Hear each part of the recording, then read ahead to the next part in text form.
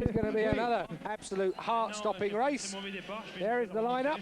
21's in this, Keith. Dean Matson, man who finished third, if I remember correctly, at the Parc des Princes Supercross. Absolutely, Jeff Emig, another good guy on a US Yamaha as well. Jeff, I remember, rode very well here last year.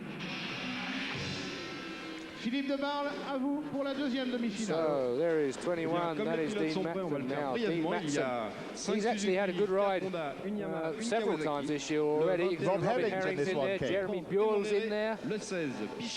Greg Albertin. Yeah, the South African. Pedro Tractor. Now, Pedro Tractor is very quick indeed, and as ever, I have to put money on things. I lost my money on a Dutchman in the last heat, but I'm going to put money on Pedro Tractor to be somewhere at the front here. That was Phil Lawrence, the American you saw, number 22.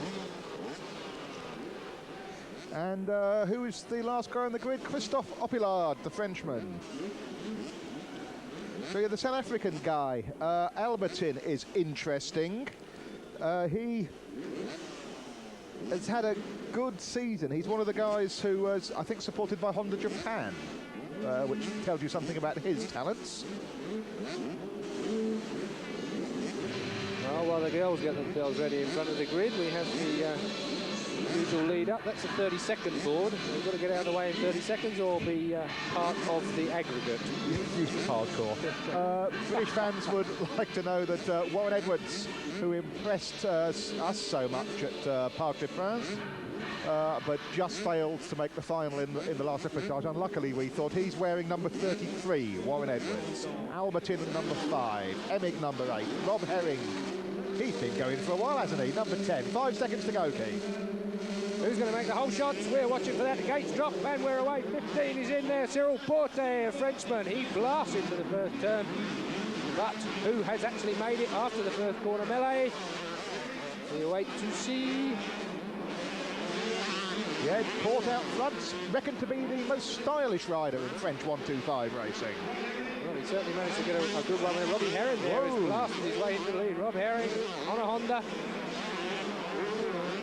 Well, some people unkindly comment about Rob Herring's ability to be able to pull off yet another works deal with various drivers, with various teams, I should say. But Albertin, number 5. Oh, Albertin. Albertin going down, Keith. Well, it certainly looked like it to me. 15 Cyril Porte through there. 17 Christophe Opillard, another Frenchman on Suzuki. Tractor's in 5th.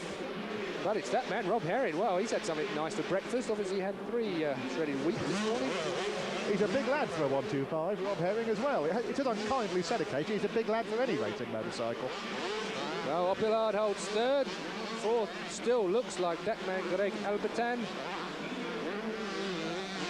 Well, they sort themselves out, but certainly Robbie Herring is going about this in all the right ways, because if you can grab a big enough lead and have a rest, chaps, you might just have enough space between you and the second place man to take a bit of a breather. You get much of one on any kind of Supercross. So Rob Herring then leads the second 125 heat of the night. Remember, the first 5 in this race will go straight through to the 15-lap final later on this evening, and the worst 6 will go to a 7-lap repechage. That'll do. Last chance race. Well, Robbie Herring, for all the inclination British fans have to take the mickey out of him from time to time, is looking very, very impressive. Yeah, I always like a man who's able to bite back. I mean, it's, I think good on Rob Herring. Yeah, good for Rob Herring. That's what I've got to say as well. But he's absolutely showing what is not a bad field. The way to go home. I mean, we've got some very, very good guys here. There are no bad fields here. Number 3, Pedro Tractor there. So it was 5 Albertin we lost in that crash, I would suggest, Keith. Well, Mr. Albertin is to the repechage, and Jeremy Buell, number 6, is in that chasing group. But the... Oh, and down goes... Who was that? Was that Porte that went down? Was that Lawrence, number 22, who went down? Yes, it might well have been. It certainly wasn't Porte, because he's there, 15. Yeah, 15, Cyril Porte, 17, Christophe Opillard. And there's number 6, Jeremy Buell behind them, and Tractor behind him. Absolutely. Well, Tractor I have my money on, but as ever, he's a failing man at the moment. But certainly these two now, Buell and Tractor, are making up the time, making up the space, and you can see there, look at that. Jeremy Buell is blasting. Oh, it's way. Oh, well, that's a block pass. That's a block pass. We waited for that, didn't we? We got one. And it won't be the last, folks. I mean, that's the sort of GBH manoeuvre you're allowed to commit in Supercross. Well, who could have explained it better than we seeing it. So there is 17. That is Christophe Opulard, I think, in third place at this point in time. Yes, because we think Cyril Port's in front of him still.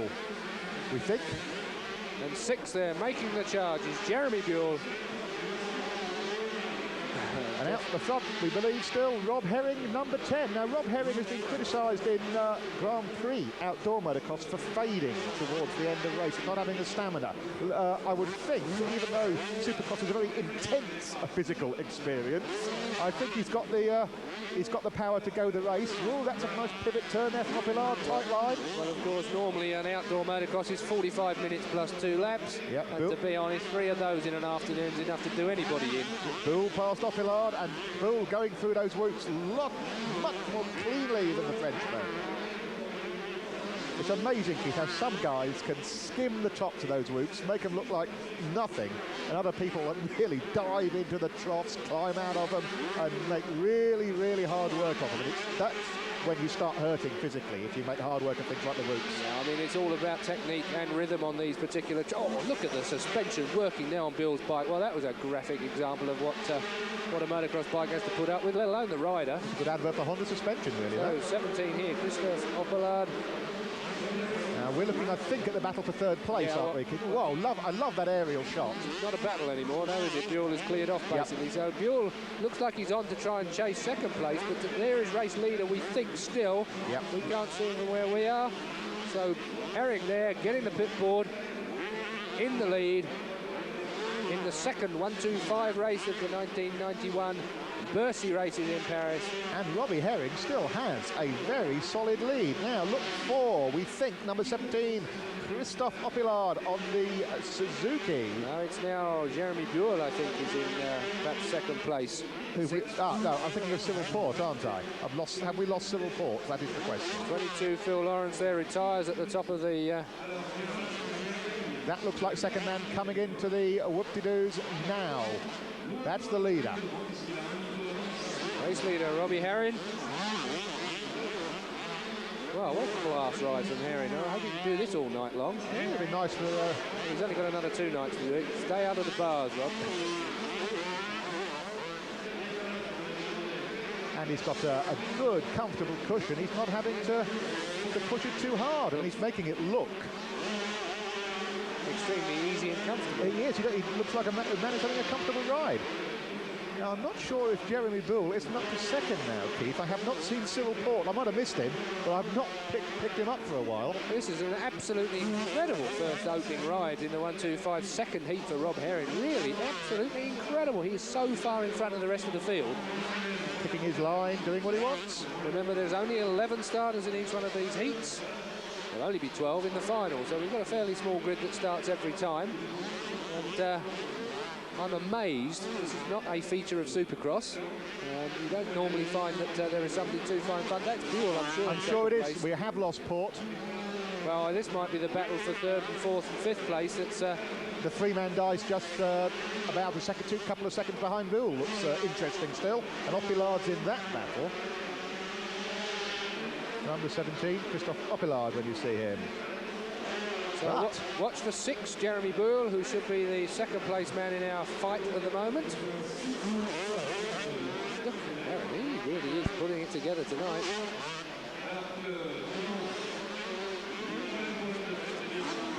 Nice one, Robbie. To coin a phrase, Julian. Yeah, I'm pleasantly surprised, Keith. It's, well, I'm sure he'd argue this. Yes, I'm sure he'd... 3 there, Pedro Tractor. Now he's through in front of Christophe Opulard. So Pedro Tractor is now through. So it looks to me like Tractor might have the third place. Opulard is 4th. So with that, we should have, I think, Robbie Herring in the lead. And that's Cyril Port behind them, number 15. So Port must have had a moment to drop from second place. So we think that number 6 Buell is in second place, and these are the guys in 3rd, 4th, and 5th. The guys, in fact, who should qualify directly for the final. Pedro Tractor there. The Dutchman on the Suzuki is now up to 3rd. Got a bit of a slow start. Strange name for motocross, Tractor, really, isn't it? It's technically called Pedro, but Tractor, that's a strange name. I tried to avoid any any comments of tractors in the dirt and the like. But well, Keith Ewan is the motocross expert, as Eurosport viewers will now have realised. I'm merely a displaced road race fan. yes, I won't make any comments at all about that. We're watching Tractor then in third place, bike 3. In the lead is still Robbie Herring, bike number 10 Honda, in miles in the lead. In second place is Jeremy Buell, the US Honda rider. And it's really quite a strung out race for the qualification places for the final 125 race of the night. Not usually a feature of Supercross, Keith, is it? They're normally a little bit more tangled up than this. There is your second place man, bike 6, Jeremy Buell. Oh, Buell. He's the youngest member of the Honda Peak team, which I think McGrath is in, Ricky Johnson was. It's the top level American Supercross guys. He won 1 in 5 Supercrosses on the east coast of the States this year, and ended up vice champion at the tender age of 19. He had a knee operation, believe it or not, as well. And there is the race win for Robbie Herring. So Robbie Herring takes the second 125 heat live on Eurosport tonight. This man, Jeremy Buell, comes in for second place. Third should be Pedro Tractor. We wait for Tractor to make it across the line. But Robbie Herring, a well-deserved win there. Absolutely superb stuff from Robbie Herring. Yeah, I bet sore wrist. I'll bet. That was not a...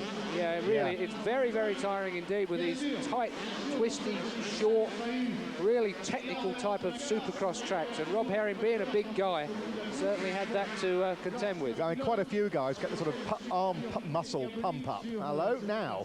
23, that is Remy van Ries, the Dutch rider on a Kawasaki. Is he going to be in trouble? We haven't seen this any more than you. Certainly it looks by the way the suspension's working that he could be. No, he makes the turn. Well, great stuff there from Remy van Ries. Here is Robbie Herring, the style of second heat 125 winner, straight through to the final for him. I think what that shot of the number 23's bike showed you just before this shot, Keith, is just how hard the suspension on a Supercross bike has to work. They have massive amounts of travel on both ends, on both wheels.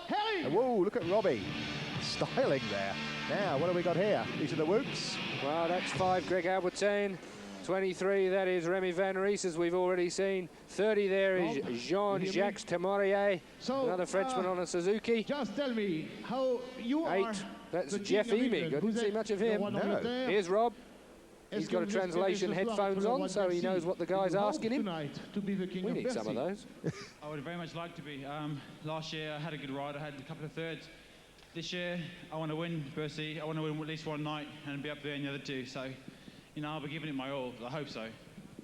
Well, that's absolutely, I second that, Julian, indeed. Certainly good stuff indeed. A man in a very positive mood for tonight's racing, and certainly that's the kind of attitude that wins races, and I really do wish Rob the best. This is our first night of live coverage on Eurosport. We've got tonight to go, the rest of the night to go, and 2 more superb nights. Okay, and that's 12,000 people at least crammed into Bercy. It's a sellout every night. This is now a splendid annual event. It's pronounced Jeremy Buell. Jeremy Buell. Alors, je vous demande déjà d'acclamer le nouveau venu. Jeremy Buell, second de cette second place man.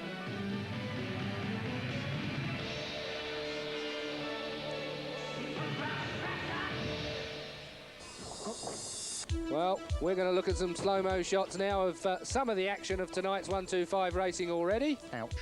Yes, a man there biting the dirt. 18, Doug Henry. Well, we saw him earlier on taking the dirt quite hard. That's 2, Jeremy McGrath. Certainly showing some style. Vial, 7 is second. And then Demaria behind him, 1. Well, Demaria, certainly he looks odds-on for a superb ride tonight, that's for certain. 27 there is Matt Gordon.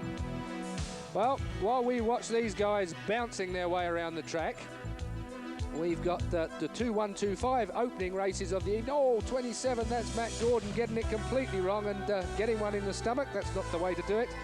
We're going to take a break now. We'll be back with you later on in the evening for more live Eurosport action from Bercy. Yeah, some mix up with our sheets a little bit earlier on, but we'll get around that in the end. I hope you enjoyed our repechage race. Some mix up on numbers and recognition, I think, there. Meanwhile, we're on for the Bercy 1991 125 final. Well, there's about 40 seconds to go. These girls go through their and just to remind wonderful act. Yes, while Keith Ewan concentrates on that, I'll just remind you that this is the first night of the Paris Supercross. We have the same again tomorrow and Saturday. They are separate events. There are separate prizes, separate victories to be had tomorrow and the day after. But they all count, they're all in the record book, and they all matter just as much as this matters just as much as Saturday night as far as the races are concerned. Right, the girls have done a runner. I would as well if I looked at these rather determined riders ready to get off, blast off from the gates. The starter points to the riders to get them ready for the start of this 125 final. The first 125 final of the three-day series. We're looking at 3 Pedro Tractor in the foreground. Yeah, he's the Dutch Suzuki rider number 3. We've got Demaria number 1 in here. Albertin number 5. Frederick Vial number 7. Boole, who impresses so much in the heats, he's number 6. This is a class race. Well, the 5-second board was up, and if that was 5 seconds, then I'd be surprised. 4 in the middle of your grid. There's John van der Berg. Next to him is Jeremy Buell. 5 seconds to go now. Watch the gate drop. Who's going to make the whole shot? We're watching for this, and 7 goes in. Frederick Vial.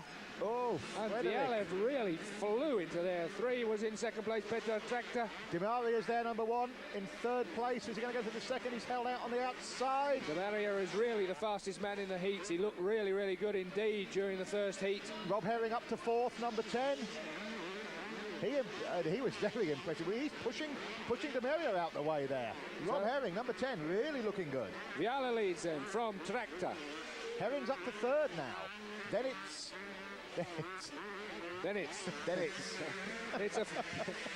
very confusing, Keith. It's a 15-lap race, so Greg Albertine is in 5th place, I think you'll find. Bike number 5. Yep. The South African on a Honda. Oh, dear me, and he was making the thoughts work now. Herring and the man we were just talking about, South African, having a slight exchange of views there on that left-hander. Tractor looking for the inside line on Viale. So the Frenchman on the Kawasaki leads this 125 race on the first of these 15 laps for the 125s. Looking very impressive in 3rd, taking a wide line, looking for the outside of Tractor, the Dutchman. Oh, and touches the wheel there, and was in all sorts of bad shape there over the whoops. That was incredible. Herring nearly found himself in trouble there, rammed the back of Tractor's bike. And Demaria went for the inside of him, and I think Demaria has come off worst out of that, number 1. Well, the problem, of course, being is that we did notice Robbie Herring was tiring a little bit after the earlier 9-lap race, and he's got an extra 6 laps in this one to go, so a fair-sized percentage extra to cope with. Just a bit.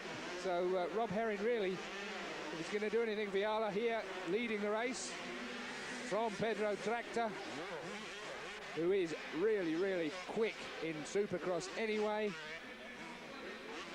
Number 3 in the world at 125, Pedro Tractor. Just in front of Yves Demaria, in fact.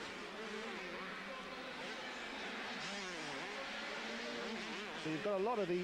Herring goes through. Herring looking for the inside line and gets Tractor. So Herring goes through to second place. Sorry, Julian, getting in there, but... That was a lovely, clean pass by Rob Herring, wasn't it? Incredible for Supercross. Yeah.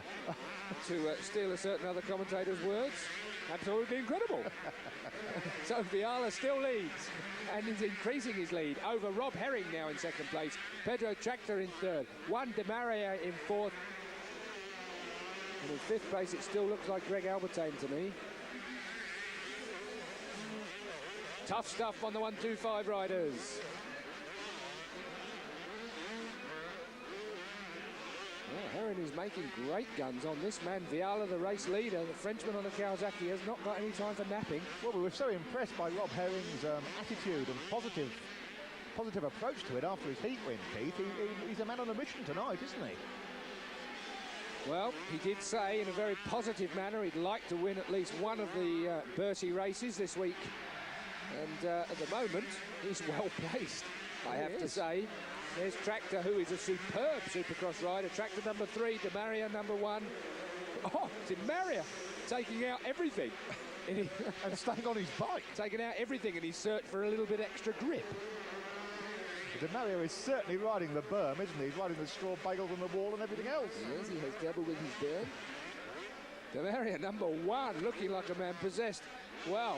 Oh, look at that. Yeah, block pass. I love that. De Maria on tractor in the biggest possible way. Looking at the leader, Viale now, with Herring behind him. De Maria up to third. He's number 1, there he is. Pedro tractor number 3, next through, followed by Greg Albertin.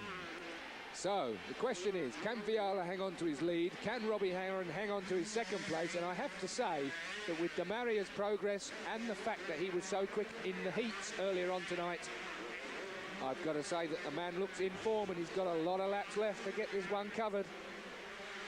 Yep.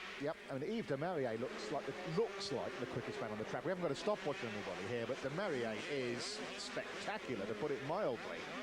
This course this year really doesn't look as fast as last year's course. It looks more difficult than last year's course. It's certainly got a lot more ripples, bumps and jumps in it.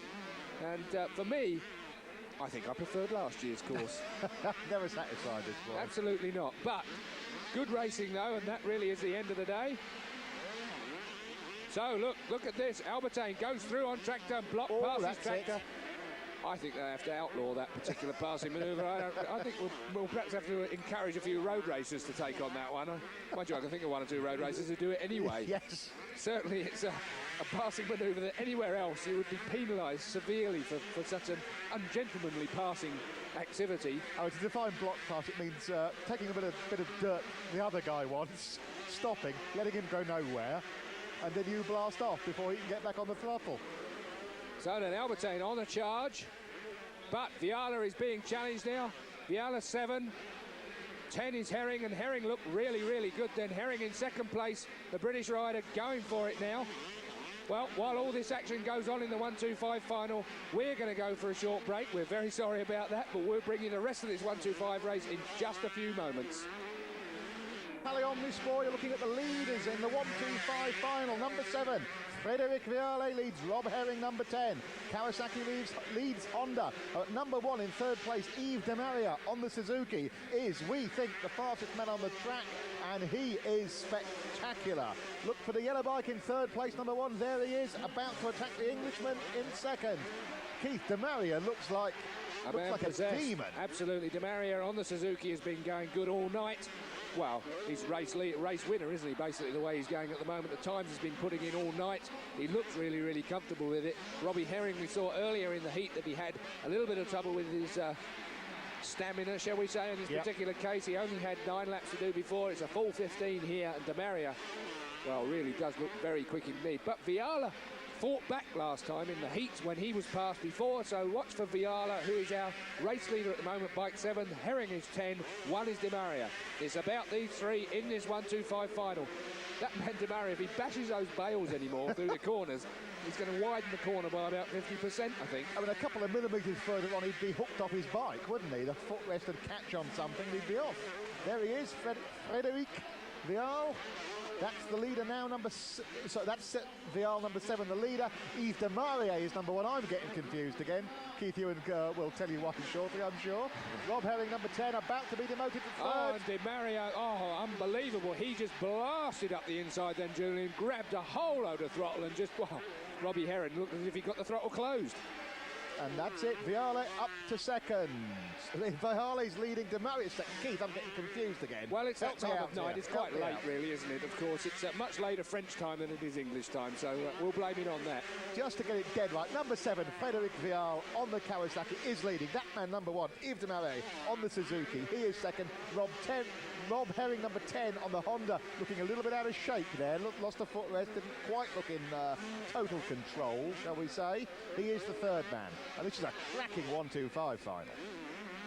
Well, I'm sure he'll have a comment to say about him looking out of shape when he takes a look at you when we go to the circuit tomorrow, of course. But Rob Herring, well, a very positive thinking man this weekend, looking to try and do the business in this 1-2-5 race. Looks to be just fading a little bit now.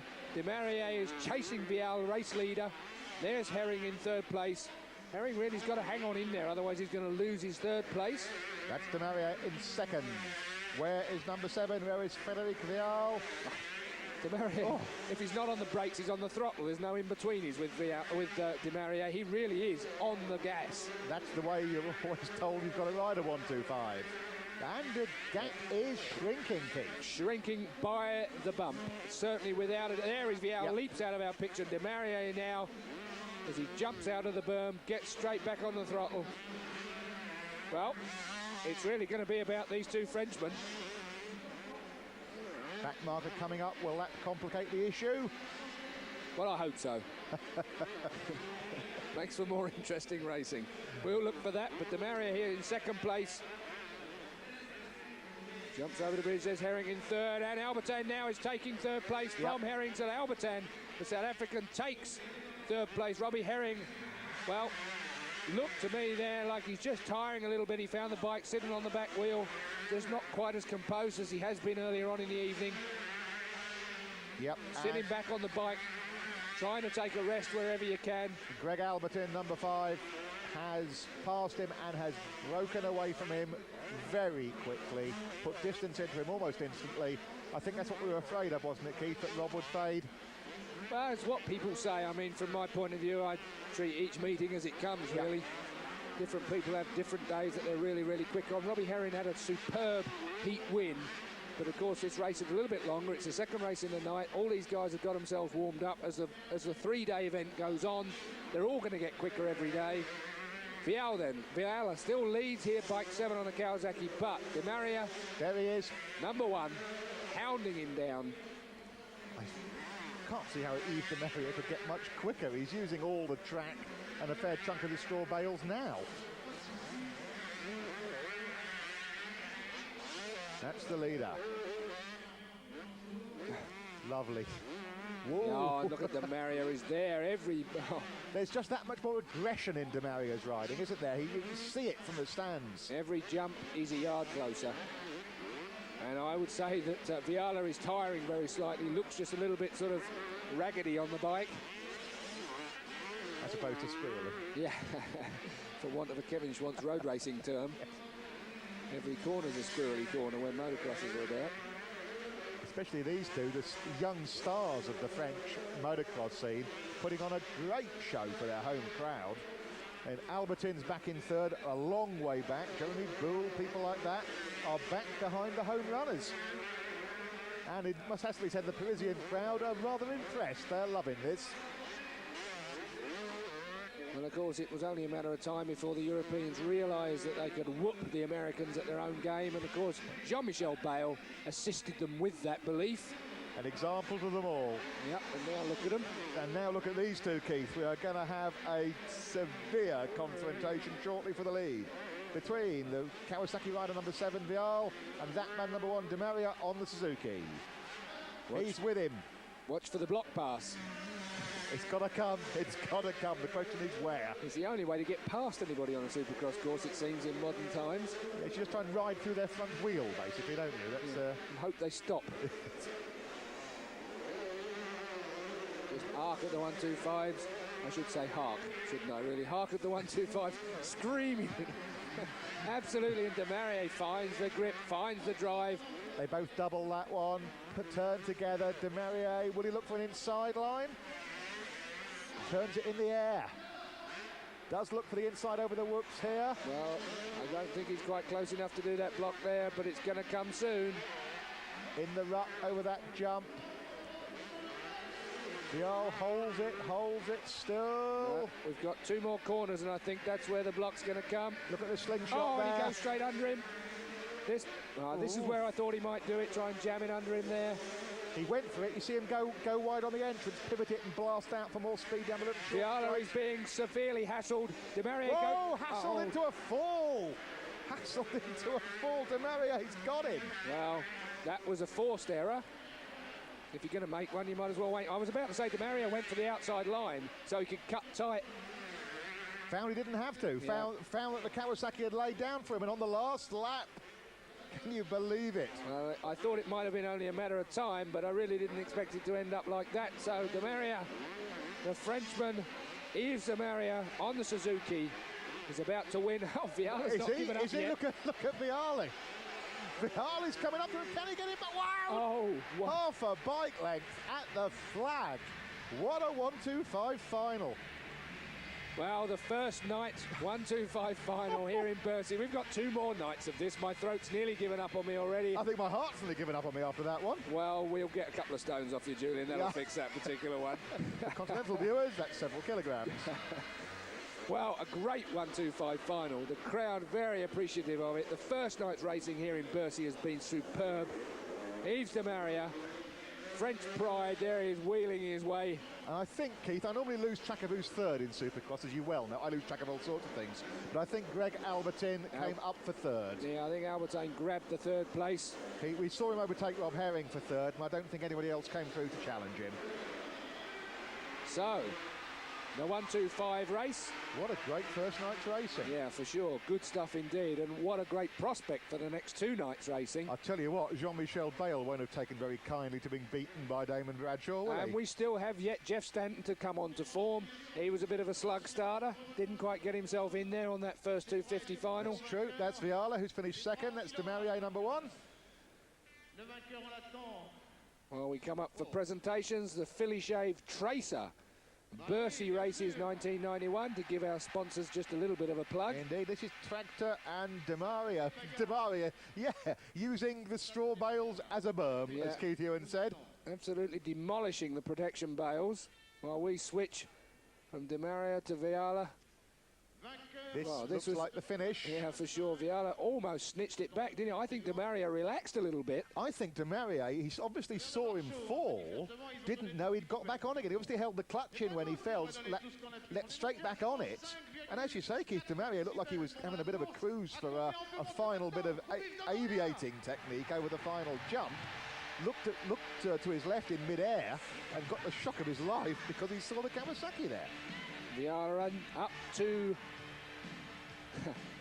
This is the kind of sight that I like to see at Supercross. An absolute event, variety, plenty of presentation. And showmanship of the finest kind. It's not tacky, it's wonderful. It keeps the crowd bubbling. And ruins the commentators' throats. Keith Ewan will now go for surgery. Let's hear from the man who won.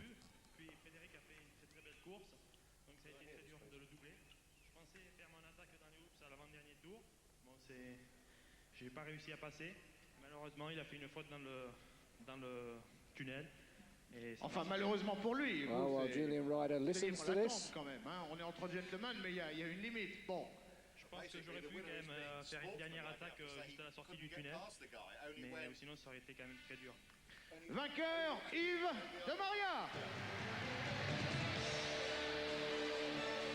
Okay, well, we're looking at the slow-mo version. Viala still in the lead here, but for a split second, in a moment, about to wash out the front end, just drops it down on the floor. Well, really,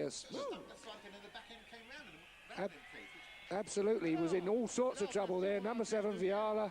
Here we see him leading, but it was de Maria on the first night of Bercy 1991 who grabbed the race lead. You can see there, Tractor 3, 10 is Herring. We're going to go to another short commercial break. Join us again in just a few moments here on Eurosport.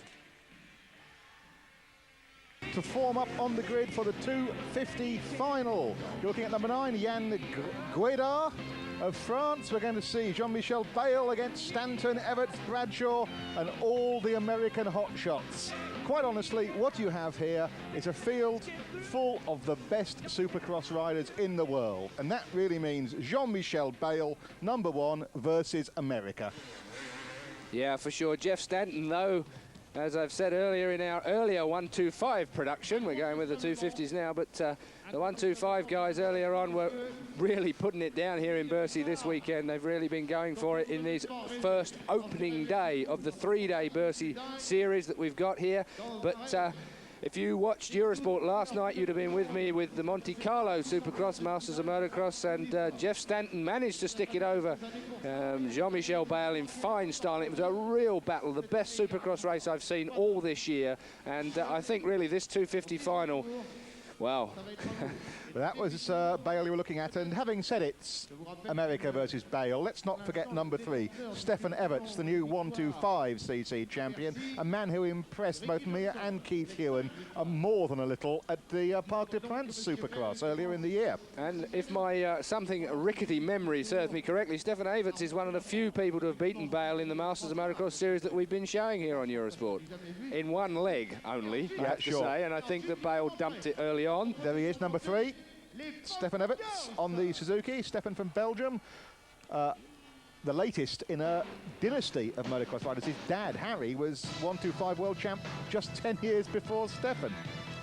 Well, the usual pomp and circumstance for a Supercross, and a bit of meditation as well, and the man will need it most indeed.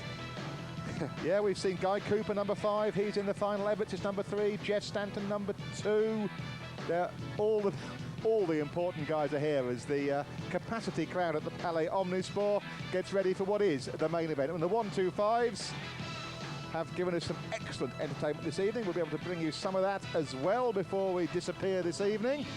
In the meantime, enjoy the Razzmatazz. Yeah, enjoy the Razzmatazz. And also, we've got a couple of Russian riders up here as well. I'm looking down my sheets to see if they've actually made it through to the final. Andrei Ledoskoy and Andreas Krestinov, who are over here having a go at Bercy for the first time. And they've got about 9 Russian championships between them, those two guys. But this is their first ever exposure to Supercross. Indeed, the first exposure to this kind of Razzmatazz, I would think, at a Supercross. And exposure is the name of the game. I'm sorry I have to say it, but I think we're past the watershed of the evening, aren't we? Keith Hewen never want to give in to the obvious, honest. Okay, so they run for cover. We're going to watch the 250 final live. There it is. Bale, Jeff Ward, Guy Cooper, Guidard, Stefan Everts, Jeff Stanton 2, Mike Kiedrowski, Larry Ward, Jamie Dobb. Jamie Dobb. Hunt is in there as well. Larocco is in there. Bradshaw. So this is a real class act Ryan indeed. Hunt's made it through to the final. Well, we missed out on our Russian friends, but there you go. Maybe by Saturday they'll have got a grip of Supercross technique. Let's hope so. And Ryan Hunt on the Suzuki, British rider. In fact, one of Britain's a few, it has to be said, specialists in Supercross. Ryan Hunt made the final. Good for Ryan. Stefan Everts there, number 3. 30-second board is up in the air then, Julian. I thought it was a rage. Number 1, Jean-Michel Bale. Well, what can be said? I ain't going to say any more about him. I've been squeaking about him for the last 7 weeks. Yep, and Jean-Michel Bale, the favourite he has to be, in front of his home crowd. 2 there, Jeff Stanton. Well, there are the teammates in inverted commas, I have to say. Number 1 and number 2, Jean-Michel Bale. Jean-Michel Bale and Jeff Stanton, both on Hondas. 5-second board then. Here we go. Watch for the gates to drop. And the whole shot in 6. Got a good start there. Jeff Ward really got a flyer, but it's 4. That was Damon Bradshaw. Sticks it straight over the nose of them. That was a brave move right across the front of the field. And number 7, Mike LaRocco's out there with him as well. Well, all's fair in love and war. 5 there, Guy Cooper. Now, Guy Cooper's been going good in Supercross this year, and Guy Cooper jumps his way into 3rd place, 4th place. Bale is 6th. Yeah, Bale is always a slow starter, I've got to say, but he manages to force his way through. He is brilliant. Number 4 is Damon Bradshaw, the enfant terrible of the American scene.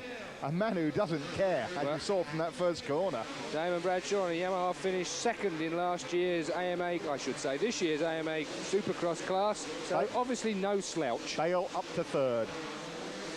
Oh. Stanton 2nd. Bale 3rd, 5 there. That's Guy Cooper. Guy Cooper's had a good season so far this year. Certainly, they've made this track a little tougher than last year, I think. There's certainly a lot more whoops in the place to make it just that bit tougher. Oh, and a block pass there. Well, stitch that, teammate. Jean-Michel Bale bounces off the side of Jeff Stanton and absolutely sticks him in so hard, it's unbelievable. So, Jeff Stanton gets a taste of some rubber from teammate Jean-Michel Bale. What do you make of that? We were talking about block passes earlier, looking for an example. That was a vicious block pass. Yeah, ball and chains out for the next heat. I should Coco. I mean, this is the first night's racing, remember? Oh, look at Bale drifting it like a speedway rider. Incredible stuff indeed. So right on the tight tail now of Mike LaRocco on the Kawasaki. LaRocco 7 there, blast through. Bale next up. And there is your race leader for Damon Bradshaw. Got a bit of a lead, but I've seen this before, and Bale really doesn't struggle to catch. Oh, dear me. Jumped out my chair. Well, that's Hewan stuck in the roof of the commentary box. Now, LaRocco, out number 7 there in front of Bale, is a guy who is not supposed to make the starts. This guy has a history of really messing up starts. It's one of the few occasions in his career he's got this good a start in the Supercross final. And look at the guy go. Yeah, look at him go. But look at Jean-Michel Bale is right with LaRocco now. So let's look for a block pass again, Keith. Or rather, I think Mike LaRocco should look for one because he's going to get one. Yeah, I think we ought to think of a new name for a block pass. That's really too mild a way of putting it, isn't it? Really? It is, really. Something like a stitch that pass or something. And look at the drive that Bale gets. Oh, I can't imagine why he's just so good. I can't see why he's just so good. He's just a phenomenon that is incredibly difficult to commentate on because I can't work out. Damon Bradshaw. Look how he turned tight there inside the American and just zapped him coming out the corner. The American fights back. Nice move, Mike. Yeah, LaRocco's not taking any stick from Bale, which is not another feature of Supercross racing, of course. Well, I think Bale is going to find it a little bit more difficult to get past Mike LaRocco. Oh, and Bale nearly washed out the front end there, but LaRocco's fighting back all the way. I'm having almost as much fun watching our German commentator jump up and down in the box next door. And the question is, while these two are dicing, the leader's off. Where is he? Oh, look at Bale. He is really, really flat out. Bale leaving nothing, no margin for error whatsoever. Turns, tries to look for an inside line, but LaRocco's out of the corner and gone. Well, this, remember, of course, is the final. There is the final race leader, Damon Bradshaw at the moment. You can see where LaRocco is next and Bale is behind him, so the pair of them are catching race leader Damon Bradshaw. This is the final. We haven't brought you the heats tonight. They've already been and gone and passed. We're sorry for that on Eurosport. We're giving you the final live as it happens at Bercy.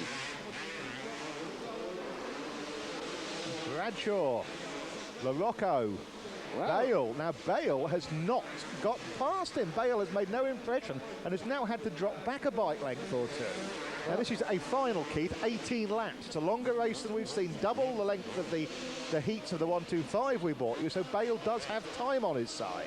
Well, that's true enough. 18 laps is tough. We saw in the 125 heats earlier that we brought you that Robbie Herring, winner of the second heat on the 125, really had a lot of wrist ache, and that was just after 9 laps. Oh! And LaRocco is all over the place. The whoops almost whooped him for sure. Bale took a much wider line there. We've seen him turning tight all the way so far. That time he saw the American in trouble, went wide and tried to zap past him on the outside.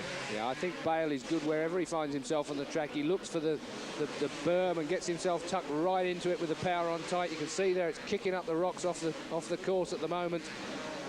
Actually, the course is hanging in there, but it looks like it's running up a bit now in the first night's racing. So they've got a bit of work to do to get this course back together again for tomorrow night. That shot there shows you just how hard these men and these machines work. We're back with the leader. Yeah, race leader Damon Bradshaw on the Yamaha. Good for Yamaha, actually. We've not made too much of that. Damon Bradshaw on the Yamaha leads this race, the final of the first night's Bercy Racing 1991. Bradshaw won a Bercy back in 1989. That's his one Bercy win as Bale looks at the inside again. LaRocco's got the speed, got the drive. No way through, JMB. Well, I don't know about that. Somehow JMB's up the inside. Oh, that was a brilliant manoeuvre. He drove down the outside of him there to position himself dead right for turning the power on, getting a smoother delivery of power on, and more drive than the other guy. That was brilliant stuff indeed from LaRocco. Absolutely superb, outstanding again from Bale. That's what Bale had been looking to do for half a dozen corners in the past couple of laps. That time, everything came right for him. And look at him, he's passed LaRocco. He's got 5 or 6 bikes lengths on him already. And about another 10 or so laps to reel in race leader Damon Bradshaw. So, on the rider, Jean-Michel Bale, finding himself with a little bit less traction at the front end than he really required then, I think. You saw when we use the very American motocross term washout, it means loss of grip on the front wheel. You can see it push and slide across the track. It loses the rider time. He has to gather it all together again, find some traction and get back on the gas. But Bale is on the gas. He's in second place, remember, this man number 1, Jean-Michel Bale. He has dealt with Larocco now. Yeah, he's dealt with Larocco, and certainly he's making a great inroads into the race lead here. He's managed to settle himself down. He'll now try and pace himself as best he can. He knows how many laps he's done. He's got to do. He's got a pit board that's going to tell him everything about everything. And it's really just a case of whether Damon Bradshaw will tire or not. Well, Bradshaw really is, well, an exceptional rider, so it will be difficult to see how that's going to come about. Interestingly, Keith, the French press said that Bradshaw was the one guy who could beat Bale. Yeah, that is really interesting. That is actually really interesting for the French press to be quite up to speed as much as that, because Bradshaw in America finished second, quite a long way down on Jean-Michel Bale in the American Supercross Championship this year, but really has set the Frenchman to task several times. Yep, there he is, Damon Bradshaw, number 4. And of course the Yamaha's not going to be much of a... That's Jamie Dobb, the British rider there, 15, just letting race leader Bradshaw through. Jamie Dobb on a Yamaha. That's Bale. Honda immaculately turned out as ever. Jean-Michel Bale, he is French, of course, but he is an American Honda rider. He has spent the past 2 years racing in the USA and beating the Americans at their own game, specifically this sport, Supercross, stadium motocross, whatever you want to call it. And he is the outstanding talent of his generation. Yeah, blue flag being waved there again. That's Jamie Dobb, I suppose, again. That's yes, Jamie Dobb again, yeah, and he knows what he's got to do. Well, that's pretty gentlemanly indeed. Good for Jamie Dobb. Yeah, it's nice to see. We always say this, Keith, you know, the proper racetrack etiquette, even in the hurly-burly, to put it mildly, of Supercross. Well, Supercross, of course, there's not quite so many starters. There's only 12 starters for the 18-lap final, which we're into now. So quite a lot of room out there, despite the fact that it's quite tight. They don't reach very high speeds here, because obviously there's a whole lot of twists and turns, and they're really put in there to keep the speeds down, to make it safe enough to race in the confines of a stadium. Meanwhile, we watch the Frenchman, 23-year-old Jean-Michel Bale. Now, let's see if we can spot number 4, Damon Bradshaw, and get some idea of the distance between him and Jean-Michel Bale. Charges up to those straw bales. You always think he's going to go straight through them, but no, he stops the Honda, pivots it on a sixpence, blasts out off full gas, and he rides those whoops so well. Round the berm there, double jump, quadruple jump over the bridge. That's Bradshaw going underneath the bridge as Bale aviated over it. Bale made a bit of a mess of the landing there, though. Yeah, he washes the front every time there. The front just tucks away from him, but Bale really has the time and the lappage, if you like, for want of a better word. Yeah, he has the room and the time and the pace, I think, to catch Bradshaw, but it's a question of whether Bradshaw can raise his game. There we see Bradshaw, number 4, leaping into the back markers. And it's Bradshaw who has to deal with the back markers first. There's Bale. Jan Guidard there, bike number 9. Now, last time, Keith, Bale was aviating over the bridge as Bradshaw was going back underneath it. That's as good a gauge as we'll get, I think, in the next few laps. Well, Bradshaw looks pretty good on the Yamaha. Yamaha working very well for him indeed. There's Guidard moving out the way, a Frenchman on a Kawasaki. Right, under the bridge, where's Bale? Over it. So exactly the same, exactly the same. 27 coming inside, there's Ryan Hunt, British rider. Hunt's not going to pose a problem, he's reasonably gentlemanly. Not that he knew that this man, Bradshaw, race leader, was upcoming quite so fast. Bradshaw looks extremely good. Doesn't look tired either after this race, after this length so far. Yeah, he's such an experienced rider and a very, very good Supercross rider. And I am under the impression, I must say, that Bradshaw has taken JMB's domination of his country's home scene a little bit to heart, and he has come here hoping to repay Jean-Michel Bale for that. And it's not a nasty thing, but Bradshaw would dearly love to put it over Jean-Michel Bale on Jean-Michel's home turf. Well, of course, the Americans are, I don't know about overly patriotic, but they're certainly fiercely patriotic as far as the American flag and the like is concerned. And this really is the American version of motocross. And, where's Bale? There he is. Well, he's in sight, but certainly there's a long way to go if you're going to beat this man, Damon Bradshaw. The Yamaha's working good, Bradshaw's working good. The whole thing seems to be holding together nicely for him. He's found his way around 1991 Bercy very well, and Bale still has those back markers to deal with, or one of them at least. So, Bradshaw then, leading the 250cc final of Bercy in Paris on the first night's racing. And I can't see any way at this point in time where Bale is actually going to make up the ground. I mean, he's pretty good at superhuman efforts late in a race, yeah. But it's going to have to be superhuman. It is. I'm sure Bradshaw is stretching this lead now, Keith, because last time we saw that shot, they've changed it. That's just for you. You see, you shouldn't try and rely on these directors to put the shot where you want it. That one. Now, we should have seen Bale by now. I'm sure Bradshaw is stretching that lead. Well, Bale had a couple of back markers to deal with, and if they got held up just fractionally, then it might have been a problem for him. Of course, well, that front wheel washout we saw a couple of times at the bottom of the bridge would have lost Bale, what, half a second? And well, that's difficult to get back. Well, I think more than the half a second, perhaps. It's the confidence in being able to get this pace going fast enough to catch that horrendously large lead that Bradshaw has over the Frenchman. There's Bradshaw. No, it's the exactly same. It's the same. Yeah. It might be stretching in other parts of the circuit, but when they get here under the bridge, Jean-Michel Bale, there he is, number one. He is making no impression on the leader. Number 4, Damon Bradshaw of the USA. Well, that's going to go down a whole bomb, isn't it, really? Damon Bradshaw won here 2 years ago in 1989. I think that's his only one Bercy victory, yes? Yeah, that's as far as I can see it. He was joined in 1989 with wins in this particular race by Ricky Johnson, Larry Ward and Jeff Leask of Australia. So it was a varied Bercy that year in 1989. Last year, of course, it was dominated. 3 races won by Jean-Michel Bale.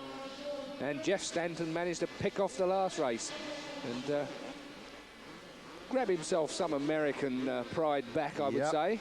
Yeah, he's from Charlotte, is Damon Bradshaw, which I think is in Carolina way, North Carolina. Well, now you've got me. And again, when the French press reckon he's a bit of a redneck, which is not too complimentary, but they also say that gives him the basic belief and to win, and the fact they reckon Bradshaw will do just about anything to win. Well, he will block pass, he will do anything that's necessary within the, I think, somewhat loose Supercross definition of what's fair. But in stadium racing, a block pass is perfectly fair. It's expected. Well, we saw there that Jean-Michel Bale was lapping Jeff Ward, who's also been a Bercy winner here. So I think that shows you just how good the leading couple are. The pace is extremely hot indeed. So I think that, well, there's a bit to be done here indeed for that man, Jean-Michel Bale, this man, Jean-Michel Bale. The man who won 3 of the 4 Bercy Supercrosses last year, to be beaten in the last one, I think, by Jeff Stanton, Keith? He absolutely was. Well, we're on the last lap now, so confirmation then that Bale is not going to win the first 250 final of the weekend. Oh, and number 9 there in the fence, Jan Guidard. Well, no. Well, that was always the case late on in a Supercross. It's quite a long race, 12 laps. Very tiring indeed. These riders get completely worn out and they give their all to the last minute. We're looking at Damon Bradshaw, race leader and, of course, race winner. What more can I say? He's on the last lap. So, the first night's 250 final goes to Damon Bradshaw. He points to the camera, he points to the sponsors. There is Jean-Michel Bale finishing in 2nd place. In 3rd place and a long way behind. We wait for, is it this man, Larocco? Yes, Larocco gets it from number 6. There's Jeff Ward. Well, Jeff Ward was lapped actually, so it's probably not Jeff Ward that's in there. That was Jeff Stanton. So Stanton gets 4th. Well, we get a demo from Damon Bradshaw. That was impressive. Absolutely. Keith. I've got to say that. He got the whole shot. He launched himself into the lead at the first turn, absolutely battered everybody out of the way. Well, he came across, didn't he, from the outside? Went in there with his ball and chain and just came out victorious. The man who built this circuit this week has said that he's built it to be for tough guys. John Savitsky. Or words to that effect, of course.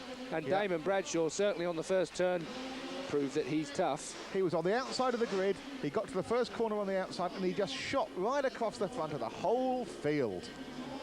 And no one got in front of him. Well, there you go, stylish look, points to the crowd. Number 1, first 250 final, Damon Bradshaw on a Yamaha. wins here at Bercy in Paris, and you saw it live on Eurosport. This is JMB coming up on Mike LaRocco.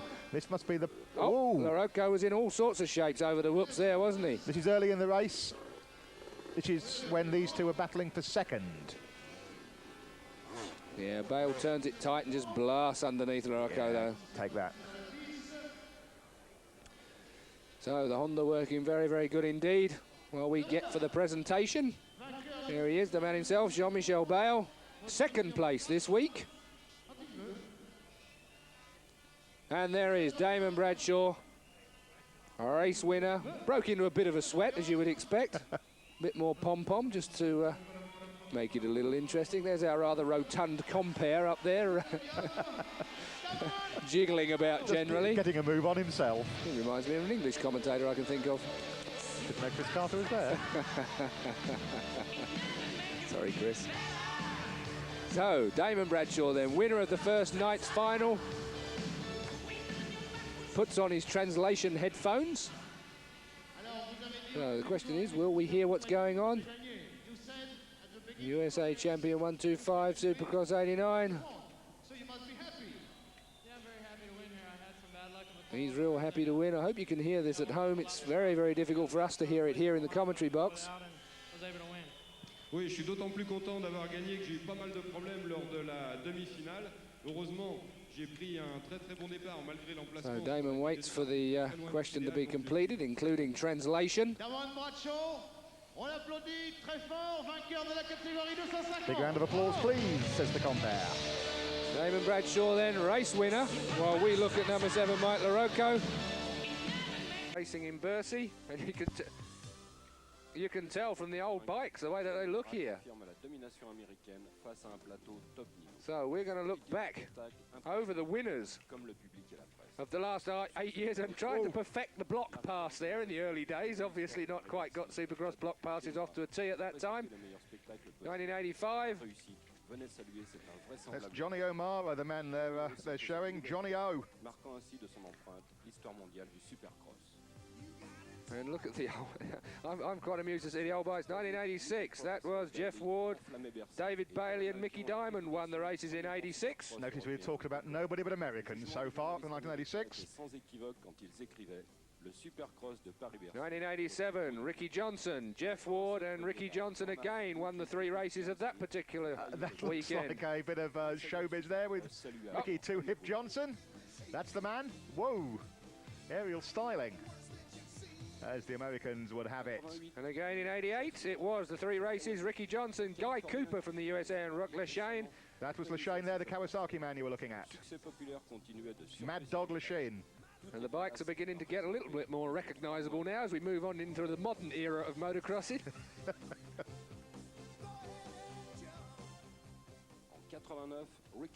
89, Johnson, Bradshaw, Ward, and the first non-American, Jeff Leask.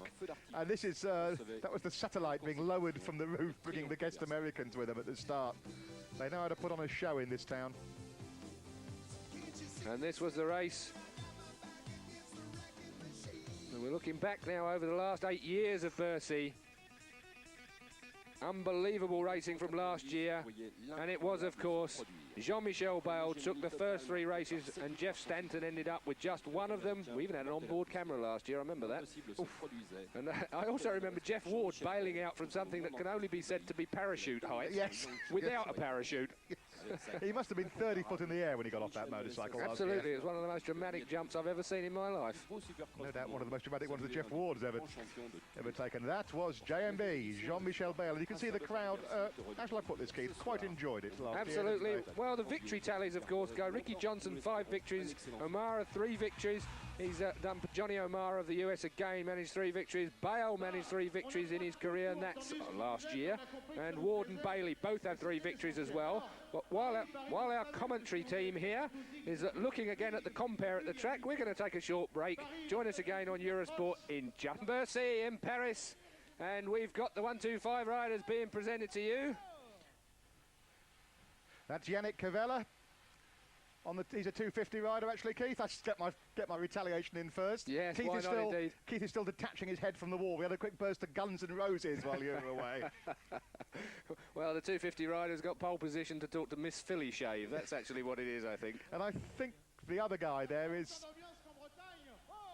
Olivier Perrin, known throughout motocross as Reggie. He doesn't understand why, but British fans will.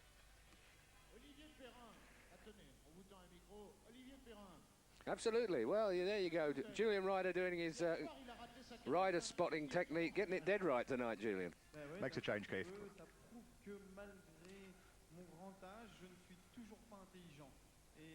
He's very French.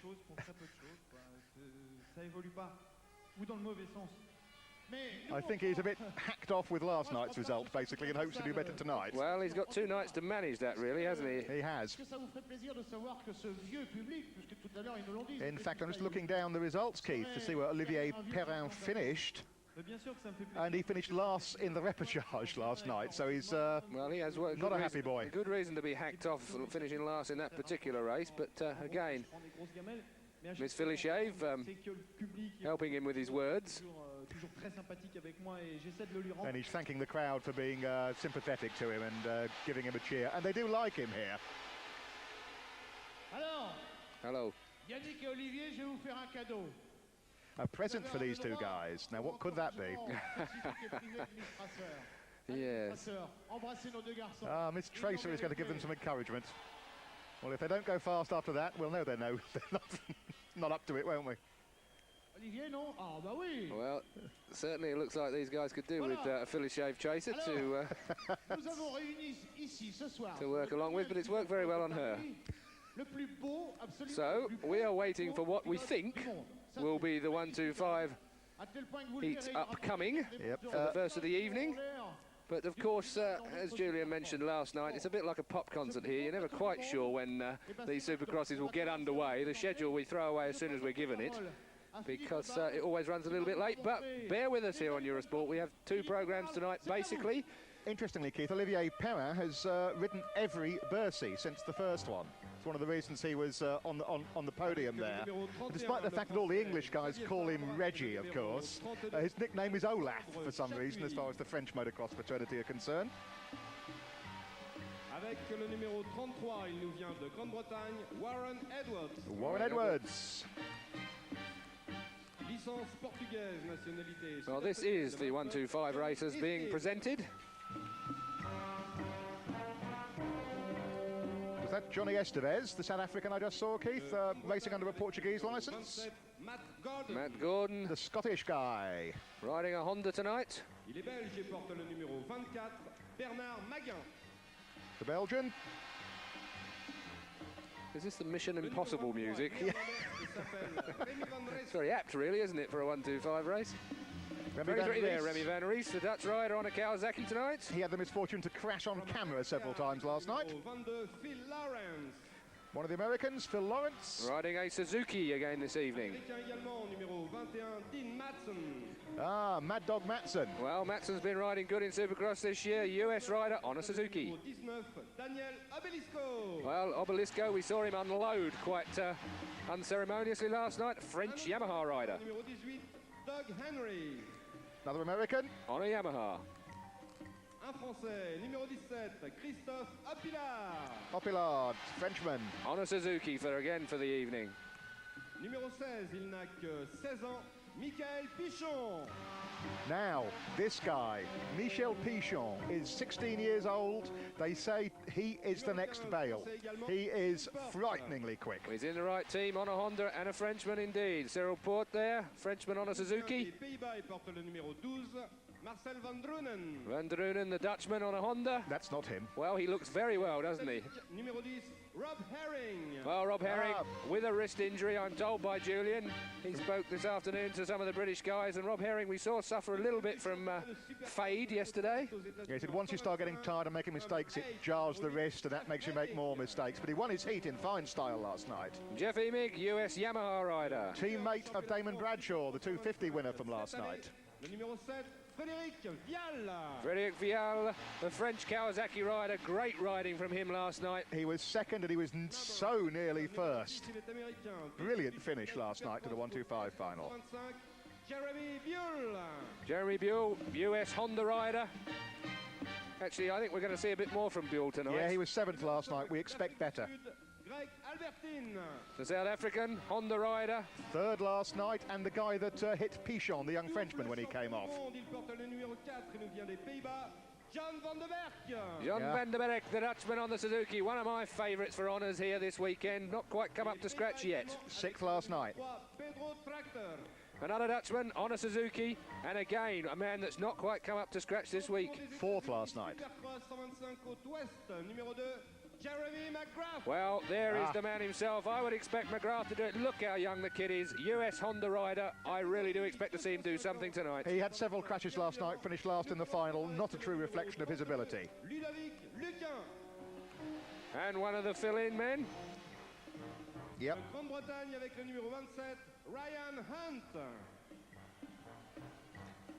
It's Ryan Hunt, English rider.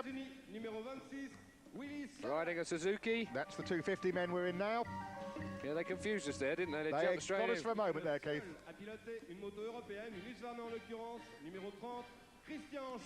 Local Frenchman on a Husqvarna. You I don't think see many of those about. I think that's the only non-Japanese bike in the field. Actually, I saw the Huskies do quite good again last year. 22 there, that's Colin Dugmore. On a German licence. Yeah, but German licensed Honda rider. Daryl Atkins, now the New Zealand rider, again on a Honda. Kiwi man. Kiwi man of repute.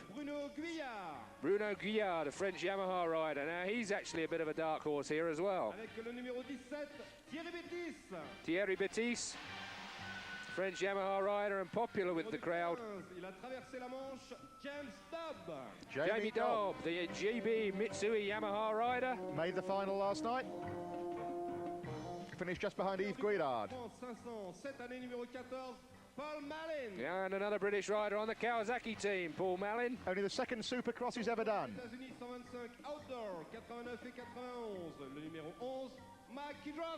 Mike Kidrowski, very experienced man on the US scene on a Kawasaki. Numéro 9, leader du championnat de France Supercross 250 actuellement, Yann Guédard. Guidard, a French Kawasaki rider, and again, very popular with the crowd. Their top 250 man in domestic Supercross. Il nous vient des Pays-Bas et porte le numéro 8, Edwin Evertson. Edwin Evertson, the Dutch Kawasaki rider, again, a very quick Supercross rider. Didn't show last night, though.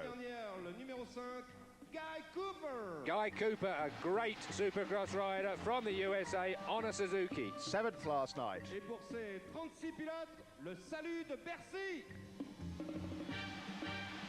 Well, we didn't quite get to see the superstars in this particular lineup here. We were missing Jean-Michel Bale, Jeff Stanton, Stefan Everts and Damon Bradshaw, but I think that we're likely to see a bit more of a dramatic presentation for those five. Oh, you might be right, Keith, you might be right.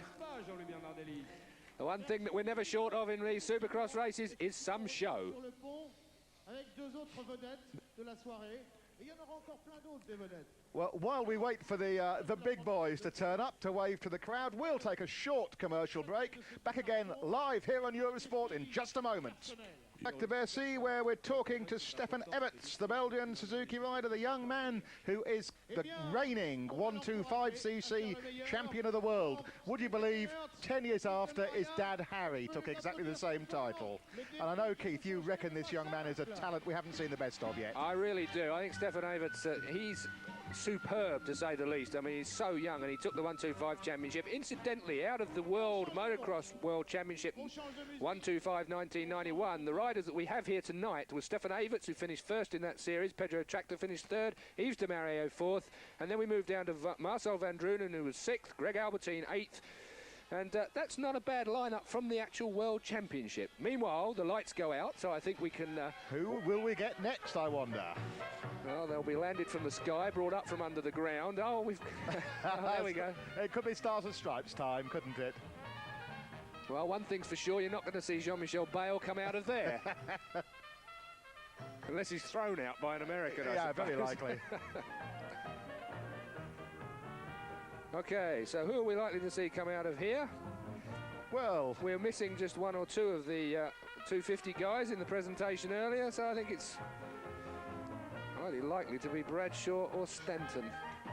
James Bradshaw is the man of the moment from last night, winning the first 250 race of the week. we haven't seen Mike LaRocco or Jeff Ward either, have we? Hello. Hello. Alors, à votre avis, qu'y a-t-il sous ce chapeau américain? Yeah, you were right. We got the lot. Normal. Stanton on the left. Damon Bradshaw on the right. Damon Bradshaw with the few days growth on his chin. On the right there, the man who won last night. Well, Team America we have here.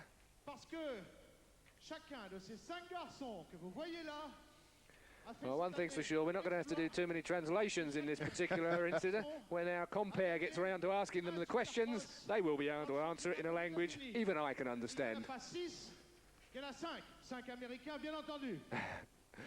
I've never seen Jeff Stanton grin quite so much.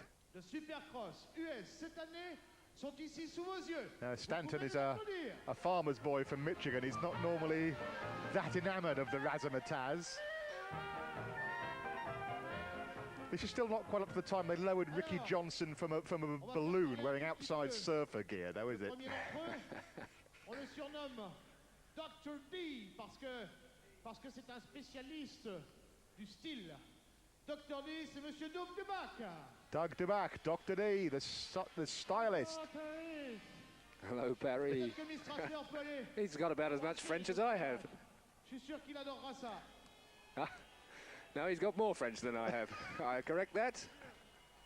Let's cheer Doug up. Ensuite, nous allons passer à un garçon qui portera le numéro 7. Il est passé de Suzuki sur une Kawasaki cette année et il a gagné le Supercross de Las Vegas. Il s'appelle Mike LaRocco. So, Las Vegas winner Mike LaRocco.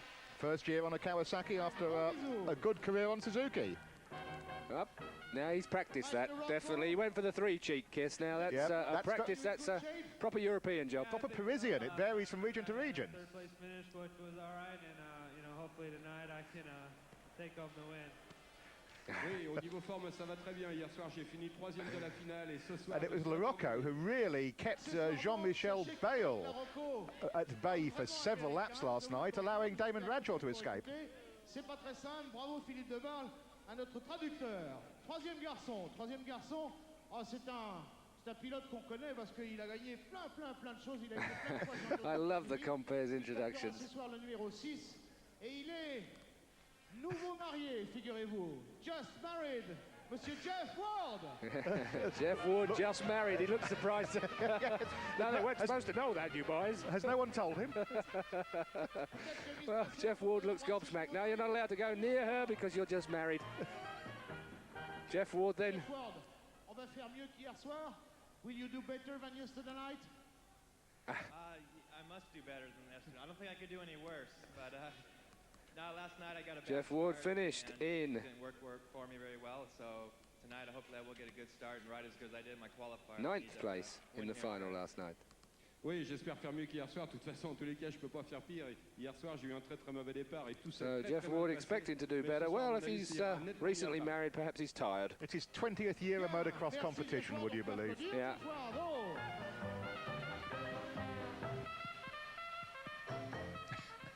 The light show's amazing in this place. Well, question is, are they going to call Stanton or Damon Bradshaw up next? Stanton's next. So, pole position goes to Damon Bradshaw in the stakes tonight. So yes. Jeff Stanton in an unfamiliar second place on the media front. Indeed. Oh, grimace. Monsieur Jeff. Vous avez fini 3e hier soir. You finished 3rd yesterday night. 4th. This man is heading for a headbutt. Very good.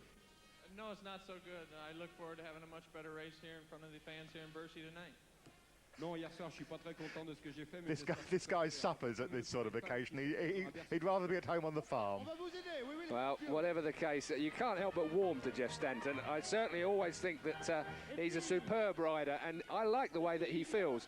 We're going to go for another short commercial break while they get over the Damon Bradshaw part of this. Join us again in a minute. We're getting through our presentations of the evening before we get blasted off with the 125 races.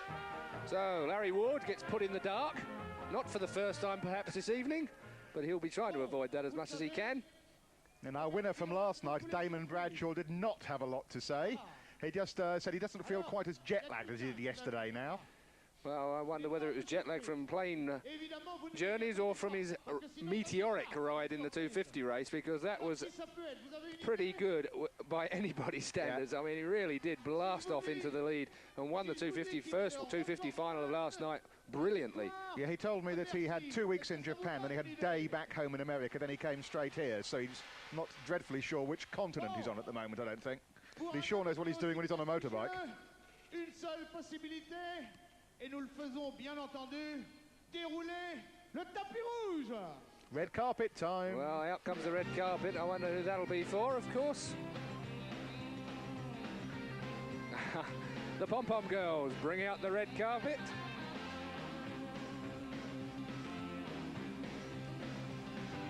Well, question is, yes, it is Ricky Johnson. He opened the proceedings last night. The man who's had the most victories of Bercy ever. That's 5 in total. Ricky Johnson, now a retired motocross and supercrosser, and into Formula 3000 car racing. You can see still injured from earlier. What's the excursions, I think we can say? Yes, Ricky indeed. Johnson. He arrived on a Harley, of course. Yeah, Rick 2 hip. Ricky Johnson. He still doesn't look a day over 20. He doesn't, does he?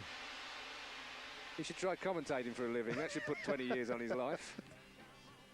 Ricky, 2 hip Johnson. tu constates qu'ici personne ne t'a oublié. I hope that you heard tonight that here nobody forgot you. Yeah, it makes me feel good to come back to Paris. I couldn't leave motocross without saying goodbye to the fans in Bercy. Over the years, they've seen me as a champion, and they've seen me fall on my face here in Bercy Stadium. But every year I come back, my relationship was always closer and closer with the fans of Bercy. So I just like to say thank you very much, and I love you all. Oh. Well, dramatic indeed. That's what we must say is a typical American presentation. He did very well. He thanked everybody accordingly and did it in quite a nice manner. Good for Ricky Johnson. And the French like a grand gesture like that. It goes down very well here with Bercy. I think it's good for the sport. Always up. The American riders, no matter what, you know, even if they don't want to talk to you, they don't feel like talking to you, they will come out and sign autographs, do this sort of showbiz razzmatazz and promote their sport. They're very, very professional. So Rick Johnson wanders down for a bit of a track inspection or something. Ably escorted by the Philly Shave girls.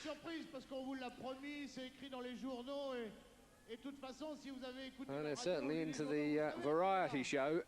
Bon, eh ben n'empêche que ça va quand même. I love this compare, he's great. Une surprise de très grande taille, je vous le garantis. Mais pour présenter le seul pilote qui nous manque, je vais demander... We're only missing one pilot now. Guess who that is? Julian's sitting here frantically doing the old translation in the commentary box.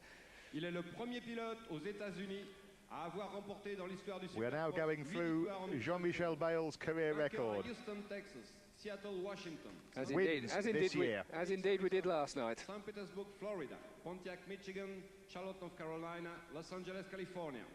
Champion des États-Unis de Supercross. Champion of American Supercross. Champion des États-Unis de motocross outdoor 2,5. Champion des États-Unis 250 outdoor champion. Il est le premier pilote de l'histoire du motocross à avoir remporté les 3 titres américains. Victor in the American 500 Grand Prix. Triple couronne. On l'appelle JMB. JMB, as Keith Ewan always giggles when I call him.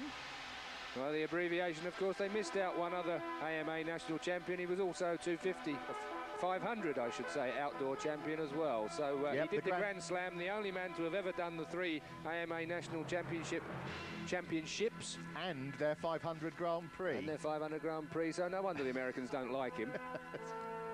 And here, The crowd are treated to the blow-up version of Jean-Michel Bale. A giant inflatable JMB. Yes, apparently they're auctioning this at the end of the... It's great, isn't it? Isn't it wonderful? JMB articulated by air. And the crowd love it. They are going bonkers. And the Yanks probably are as well. Numero uno. And our compere wanders up to have a few words with the blow-up person. So, where is Bale this time? Jean-Michel Bale, puisque c'est de lui qu'il s'agit. Vous êtes immense ce soir. J'ai du mal à vous parler. Vous pouvez me répondre? Julian's giggling away here, but for those of you that only have English like me, perhaps he ought to let us in on the secret of the comments. He's telling the inflatable. It's looking rather big tonight. Would you like to talk to me? Will you answer? It's a job to know what wobbles the most, the inflatable blow-up JMB or the compare, really, isn't it? The comment from the emaciated Keith Hewen. Yes, the compare has an all-in-one built-in helmet. And it's great, the inflatable is nodding its head and the voice is replying.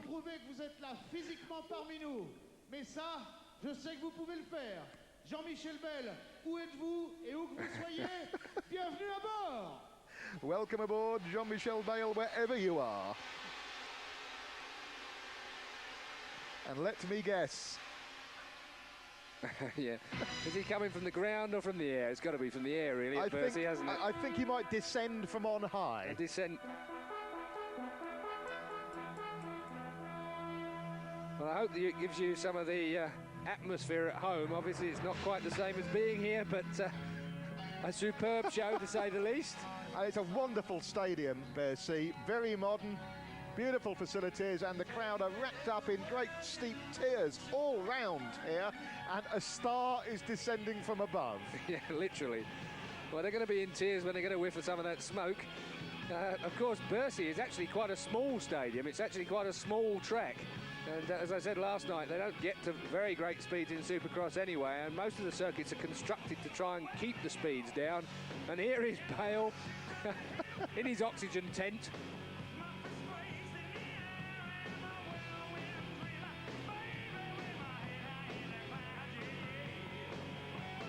Hewen's off to the music again. Yeah. Well, I like the French are motorcyclists, aren't they, really? I mean, it's a bit like being at home. It might be like being at your house. Yeah, the French in general have a long tradition of good motorcycling events, and they take it very seriously. Supercross, road racing, motocross, whatever, Endurance, especially, the Val d'Or, the Le Mans. Absolutely. So, I mean, it's a numero uno European country when it comes to motorcycling. So, if you want to come and watch motorcycle racing as a spectator, I recommend that you come to a Supercross, either here at Bercy or at the Parc des Princes, and you will see a show you will not believe. Well, I've got to say that some of the Supercross races that I've seen this year that we've covered on Eurosport, the Masters of Motocross series, they've all been pretty good wherever they've been brought from. I think the show is really spreading out all the way across the world now. I mean, obviously it was an American concept, that's where it came from originally, but I think that the Europeans are certainly taking it to the Americans now. I mean, they really are putting on the variety show that the sport deserves. And we've got some real superstars in the European community. Well, Stefan Everts, Keith. Stefan Everts, who is a young, very young guy. Is he 20 yet? I can't remember. I don't think he is. He's still 19 as far as my records have it. Not that they're ever much up to date, of course, but... But he can ride Supercross. He's not an outdoor specialist. 15 laps are the final. And... we're up for the 1-2-5 race first, when they eventually get it underway here. Yeah, we'll explain a bit more about the track as we see the races unfold. They start from the middle top of your picture, and they only use that bit of track just for the start. Here you go, Keith. Yes. Couple of jumps, then hard left, and now into the full lap. Camel humps, whoop-de-doos in stereo. Very tricky section, the bridge, Out of the stadium, back into the stadium. Little whoops. Very tricky step up to a big jump.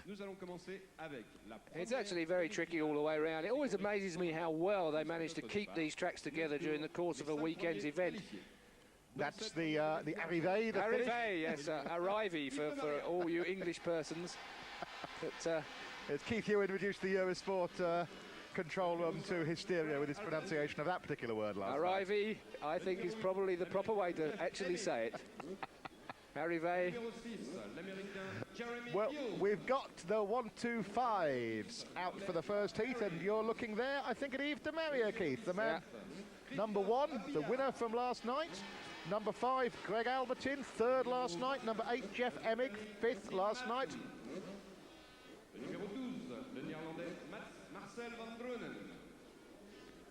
Those boots are made for walking, and out come the promo girls again. Philly Shave being the sponsors of the meeting, along with various others. But 17 is Christophe Opillard, he's in this heat. 5 there, Greg Albertin, the South African, in the middle of your picture there. We've got a little bit more to come from that man, I think, tonight. I think so, Keith. Albertin finished 3rd last night. Remember, De Maria won the final. Viala finished 2nd in the final. There is your grid lineup for tonight's first heat. Robbie Herring, 10. Buell, 6. Matson, 21. Who else have we got there? Van der Runen now, 12. Van der Runen is a good one that we ought to keep an eye on. Marcel Van der Runen. We're not far away from the start of this heat at last. 6 there, Jeremy Buell doing his workout. Not that he'll need much of one. 1 is Yves de Maria, the French Suzuki rider, winner of last night's final. Very quick, but a bit hairy in places, Keith. Well, he gave himself a bit of a disadvantage, didn't he, at the start? Yep. He left himself a hell of a lot to do and had to fight like mad to get right the way through. He's 4th in the world 1-2-5s this year, Yves de Maria, which gives you an idea of his talent. So, we wait for the opening show. Well, not a lot of time left for the girls to move out the way. 30 seconds to be precise. The mechanics have been working feverishly overnight to get these bikes back into shape. 1 or 2 of them certainly looked out of shape after last night's event. Interestingly, Keith, a lot of 1992 models being used for the first time in this event. Let's watch and see who makes the whole shot tonight. So, wind ourselves up for the first heat of the second night at Bercy, Paris. Watch for number 1, Yves de Maria, number 5, Greg Albertin. And the gate drops down and straight across the front of the whole lot of them was 21. Oh, that was Dean Matson, number 21, Keith. De Maria's on the floor. De Maria's at the back, Matson's off with Albertin after him. Albertin now takes the lead, so Albertin goes straight through into the lead. 6 there, Jeremy Buell goes through to 2nd place. So race leader Dean Matson finds himself demoted to 3rd straight away, but not as demoted as last night's final winner. Of course, number 1, Yves de Maria, who already found himself biting dirt. Well, I said he didn't start too well, didn't I? He got to the first corner okay, and then he was flattened in the general melee. We've got some lovely aerial shots from our cameramen here today. He'll give you a lovely view of the track. It's just out of the stadium into the car park bit. Fastest part of the track. So 5 leads Greg Albertin from 6. That is Jeremy Buell, the American, in 2nd place. Who's through to 3rd now? Let's have a look. Still 21, Dean Matson. From 8, Jeff Emig is through there. Ooh. Oh, yes, you might say ooh. Yes. Lots of oohs and ahs from the first 1-2-5 race. I'm trying to spot de Maria, Keith. I'll see if I can find him. Well, I don't think he counts in this first heat. I think he's been consigned to the repechage already, hasn't he? We have only 9 laps, and even on his impressive form, that's providing he didn't hurt himself or the motorcycle in his first turn crash. I think he has left himself just a bit too much to do for this evening's work in the first heat, but of course he will go through to the repechage if he finishes outside the first 5 in this race. Oh, dear me, incredible, absolutely incredible, to coin another commentator's phrase. Jeremy Buell bounced into the bales, absolutely sideways on the stayed on, but he must be wearing some protection because certainly that would have hurt me. Yeah, Buell, the youngest member of the Honda Peak team. Robbie Herring there. Now he's moved up in front of Jeff Emig, so Herring is going good. Watch for Robbie Herring, the British South African rider. That's about right. More British than South African now, I'd say. Oh, Whoa! 5, that's Greg Albertine finds himself in the bales. Albertine makes a big mistake. Well, it's all happening tonight. This is Supercross at its best. Jeremy Buell, winner of, I think, 4 Supercrosses on the east coast of the States this year. 125 class. There he is. Well, Buell, as far as I can understand, here we go with this is the leader, now going off. Albertine got himself in a state on the whoop-de-doos. We mentioned that earlier on, and of course, Buell goes through for the lead. Now, those whoops are interesting. They've caught a lot of people out, Keith, because they're not regular. There's 2 bigger ones in the middle.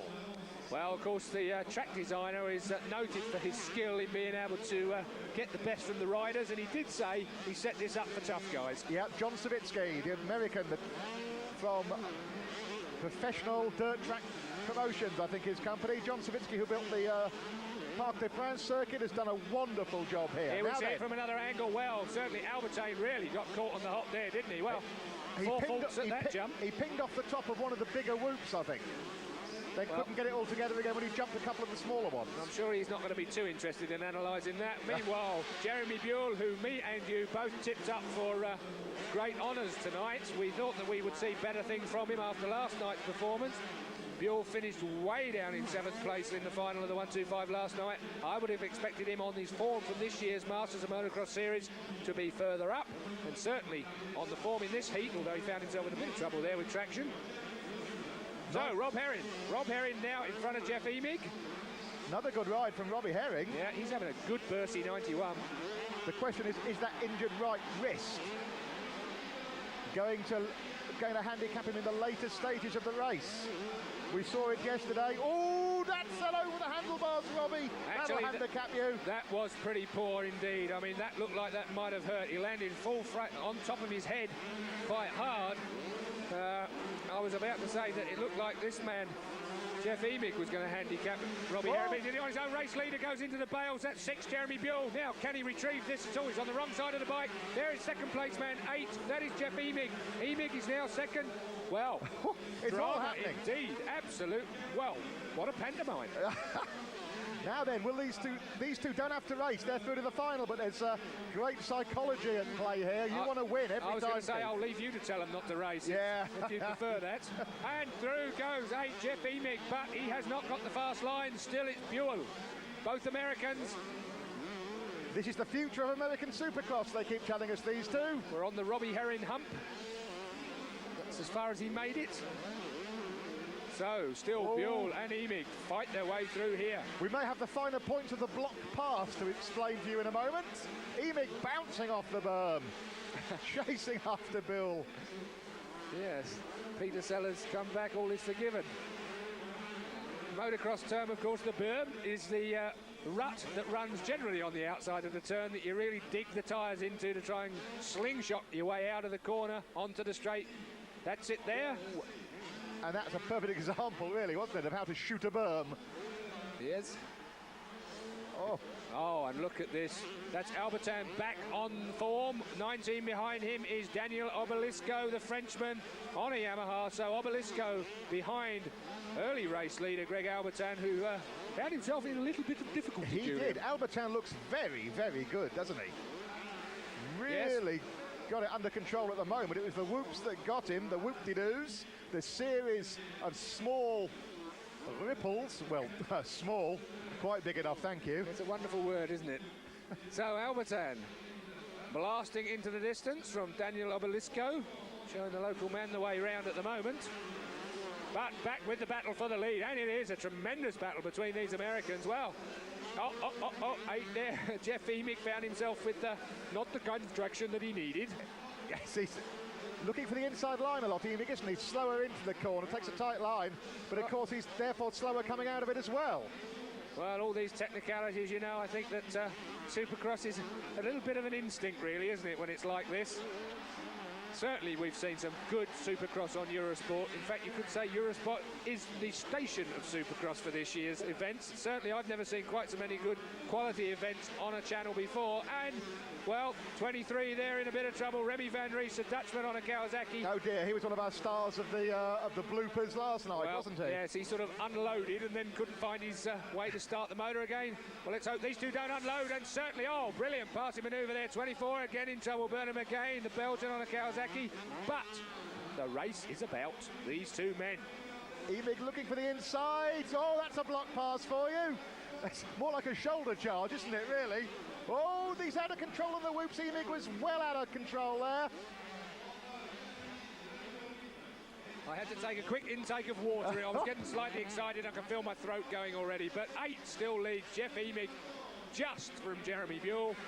And it's all really a question of who can hang in there the longest. Yeah, Buell carried so much speed to that last corner that he scrubbed off around the berm.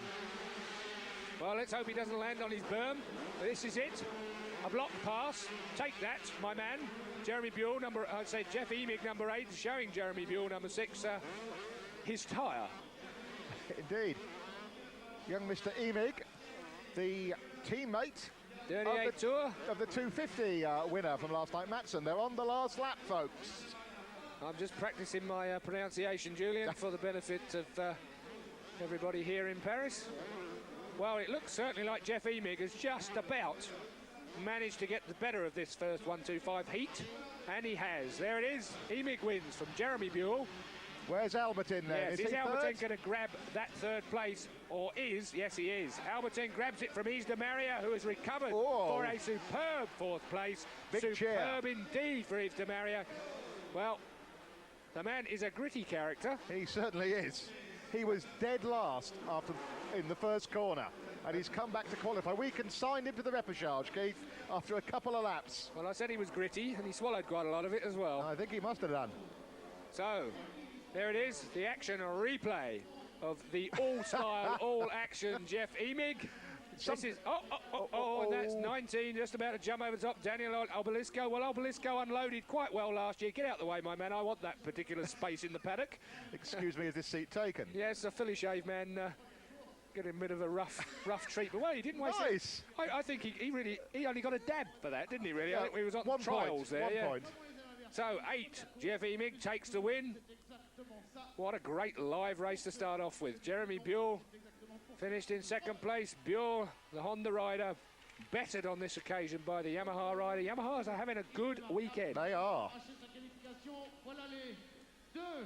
Yeah, Emig was 5th in the final last night. Jeremy Buell was 7th. So while we recover from the first 1-2-5 heat and get ready for the second one, we'll take a short commercial break. Join us again in a moment for more live Supercross. See, we're talking to Buell and Emig, and indeed looking at Buell. Yeah, Buell said that he had a little bit of trouble, and this is his little bit of trouble. He needed legs a foot longer than he already had. So Buell ended up finishing second. He had a little bit of trouble on the back of the circuit. But of course, race winner. There he is, that's Jeremy Buell. So, we're up with the second heat. So, Keith, we should see Jeremy McGrath in this. Pedro Tractor, Van der Burg. That's Doug Henry in the foreground, bike 18. And Michael Pichon, the French whiz kid, number 16. Now, he had a lot of crashes yesterday.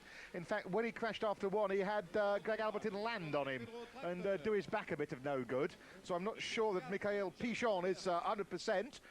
But he's 16 years old. He looks about 14. And I saw him this afternoon playing around on his BMX bike in the car park outside of Palais Omnisport. Yes, we caught you riding yours up and down the stairs at Eurosport as well. But two of my favourite riders are out today. Oh, I say today. In this 1-2-5 heat now is Jan van der Berg, the Dutchman, and Pedro Tractor, the Dutchman, both on Suzukis. Look for those. We haven't seen the best of them yet this week. And I think we might do. Warren Edwards there, 33, British rider on a Honda. Number 2, Jeremy McGrath, watch for him. 7 there is Frederick Viala. In fact, I think this is Warren Edwards' first outing on a Honda, isn't it, after 3 years with Yamaha? I can't commit myself to a comment like that because I've not got my notes in front of me. Well, if ever you needed encouragement, Miss Philly Shave is the encouragement that I would need at a Supercross. Did you ride any dirt at all, Keith? Yes, I did. I swallowed quite a lot of it. Competitively? No. The only time I actually rode on the dirt is when I fell off a road racer.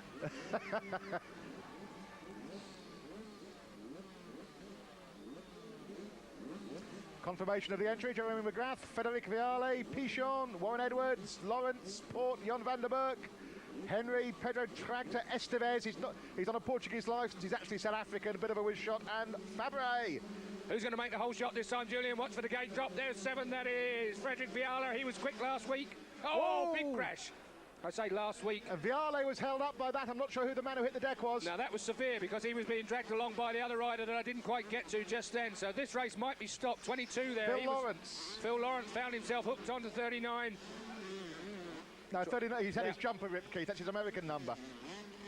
Well, that was actually quite severe. They might stop this race. Here's the action replay now. And he was hooked to the back of the bike. That's 27 now. 27 is Matt Gordon, the British rider on a Honda. That's down there. McGrath. Jeremy McGrath on the floor again. Well, it's all go here tonight, isn't it? Well, they've managed to clear the track. That's the main thing. Doesn't seem to be anybody hurt. And in the lead, we've got 18. That is Doug Henry, who managed to make the most of that. But for Jon van der Berg, on form, Jon van der Berg is in second place at this moment in time. Viala is third. 7 is Viala. Yeah, Doug Henry made the final last night. Keith finished 8th. But he's the man who has profited from the misfortunes of others, hasn't he? But I'll go with Keith Ewan on this. I think Jon van der Berg, number 4 there on the Suzuki. Oh, Keith, that's you were right. That was a nasty crash. Yeah, very, very lucky to get away with that. Indeed, he was being dragged along the road. I could see that. But while we look at Jon van der Berg, the Dutchman, he's going to make short work indeed of Doug Henry. I'm very sorry about that, Doug, but we like to see Europeans win these races. And Frederic Viale, who was a long-time leader of the final last night, only really losing out on the last lap in the most dramatic of circumstances to Yves de Maria. He's the man on the Kawasaki in 3rd place.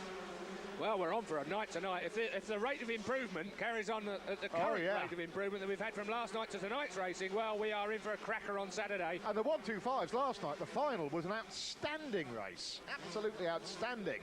So, we must look for Pedro Tractor. He is on bike 3, but... severe indeed. Well, that was a block pass that went severely wrong, wasn't it? So, Jon van der Berg found himself in the middle. Well, Vial certainly took advantage of that. 7 Vial ends up in the lead. Well, the crowd liked that. Well, I'm sure they did. The French Kawasaki rider profiting from what was... well, they read the map wrong, didn't they? One turn left, one turn right. There's another big pile-up. 3rd and 4th place men are off. And there it was. Well... Dear me, that was Jon van der Berg attacking the rear end, I think we can say, of race leader. And look at Frederic Vialda, he's right out the front. Who's in second? I think van der Berg was clear of the Let's have another look at this.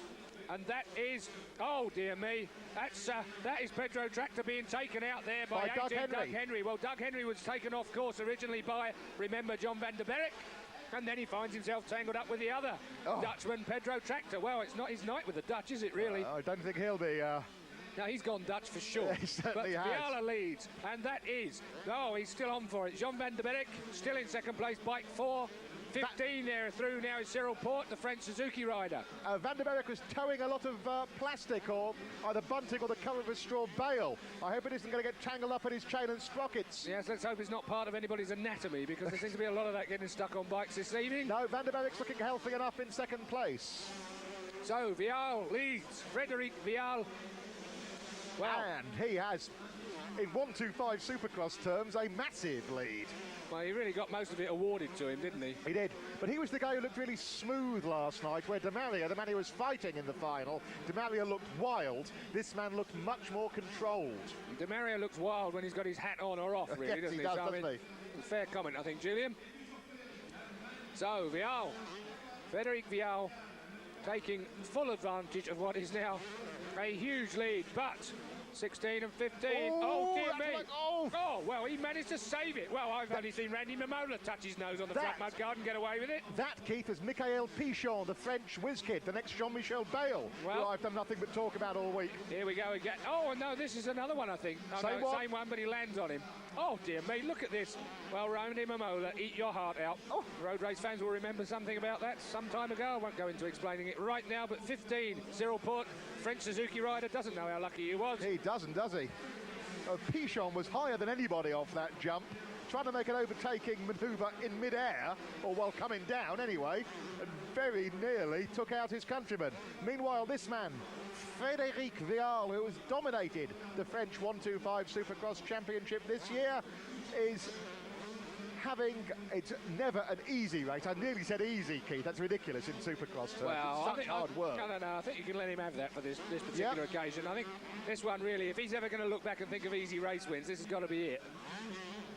And he's looked very much like a man who is unlikely to fall off, it has to be said. Well, I'm glad you said that, and I didn't. Well, hold on just a moment. We've got Warren Edwards here fighting away. Now, where is Warren Edwards? Now, I'm was sure Edwards he's a back marker. Yeah, I think he is actually a lapped rider, but he certainly looks very fast. Now, Warren Edwards had a good Supercross in the Parc de France. Yep, and he's just coming back from injury, Warren, from a fairly serious injury. Well, he doesn't look like a slouch, even though he may well be lapped. He's certainly not losing a lot of ground to race leader. This man, 7, Frédéric Vial. So maybe we have some hopes for Warren Edwards later on in the weekend.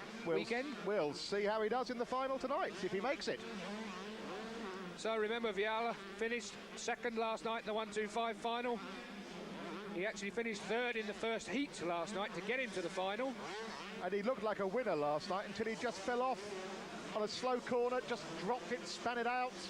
Di Maria went past, and Warren Edwards is as fast as the leader, isn't he? Yes. Right with him. Yeah, he might well be a lap rider. I mean, we're going to eat our words if he's not, but certainly Warren Edwards is going extremely fast, considering we think he's actually been lapped. Well, having had all that mayhem we've had in second, third, fourth and fifth places, Keith, I'm not altogether sure I know who is second at the moment. Right, so we can confirm that this man, Frédéric Vial, is leading the race. That I will swear to. Yes, I've seen you when you bet money. I think this looks... that looks hopeful. Is that John van der Berg? John van der Berg, I think, is still second place, really. Well, we get the test card. That's not John van der Berg. Vial, yeah, I think number 4, John van der Berg is second. But good stuff to see still in the background. There is Warren Edwards, the British rider, up to the pace, although 1 lap behind. That'll be encouraging for him and his team, and certainly for us, of course. Indeed, and I'm pretty sure it is his first outing on a Honda after 3 years with Mitsui Yamaha. I remember the advert. You meet the nicest people on a Honda. That was a long time ago. Absolutely. That was the last time you met a nice one. So, Frédéric Vial goes ahead. He's going to win this race by a mile. Of the 9 laps, I think he's coming round for his last lap pretty soon. And that's Van der Berg, I think, just going over the whoops now, middle of the trio. Out to the stadium. Fastest part of the track, round what is usually a car park. And still Warren Edwards there in the... Well, take my hat off to him. He's certainly not a quitter, is he, if he is a lap man? Many a lap man you see pull into the paddock. You do. Looking down at the machine normally, accusingly. Yeah, 38 tours, so we're on the last lap now. And here is our race leader, Frédéric Vial. And he's taking no chances now, is he, Keith? It's discretion time. Remembering that he threw away a win last night with a silly crash right at the end of the final. Yeah. Yep, that's a little more restrained than normal, isn't it, Frédéric? We can call him Fred, Keith, the French do. Well, that's good. Takes the win then. So Frédéric Vial, Freddie to his mates, takes the win. Warren Edwards, a superb ride there, but second place man was John van der Berg. Third was the recovering Pedro Tractor. So the Dutch teammates of Tractor and John van der Berg take secondary honours. I think Cyril Portis next along, but we'll let you know about that later. Well, a good ride indeed from this man, Frédéric Vial, on the Kawasaki. Well, won't it be interesting, Keith, when we come back later in the evening for the final to see yet again Vial and Di Maria go head-to-head, but also whether people like Van der Berg, Albertin and McGrath can get amongst them. Indeed, Jeremy Buell and Jeff Emick. Well, I was going to say, I think that we're up for all sorts of combinations, really, because all of those riders you've just mentioned have ridden brilliantly tonight, and their fortunes have varied so considerably that, well, my palms are sweating already. I can't wait to get a quick beer in the interval. Yes. So we come back something like right. Yes, indeed. Certainly a superb ride there from Frédéric Vial. Well, last night, Keith, the 125 final was just a fight between the two Frenchmen. This is Pichon. And there is the rather unfortunate Pedro Tractor in bike number 3. 2 is Jeremy McGrath. That's Vial. Well, our ebullient compere is about to do the good old... there is a translation headphones. We're not party to those, unfortunately. Je suis parti assez mal, mais j'ai su gérer ma course. Mais bon, derrière, ça roulait vite. Et bon. Bon, vous avez entendu qu'on vous aime bien, là? Ben oui, heureusement, parce que bon... I think he's saying basically he knew what was going on. He knew there was all sorts of grief going on, unfortunately, behind him. He was happy to be clear on it. Well, certainly you can see how much hot work he had to put into that. The man sweating profusely. He was right up for that. 18 years old, Frédéric Vial. Second up in the French Supercross Championship, 1:25.91. So the man not too far out of it. 4 there, Jean van der Beek, the Dutchman. Well, van der Beek was very unfortunate here. But look at this. Well, he wasn't as unfortunate as Pedro Tractor. Pedro Tractor didn't do anything wrong there, but exiting stage left was Doug Henry, the US Yamaha rider. Found himself in all sorts of trouble with a motorcycle in reverse. 16 sneaking through was Michael Pichon. But it didn't affect this man. He really grabbed the opportunity. That was how not to do a block pass, really, wasn't it, that? Block passing in reverse, Yes. not allowed. Although you are allowed a bunny hop nowadays in trials riding, yes. of course. 4, that is. That is an in-joke. Second place man, Jean van der Beek. Give us a bit more of that headbanging music, a Mexican wave done Parisian style. And it's another full house. I don't think they've had a spare seat in this place for years, Keith, when the Supercross comes here. Well, another apt piece of music, Guns N' Roses' Terminator. I'll go for some of that. Bring on Arnie Schwarzenegger, and here he is in the guise of Jean van der Beek. We're going to take another short break. Join us again for some more live pictures in just a few moments. Practice, he's very uncomfortable. Well, I'm sure he was uncomfortable by Larry Ward. Larry Ward is through now, second place. Well, no, I'm wrong again. Actually won the second heat last night. So he's in third place now from Eckenbach. And then it's Everts. Stefan Everts is through. Well, that's good news indeed for me.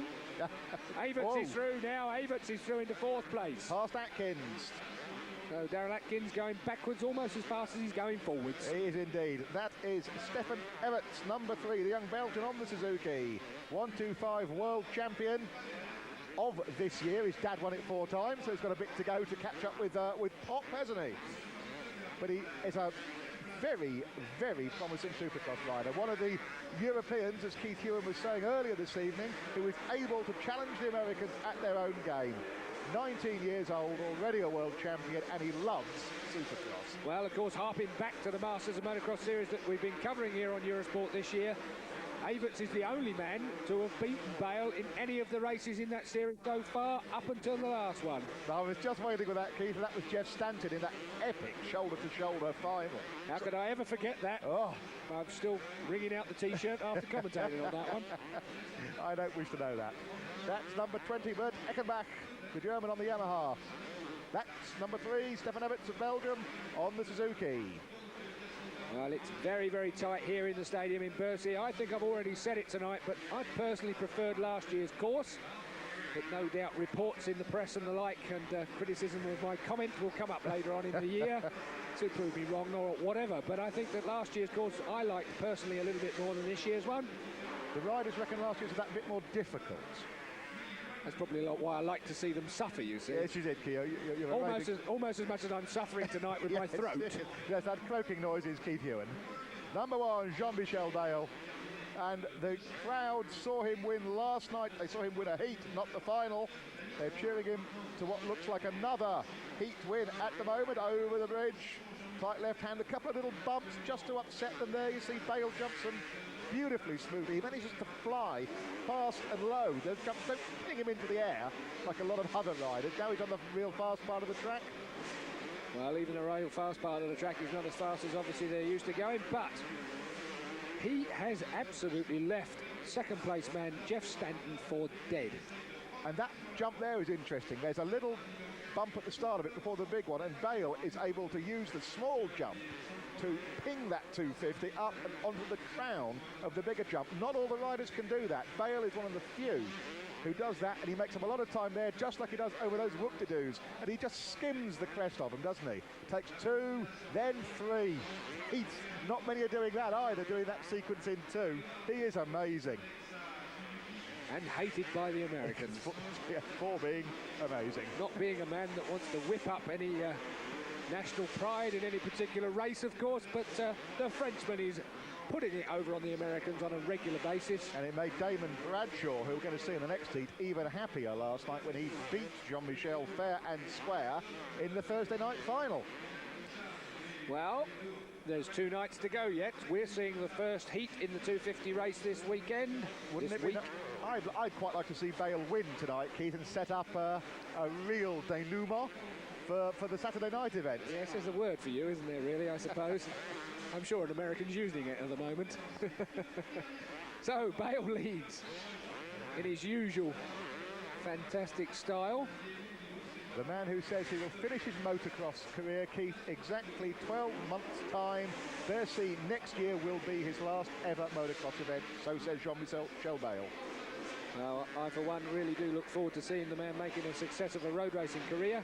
Obviously, that, I still have to say, is our #1 sport as he blasts past Christian Chenard, the French Husqvarna rider. The only non-Japanese bike in the event, I think. It's something like a Swedish Husqvarna to keep us going. Well, then normally you see a few... Yeah, good chainsaws. Address your letters to Keith Ewan. So, was that Mr. Chomar again? I think that might have been the chainsaw just there's Stanton, and he's got Larry Ward with him. And the Husqvarna of Christian Chenard moves to one side, while we have the jumping Larry Ward bike 10 with 2. Jeff Stanton in second place. Now, Larry Ward, well, while I look for my notes here, Larry Ward, a good finisher in Supercross at home in America. Well, I look down here to see exactly what the man has done over the last year. Stanton number 2, he's in second. Number 10, Larry Ward, is third. Who's that in fourth behind them? Hopefully we'll see as they cross the line in the not too distant future, because this is Jean-Michel Bale, the leader of this heat, on his last lap. Yes, Larry Ward last night was unfortunate enough to finish down in 6th place in the final 250 race. He did win his heat, the second heat of the night last night, as Bale takes the win from Jeffrey Stanton when he arrives with us, with Larry Ward determined to try and grab that second place. Now, is Larry Ward able to take it? Not quite. Well, the width of a tyre. He should have had some fatter tyres fitted. Who is going to be fourth? Let's have a look. That is 30 Christian Chenard. That's Mr. Chomar. He's been lapped. Let's have a look and see who it's going to be for fourth place. But this man, Jean-Michel Bale, takes the opening 250 heat of the second night at Bercy. And we should explain, Keith, that every night is a separate event, isn't it? We've had Thursday night over and done with. There's no overall winner officially. Tonight, different from last night, different from tomorrow night. An event, a standalone event each day here in the Palais Omnisport. Absolutely a standalone event, but of course the media, press, commentators generally always end up with the king of Bercy. And at the moment, Damon Bradshaw is odds on. He is. Let's have a look and see what Jean-Michel Bale is able to do with him, while we watch him in a bit of slow-mo, taking the triple jump there for the race win. So, Jean-Michel Bale, an immaculate finish. How do you do that on a motorcycle, Keith? Well, I know how to do it. It's landing that's the problem. Yes, I've seen you in that. Yes, I was going to say, if you don't want to eat dirt and end up unconscious, it's you have to be professional at it, which unfortunately I don't qualify as. But Bale certainly does. We're looking there. Well, while we look at the slow-mo action, we're going to take a quick commercial break. We're going to be back with the second heat in just a moment. Is number 4 in the middle of your picture, Damon Bradshaw of the USA, out of Mooresville, North Carolina, to be precise. 30 seconds to go. Yeah, she's looking tentatively, looking for the side there to run to, yes. Just in case. I don't know whether that's because of the bikes or the men on them. One can only guess at that, but... It must be a fearsome fight. Whoa! Dear me, that was as close as you're ever going to get. 22 leads in there. 21, Darrell Atkins goes into the lead there. 21, Darrell Atkins blasts into the lead. And, disaster. Guy Cooper finds himself in all sorts of trouble. On the floor here. 6 was Jeff Ward. Well, Big trouble at the start of this 250 second heat. 11 in the lead, Mike Kidrowski. Well, he's not been in the lead for a while.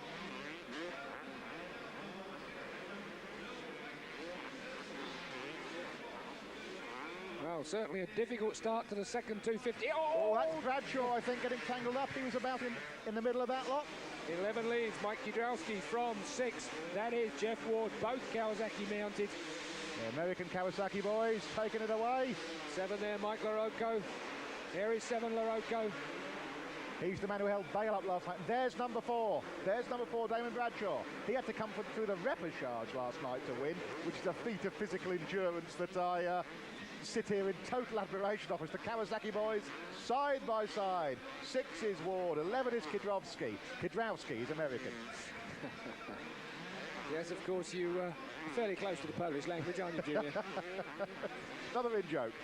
Oh, big style. Not as close as he is to the dirt, though. Edwin Avildsen, the Dutch rider, jumps off his Kawasaki, decides to push it to the end.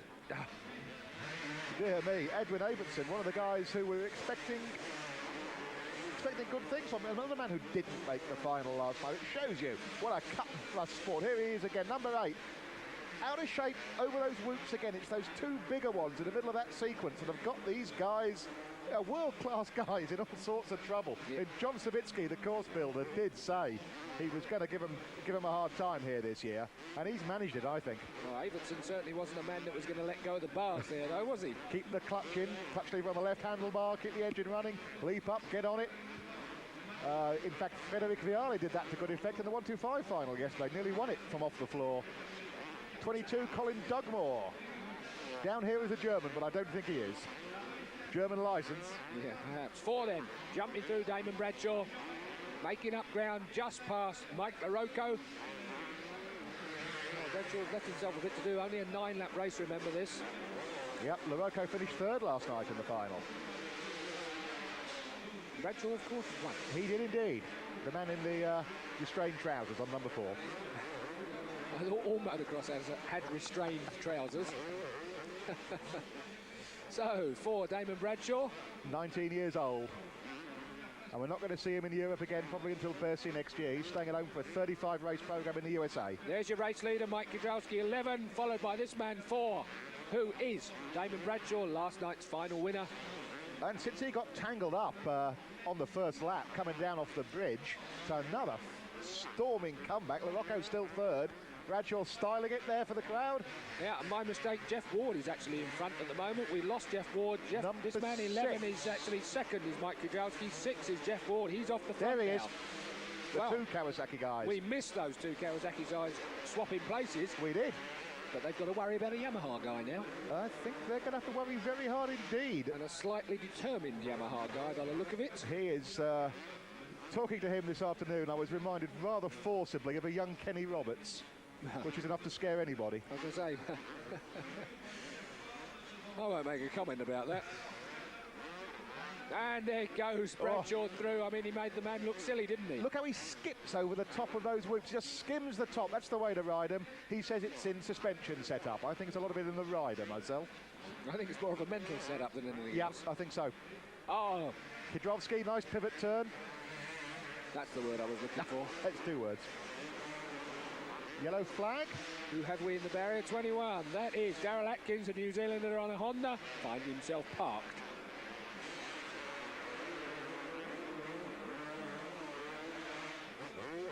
I do like the way he's gone across the screen for it.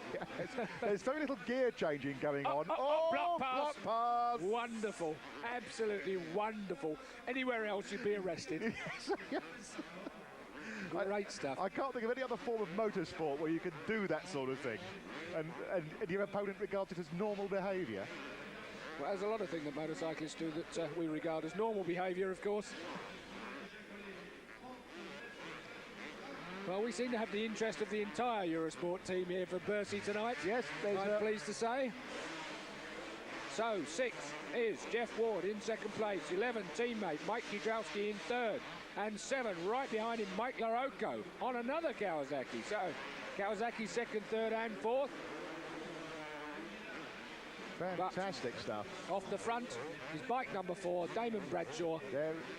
last night's 250 final winner. There he is, and he's got a significant lead in terms of this race, hasn't he, Keith? Well, once he got to the front, and he came to a dead stop on the first lap, coming down off the bridge. There's the significant point you've made, the fact that he came from behind to beat guys of this quality, as Mike Kiedrowski now goes through again in the second place over his Kawasaki compatriot, Jeff Ward.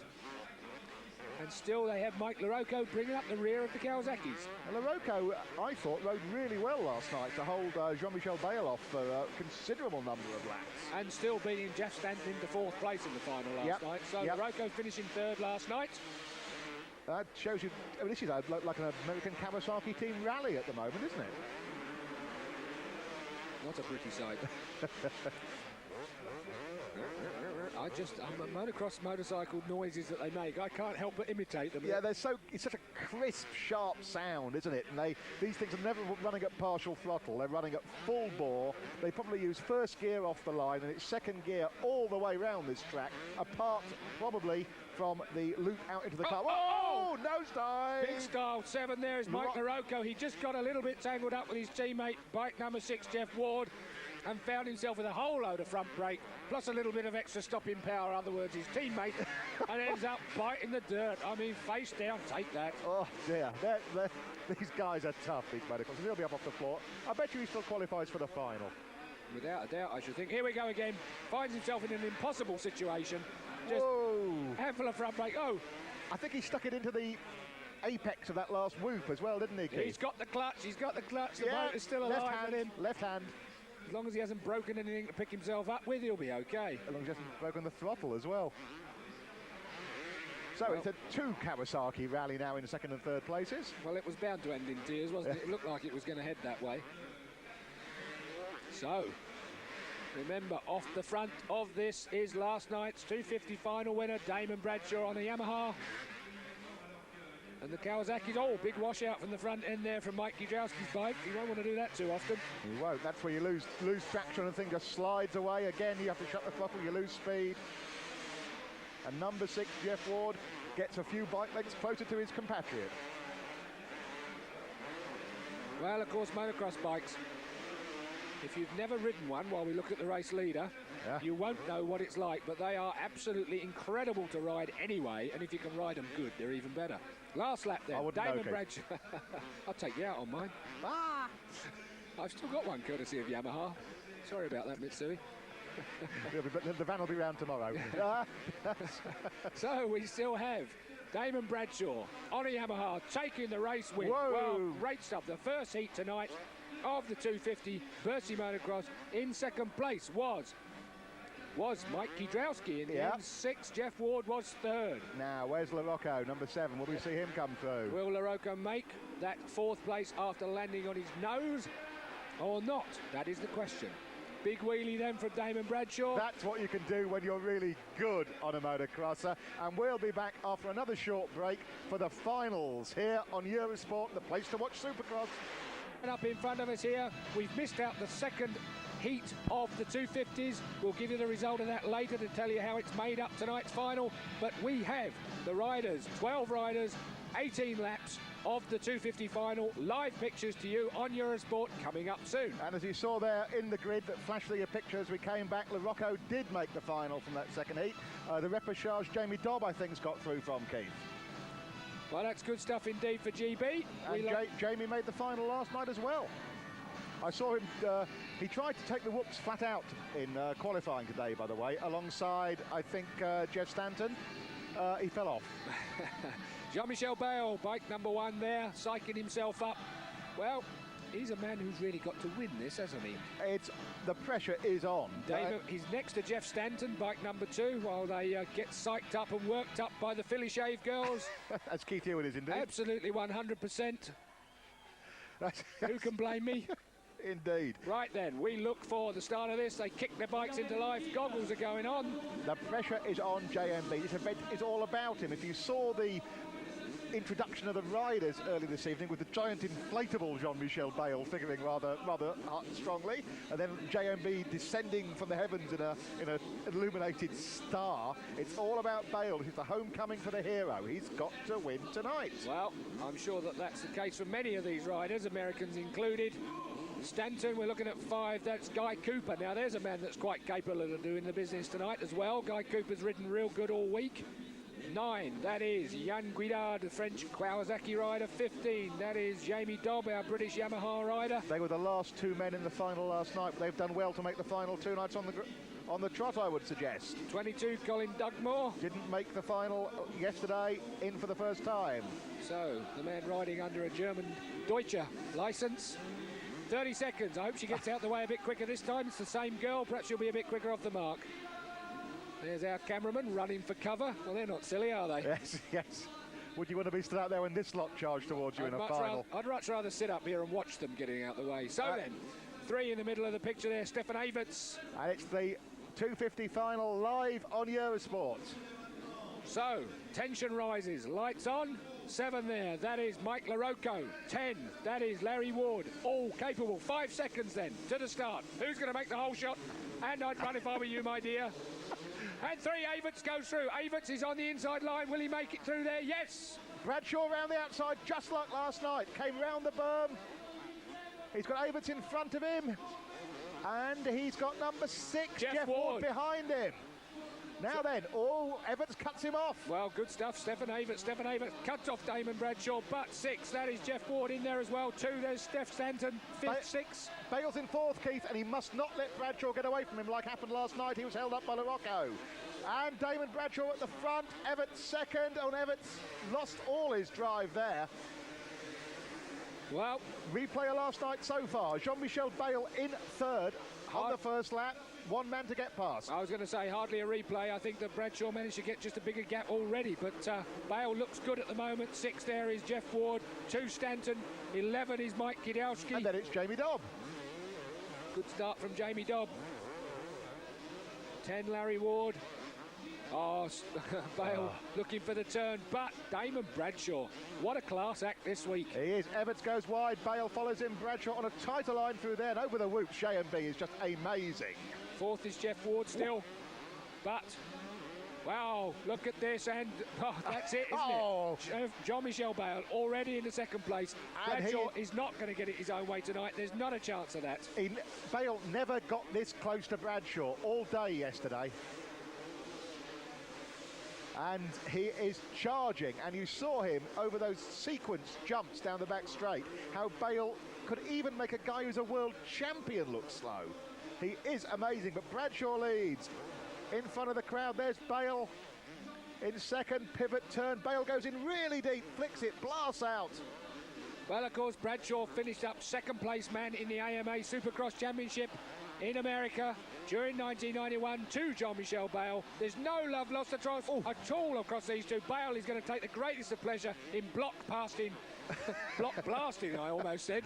That man Bradshaw, and I think without a doubt, he's going to stitch up Bradshaw at the earliest opportunity, and this might be it into the next turn. Not this time. Just too tight, couldn't get the power down in time, span the rear wheel a bit, lost drive, but he is well within range of Damon Bradshaw. The question I want answered is what will Bradshaw do when Bayle goes past him, because I'm sure that Bayle's going to go past him. Does Bradshaw have the ammunition to shoot back at him? Well, Julian Ryder has his money on the table, a very rare occurrence indeed.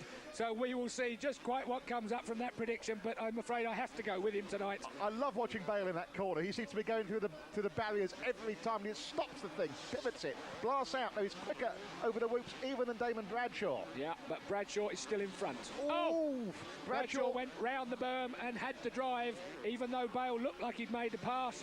Bradshaw still had the fastest line. He had the revs on, he was able to get out the corner much quicker, and it's the same story just there. Wow, a fight indeed. This is going to be a cracker. But he's all ready. Remind you that number 4 is Damon Bradshaw, the victor last night. from North Carolina, from Mooresville, North Carolina. And number 1 is Jean-Michel Bayle from Manosque in the south of France via California, Redondo Beach, of course. Oh, block pass, great Clean. stuff. Well, we knew that he would take the greatest amount of pleasure in making that move, and Bradshaw was stitched. And that's the corner. I was thinking Bayle just looks like he's going to ram the barriers every time. Pivots, leaves the guy. Look at Bradshaw charging. Oh, Bayle made a mess of that sequence jump. Lost all his drive, I think. I don't think he's playing, is he?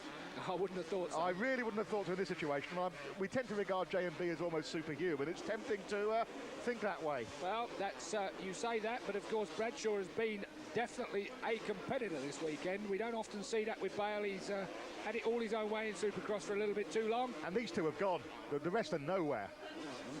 It's extremely tight. It could all end in tears. I've got money on a repeat of that block pass. Well, there's a rare occurrence, as I said already. Julian Ryder with his hands, he's very short. Oh, wrong, Julian, wrong. Well, both down. Well, I said it could end in tears. Oh, doesn't matter about that. Oh, Bradshaw pushed him. Was that a fight? That was very nearly a fight. Well, our flag Here march. comes number 2, Jeff Stanton, to take the lead. And his Honda America teammate is off. These two are going to...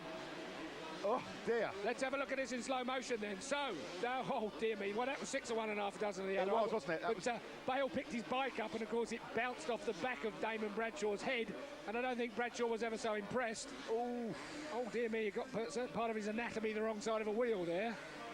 From we get another angle, Bayle, oh, yeah, then Bradshaw got hit hard. Yeah, he gets hit even more hard when Bayle picks the bike up on his head.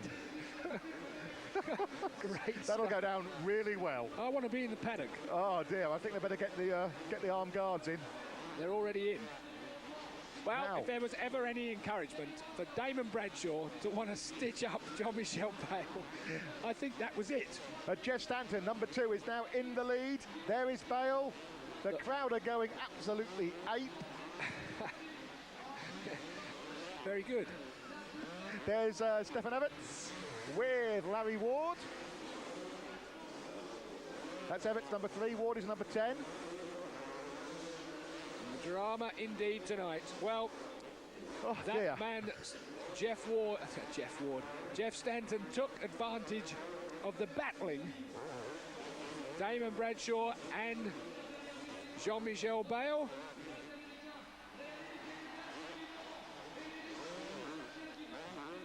You're looking at Everts.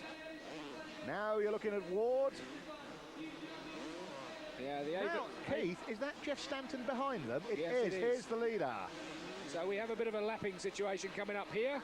Oh, look at Bayle, a man possessed. Look at the crowd. I was just about to say that. Well, where's Bradshaw? Well, Bradshaw is still probably wearing parts of... How does Bayle do that?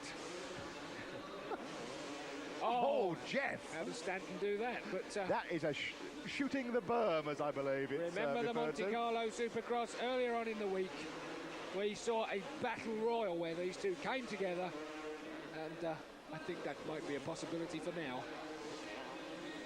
So, the second semi-final, I should say, the second final of the week.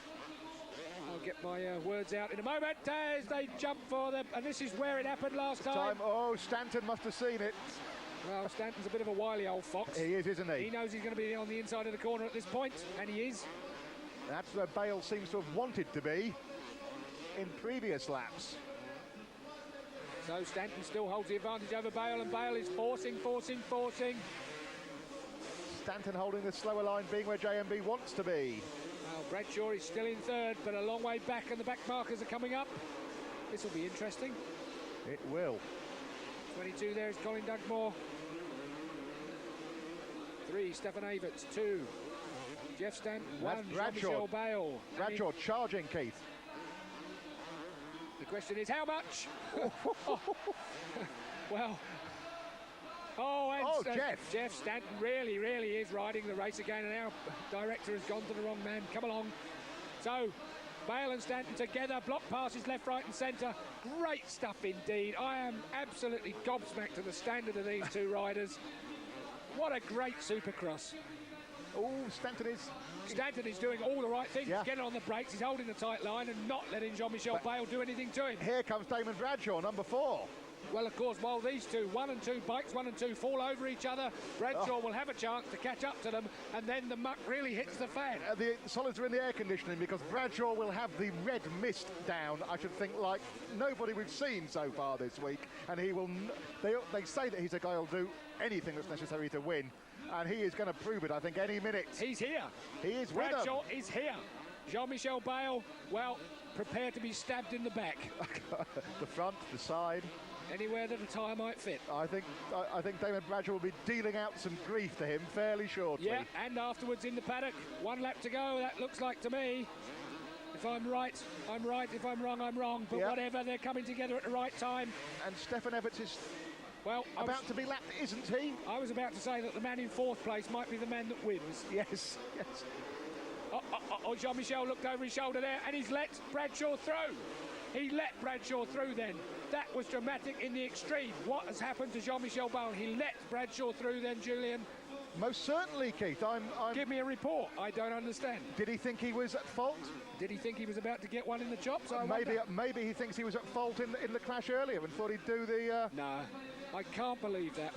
No, he's gesticulating. Bale. I saw him gesture with his right hand, which of course is the throttle hand. Perhaps he has an injury from that crash. It was a fairly minor crash, but perhaps Bale came off worse. We're looking at Larry Ward.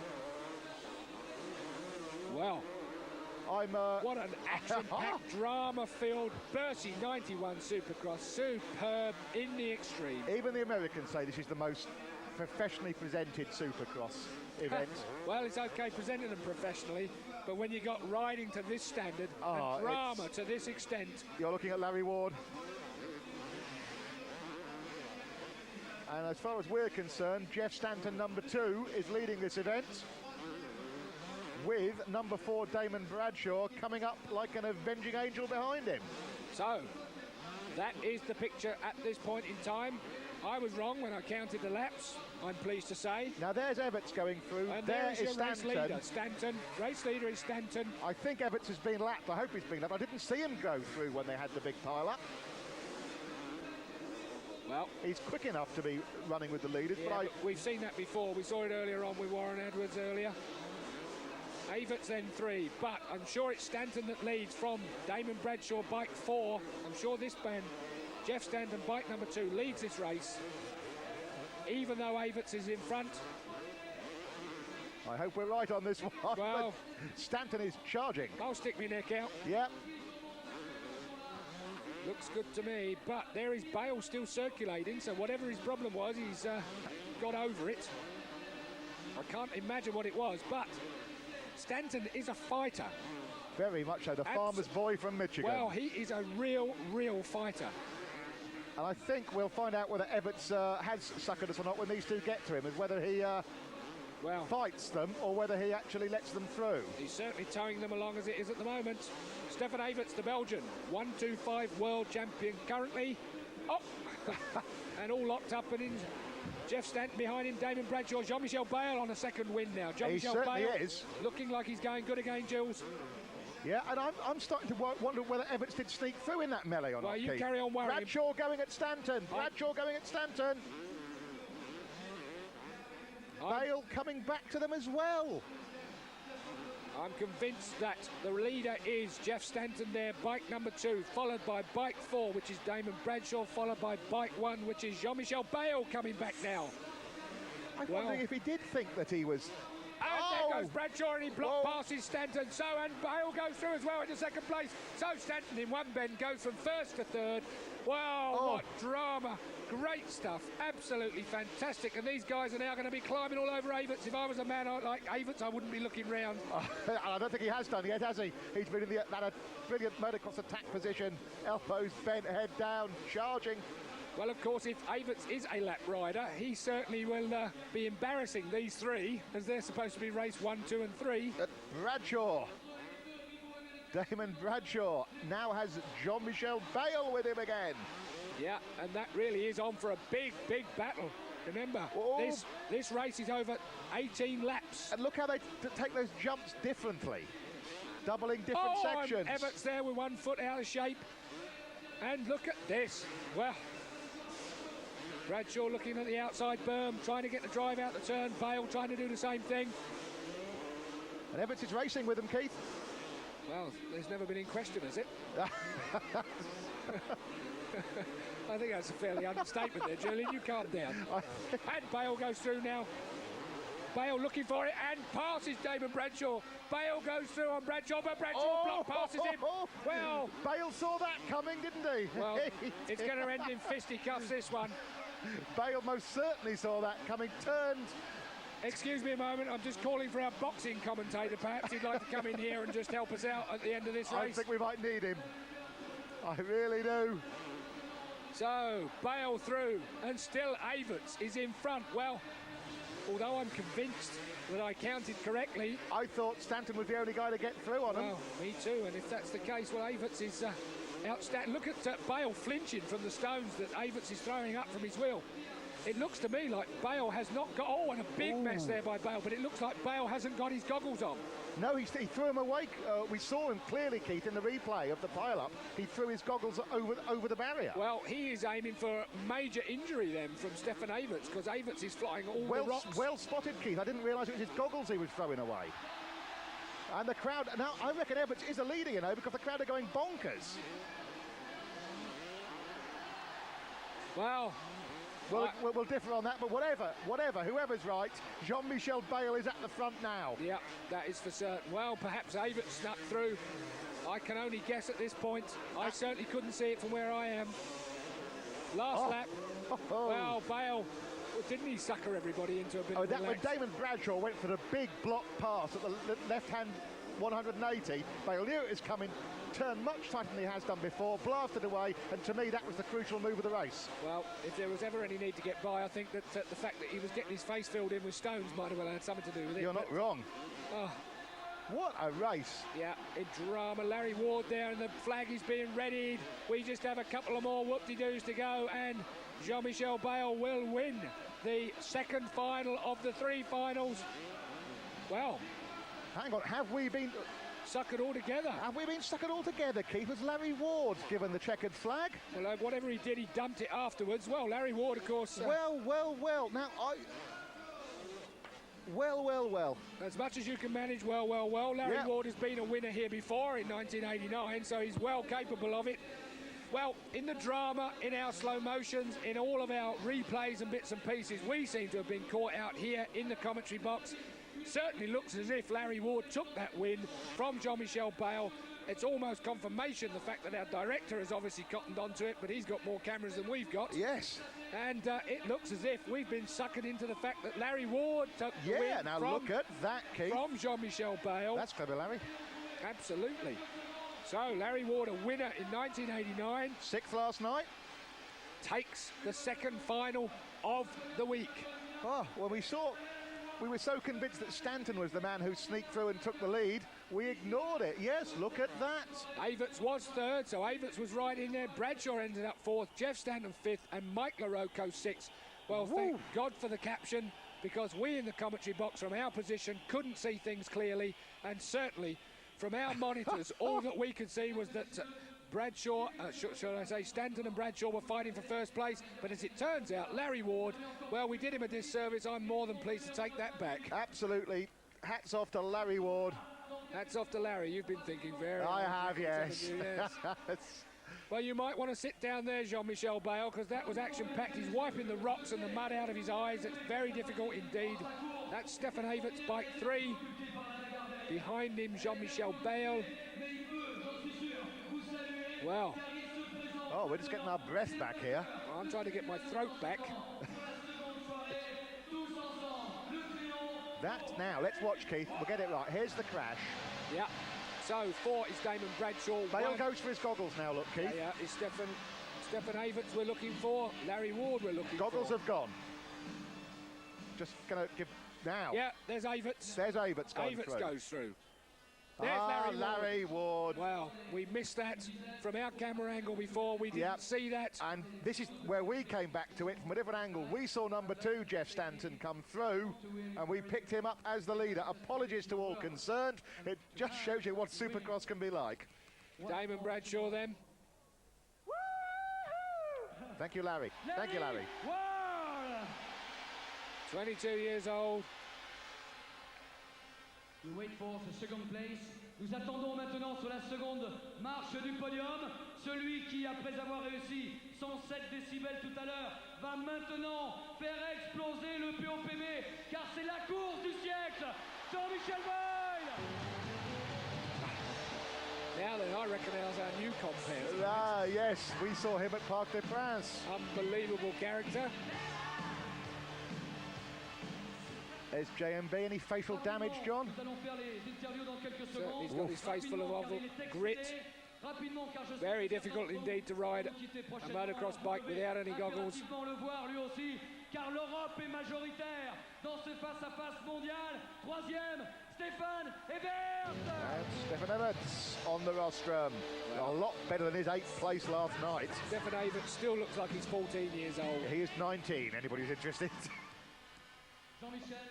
Jean-Michel. La victoire vous échappe.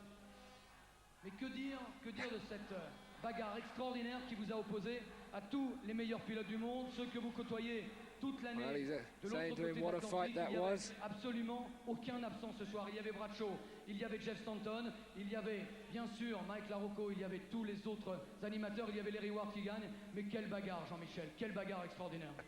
Oui, c'est vrai, c'était une très belle course. J'ai pris la tête quelques secondes, je crois, avec Damon Bradshaw. On a eu un accrochage de course, mais bon, c'est la course. Wonderful race, says Jean-Michel. Pas y faire attention, on s'est accroché, on est tombés tous les deux, c'est chacun pour soi. Et après, j'ai essayé de repartir. Mais just saying it happens, you fall. J'ai tenté tout ce que j'ai pu pour revenir sur la tête de la course. J'ai eu beaucoup de mal, mais j'y suis arrivé. Donc je suis très content de cette seconde place. Et je suis en plus très content que ce soit Larry Ward qui gagne. C'est un vrai grand pilote et je suis très content pour lui. Jean-Michel! He's saying in the end he was happy with it and he's happy for Larry Ward. I don't believe for 1 second he's happy with second place. No, I'm pretty sure of that as well. It certainly looked like a very dramatic race. Well, Larry Ward took it in the end. We're going to take another short break on Eurosport.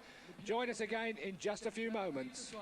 Final of the second 250 race of the week. The second final of the 250s. That's good. So we've got two different winners. Last night, Damon Bradshaw. And tonight, of course, Larry Ward getting us all confused, picking up the trophy. Yep. And he's tough enough to carry that one, there's no doubt about that. Larry Ward. I don't think he'll mind the excess baggage on the way home, will he? I don't know what you're referring to there, Julian. The trophy, Keith. So, Stefan Everts stands at the background. That's him there, bike 3. Jean-Michel Bale. Must have a pretty big wardrobe at home to carry these things nowadays. Troisième position avec un trophée somptueux remis par tous les partenaires de la Rivière Organisation d'ailleurs. Current 125 world champion Stefan Everts in third place tonight. Yep, the latest. Let's listen to Larry. 2 years ago, I won here, and that trophy was one of the nicest I got at home, and I think this is going to be the second nicest. And like I said, this is my second time here, and the second time this crowd's pulled me to a win. I'd like to thank you all very much. Oui, c'est la deuxième fois que je true viens. American style. Thanking everyone and his mum. Quite rightly too. Cette fois-ci, c'est la deuxième fois que je viens. C'est le deuxième très très beau trophée que je ramène. Et ce que je voudrais surtout, c'est remercier tous les spectateurs qui se sont. Translating Larry's remarks for the benefit of the home crowd. Stefan Everts gets a warm shake there from our compere. C'était le podium 250. Mais comme vous avez été extraordinaire, tous nos partenaires ont voulu vous faire une surprise. Et voici maintenant la remise des trophées. Huge crowd here tonight. 15,000 seater. Il vient d'ailleurs Third place man, Stefan Everts. Le voilà, il va recevoir dans quelques secondes, lui aussi j'en suis sûr, les récompenses et le trophée qu'il mérite. Rappelez-vous, il a gagné ce soir en 125, il vous donne rendez-vous demain. We're working our way through the presentations.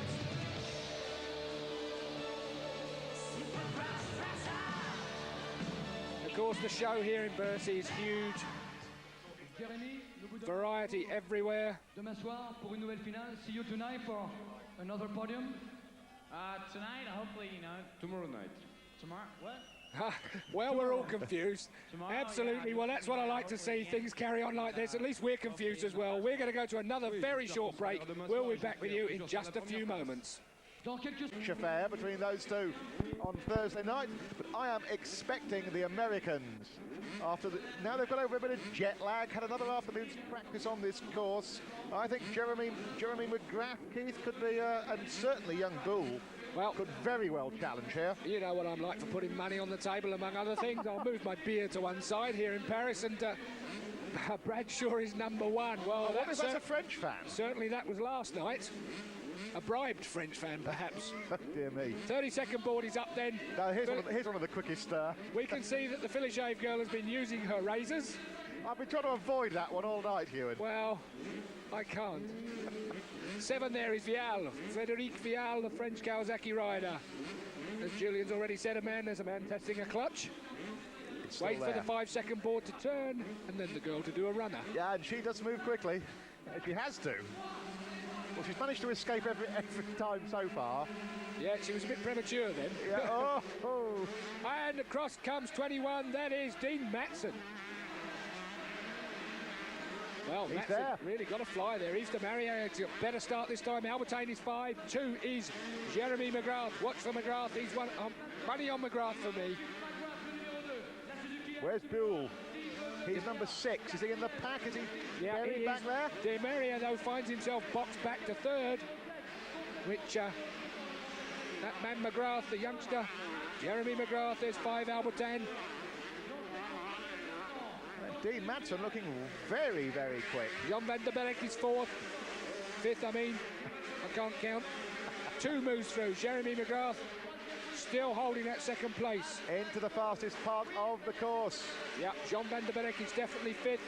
So Albertine 5. There he is. 4 is Jan van der Berg. 8 is Jeff Emig.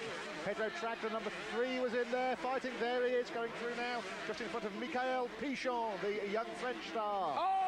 Whoa, take that. Block, pass and a half. Well, I think that was a late tackle. I think that was a stiff arm tackle. Definitely a late tackle there. McGrath on Demaria. Here's Demaria coming back at him. What's he going to do? He's going to do something. Yves Demaria takes nothing lying down. He's a man who, how shall I put this, enjoys life. Yeah, they put the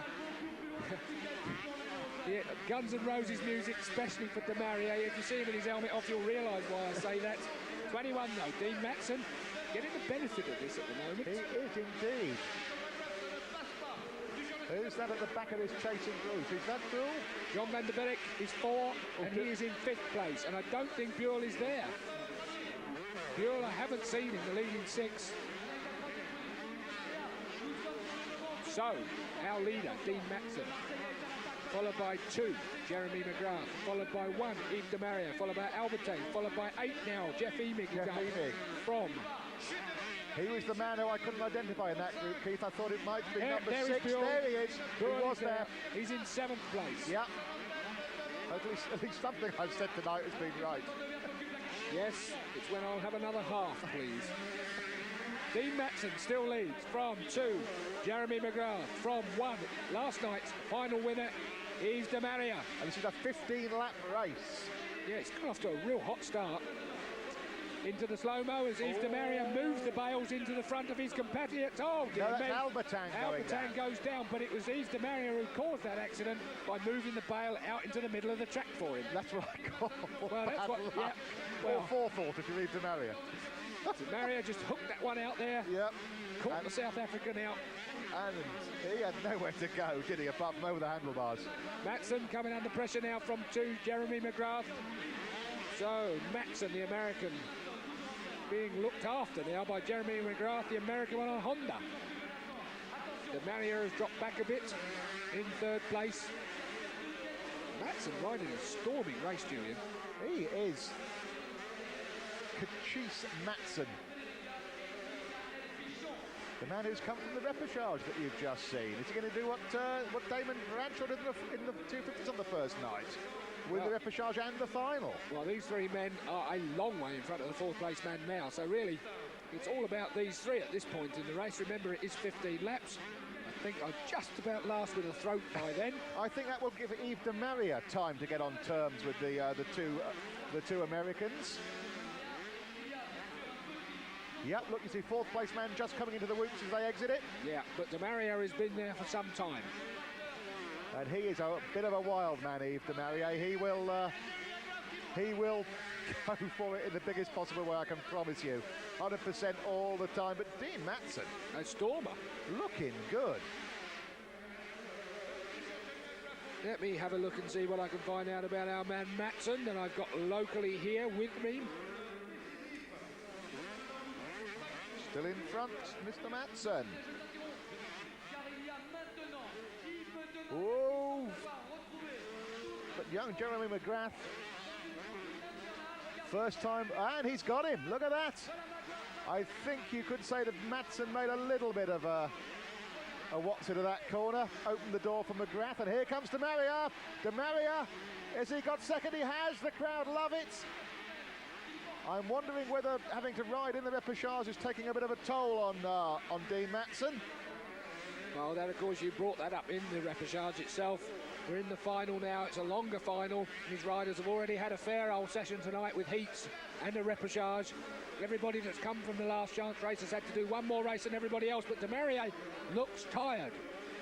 Yeah, he's not quite as forceful as he was last night, is he? He had the front washing out on him then and was catching up with his left foot, trying to hold the whole thing up. There is de Marier, bike number 1, last night's 125 winner. Well, he's got to go some yet. McGrath is looking better and better. I mean, de Marier will throw everything into the challenge. It'll be straw bales or rostrum for Yves, that's for certain. Well, McGrath finished last in last night's final 125 race, and here he is at the front. Supercross at its very best. And of course, we bring you the good stuff in Supercross on Eurosport. I hope everybody watches this regularly, because we have excellent Supercross for you on a regular basis. And this Bercy meeting is, I think, the best in Europe, Keith. The new Parc de France event that was instituted this year might go up to challenge it, but this is the 9th year of the Tracer Philippe Bercy Supercross, and it is an event. It's a big payday. The Americans come in force, and they're not there just to wave the flag. They're here to win if they can. And it's the American Jeremy McGrath at the front of this. One of the new wave of young 125 Supercross riders that we expect to see take over from the names like the now retired Ricky Two-Hip Johnson, but also with the guys like Jeff Stanton decide to hang up the old motocross boots. It's people like McGrath and Jeremy Buell, the two Jeremys, who'd have thought it, who we expect to take over the lead in American off-road racing. But Yves de Marier, number 1, definitely the French 125 rider, 4th in the world outdoor motocross championship this year. But definitely under tremendous amount of pressure here from McGrath. He cannot catch McGrath. He's tried all his can. He even looked a bit ragged compared with last night, and McGrath is pulling away from him. Yeah, de Marier from Marseille, that entertaining town on the south coast of France. McGrath has won, I think, half a dozen Supercross races, but always in regional championships in the USA. And if he's going to get an international victory, what a place to do it in the Bercy Supercross. Well, the youngster is certainly looking the business here. I do remember mentioning last night that for me he was the dark horse of the 125 racing this week, because I'd heard so many good reports about the man. And here he is. Yep, he has got what looks, I know it's a final, I know it's a long race, I know it's Supercross, that looks like a winning advantage over the Frenchman, Yves de Marier. And Julian's got his neck extended, which is an achievement in itself if Jeremy McGrath has only managed that. Julian Ryder has gone as far as putting a prediction out when we're not on the last lap. Superb stuff then from Julian Ryder. And Jeremy McGrath, bike number 2 here, leading this 125 final on the second night of 3. Bercy 1991. But he tried to climb out of that berm, didn't he, that time? That must have given de Marier hope if he saw it. And he is, I think, appreciably closer than he has been for the past few laps. The crowd thinks so. Yes, but we haven't got much further to go. It's a 15-lap race. I've been ticking these off, and I daren't tell you what I think the lap we're on, because I'm sure I'll be wrong, but yes. We're into the last third of the race, let's put it that way. Keith Ewan leaves counting to his accountant. Yes, he doesn't have to be able to count very much. De Maria is closing, Keith. That I would put money on. De Maria has got McGrath in sight. So to start with McGrath trying to climb out of the berm in this section outside the stadium last lap. That berm there, and he had the front wheel. De Maria is going for it. Yeah. De Maria's got hope in his riding again. He always has enthusiasm, but Yves De Maria is charging. And we're coming up against Albertan now. Bike 5, Albertan moves over. So the South African does the gentlemanly thing. And Despite the fact that De Maria tripped him up earlier. Yeah. It would have been just as likely for him to turn left in front of him, really, wouldn't it? But McGrath still leads, I will say. Wins is perhaps too optimistic at this point. From Yves De Maria, the favourite Frenchman on bike number 1 there in picture. And he's clawing his way, tyre width by tyre width, closer and closer to the race leader. Jeremy McGrath, the American, won't want to let the Frenchman win. He won't want to let him get near him because I can lay money that Yves De Maria, if he gets within range, will put a block pass on him instantly, or indeed any other type of manoeuvre he can manage. And Yves is getting closer, isn't he? He is. Oh, big trouble there. Big trouble there for McGrath. McGrath really looked like he was out of shape going out of the tunnel onto the stadium, but still holds that very, very useful advantage, which is quite a long way as far as Supercross leads go. Yep, and actually the speeds, the overall speeds are not very high in Supercross. They're in second gear all the time, but De Maria is right on his tail now. And the crowd's going mad. I remember that from somewhere. And the crowd goes mad. Well, not that section. They must be Americans.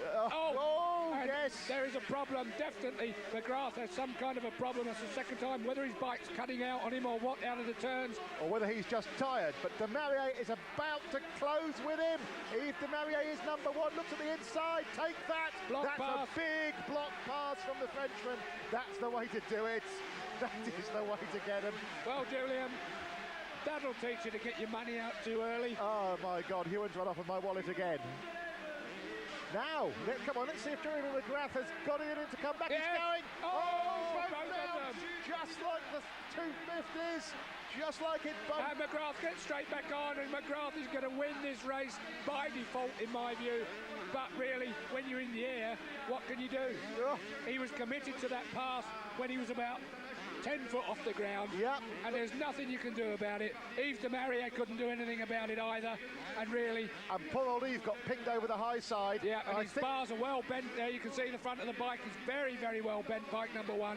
So, De Maria... Yeah, Jeff Emmig's just come past him there, number 8. Extremely unfortunate to end up the poor relation in that particular fight, but... I think McGrath must have kept hold of his clutch lever, kept the engine running, was able to hop straight back on it. I saw him kick it into life. His bike fired up. I beg your pardon, I was watching De Maria. No, it fired up straight away and he was off. Brilliant stuff there, but I mean, what can you say? It was a racing incident. This track was built for contact sport. The circuit organisers, Oh, De Maria looked like he was going for another fall then. I think that's... things are out of line on the front of that motorcycle. Well, his clutch levers. Yeah, his left-hand bar, left part of the steering is well down, and of course, if it just puts you right off completely, he doesn't really need the clutch. Well, he's pivoted down. He was definitely looking for it there. It's pivoted down underneath the handlebar rather than in front of it. 1 lap to go. That's 1 lap to go then. The board was out. Whoa. So, well, McGrath, Julian, I've had to pass back the money. I love it. Jeremy McGrath is about to take his first Bercy win. His first win outside the USA. Fair dinkum. He's an American. Yeah, that's very true. Here he comes. The victor, the second victor, and we said the French weren't going to have it all their own way tonight in the 125 final, and so it has proved. Young Jeremy McGrath of the USA on a Honda. Well, I'm sure there'll be words spoken afterwards, mainly by team managers and the like, but really, 6 of one and a dozen the other. McGrath committed himself in mid-air, takes the win. McGrath wins then. From 8, that was Jeff Emig, and I think still coming back. There's De Maria finishes now. 4th, I think. Just in front of Jeremy Buell. So, well, very disappointed De Maria, and quite rightly too. bit of a disaster for him, really, but what can be said about it? Just a very unfortunate racing Supercross accident. This man, Jeremy McGrath, won't be pleased about it himself, but what can be said? He can't help what he did. He made the commitment early on, far too early on, to avoid it after he'd taken off at the jump and found himself on the inside of the turn, and really with nowhere else to go except hit Di Maria in the side. So, McGrath takes the win, the second night of Bercy, the 1-2-5 race. Well, while we sort ourselves out with this, we're going to go to another very short commercial break. Julian's going to bring us back in a few minutes because he's got a much fresher voice than me. See you soon. On the outskirts of Paris, and this has to be one of the best organised, most interesting Supercross meetings anywhere in the world. The Americans themselves who are over here in force say this is one they really like to win. And it's been absolutely dramatic up until tonight. We've seen some unbelievable action, some unbelievable crashes, and of course the unbelievable showtime that we always expect to see at a Supercross meeting. You're looking at the determined Yves Di Maria, winner of the first heat on the first night and winner of the first final as well. He was. On the first night he had severe pressure from his countryman, number 7, Frédéric Vial, who we'll be seeing later, but the 32nd board is out, and one of the more entertaining facets of this meeting is the lady who holds it. Well, Julian obviously knows something that I'm not party to, I have to say. 5-second board, then watch her run. Yeah, Hewen broke in there. They're off to the first corner. 21, Dean Matson gets... Now 28 down on the floor, that's Philippe Depasquier. Well, Depasquier's Yamaha got in the way there, and that's made a mess, but Di Maria's through, and 5, Greg Albertine block passes him in the second turn. But Dean Matson still has it. Well, we've got quite a few good runners there down on the floor. I wait to see exactly who they are. Number 3, Pedro Tractor, is up and running still. Number 4, Jean van der Berg, is running as well. Now remember, this is the first heat. 5 riders go through directly to the final. The other 6 go to the repechage, the last chance race. And they've got 9 laps to sort this out. Albertine now in second place. He looked good this afternoon. He looks about 14, you know. A lot of these kids are not very old. It's frightening for old hacks like Hewen and me. Oh, thank you very much, Dad. So, while we make jokes, these guys aren't messing about. So, let's have a look now. It's still Dean Matson, who almost ends up with Greg Albertine's wheel as part of his anatomy. Yves Di Maria there, well placed in third place, closely followed by Pedro Tractor, I think. Yes, Pedro Tractor 3, and John van der Berg, the Dutchman, behind him on another Suzuki. So, even though 5 of these guys qualified, there is no letting up, there's no pussyfooting around in these heats. You've just got to race, because in Supercross, as we've seen over the past 2 evenings, anything can happen. Well, yeah, we've seen leaders come down, we've seen guys going to the straw bales, we've seen all sorts of drama, and I've no reason to believe it's going to be any different as Albertine makes a move. Well, of course, the other thing to consider, as we've already said earlier on, that who would want to do an extra race in the evening if you've got to do the last chance race? It's hard enough just doing the minimum ones. Whoa, well, that was Yves Di Maria making a much deeper entrance into that corner, but he's still back in third. Yeah, nothing's changing the position, but it's certainly bunching up now as... oh, dear me, Matson's under all sorts of pressure from Greg Albertine. Albertine on the outside, but that's not going to do him any good. Yves Di Maria looks for the inside line and grabs it. That was the whoop-de-doo, the corrugations. They went over there. That really sorts out the riders with the technique for it. They're very fast, but there's two bigger whoops in the middle that really seems to upset the bikes. And that, I would suggest, is what number 21, Dean Matson, got into difficulties with that time round, but he's held the lead. He's got Di Maria behind him, then Albertine, and look, number 3, Pedro Tractor, the other Dutchman, is coming up to join the fun in this leading quartet. This is a splendid Supercross race to open the last night of the Supercross Tracer meeting for 91. Yes, Julian very nearly forgot where he was then as Di Maria takes a very tight line and tries to get up the inside of the race leader, but it's still held now by Dean Matson, the very fast starting every single hit. Matson has been right in there with a fast, quick start. He's a real whole shot specialist, but will Di Maria force his way past him? Matson made a much better job of the whoop-de-doos that time. He's still looking a bit ragged. Di Maria on the outside, Albertine number 5 still looking threatening. And Tractor happy to stay in 4th. Well, Same positions as we've seen all night long, but Tractor certainly looking now to try to make the move on Albertan, but isn't able to do that. The South African holds him back. That's bike 5, but look now, De Maria getting the drive. Well, I think this is it. Matson's got the line. De Maria across the outside. Albertin makes a mess of Dean Matson's exit from that corner, and De Maria is left at the front. This is what the home crowd wanted to see. De Maria, a very good 125 Grand Prix rider, 4th in the World Championship this year, and you can see from the tricolours flying in the crowd, they liked it.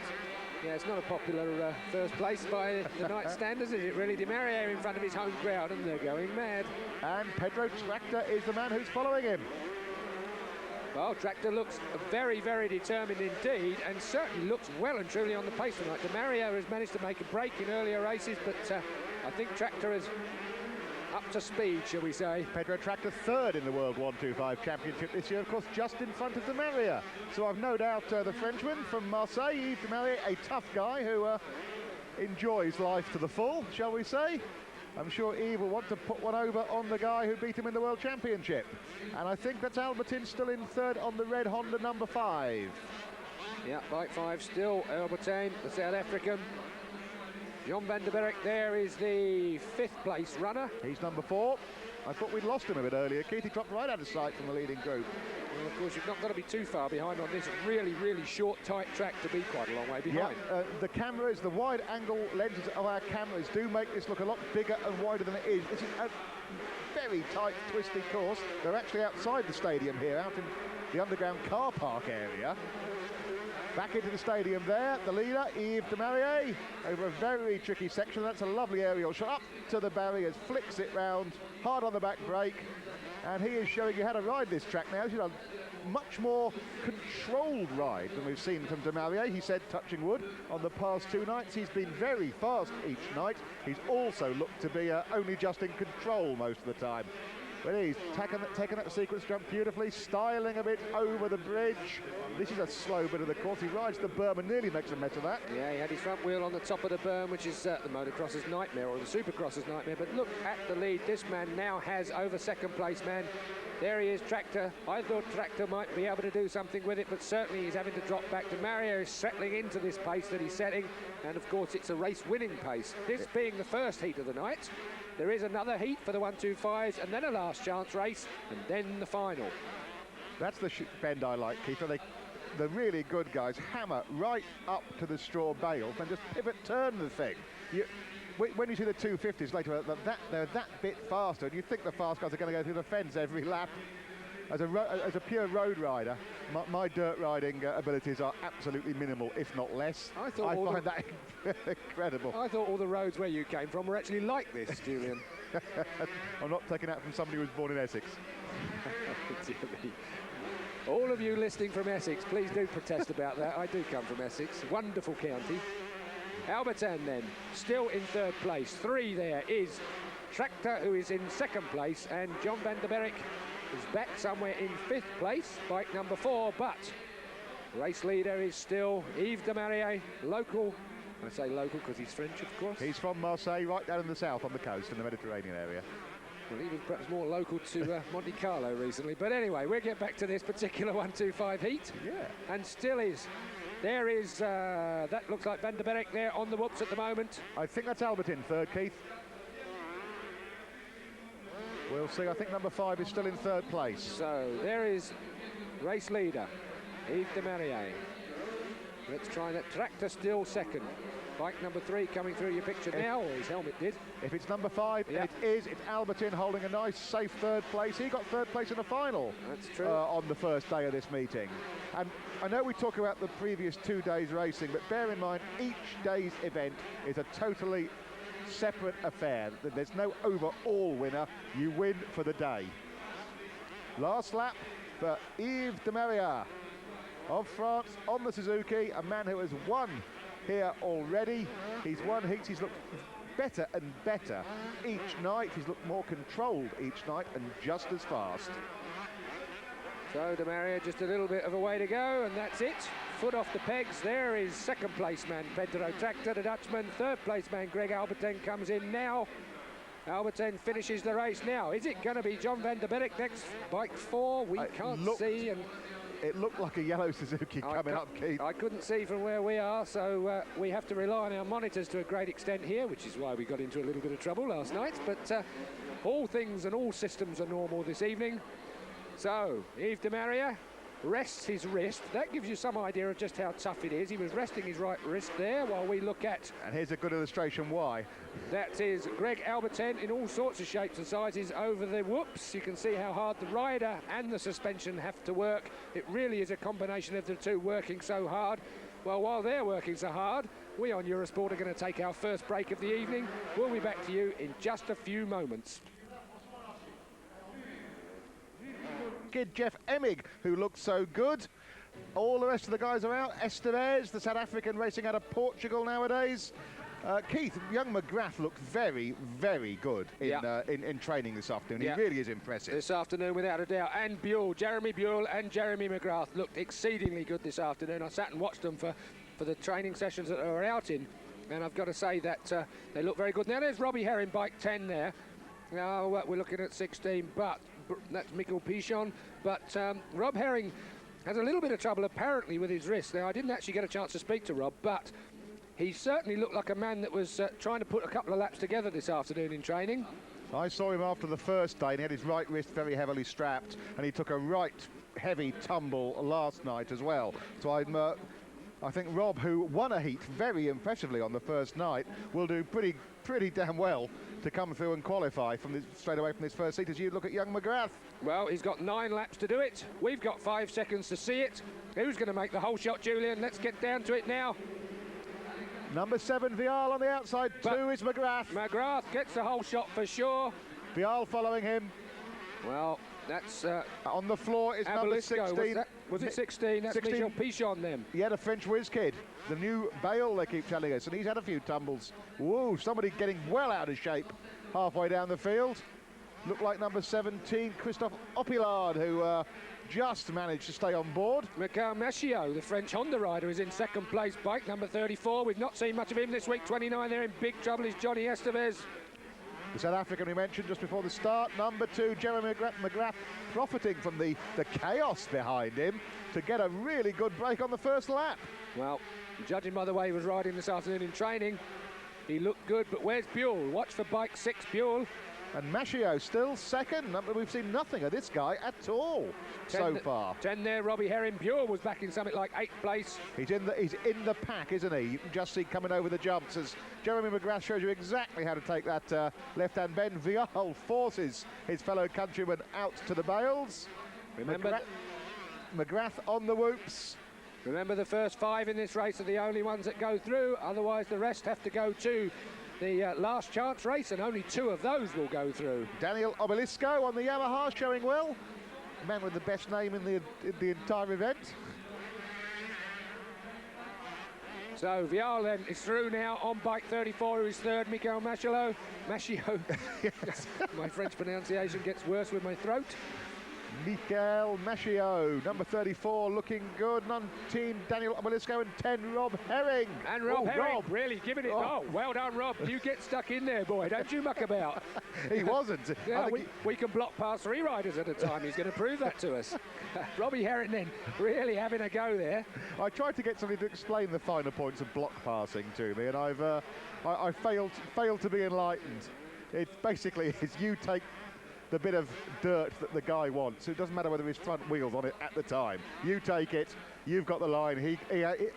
He has to stop effectively, then get his momentum back. So if you block pass well, you put a big gap on somebody. Well, of course, the French are exceedingly good at this because they practice it with the Parisian taxi drivers. It's an art form that I haven't yet perfected. It's what I've taken anaesthetic before. 34, Mikhail Machiot. Yeah, he's having a ride, isn't he, really? This is good. And he's a guy who's had a lot of injuries this year. He's likely to have another one if Rob Herring catches him. Yes, he's had a bad knee injury. Oh, and Herring goes through a block pass on him, I said it. Nice one, Robbie. Robbie's right on the go here. Well, whatever was wrong with his wrist, and he goes through. That's Buell he's just taken. That was Jeremy Buell, it looked like, who he just went past. Well, Rob Herring, really and truly, we thought that he might struggle a little bit tonight, but whatever he had before he went out on this race, it's worked. Well, they better put his lead boots on, otherwise he might float.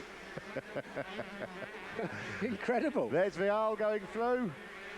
And there's Robbie Herring now in third place after him. In front of Buell, who was my man tipped for the front honours tonight. And Rob Herring, well, I didn't discount him, but I certainly said that I thought that perhaps his injuries to his wrists were not doing him a whole lot of favours. And certainly in training, he looked like he was having to pick his point. I think Rob has more trouble as the race goes on. He can... Don't we all? Yes, indeed. And he says if you get tired and start making... Oh, lovely, Rob. Oh, lovely. Very nice. He avoided that block pass then from Buell and absolutely outclassed him, but Buell eventually slipped through. Robbie Herring is a man on a mission, isn't he? Well, our director isn't missing it at all either. But Herring made harder work of those whoop-de-doos than the young American. What they try to do is to skim the tops of them. Once you drop a wheel into the depressions of the corrugations, you're impacting, you hurt your wrists, you hurt your forearms, you pump them up, you lose momentum, you lose speed, and it's very difficult to get the time back. Rob Herring on the top of the berm there. That was very lucky he didn't end up through the bales with that one. He was right out the top of the berm. Thank you very much for our scientific viewpoint on that.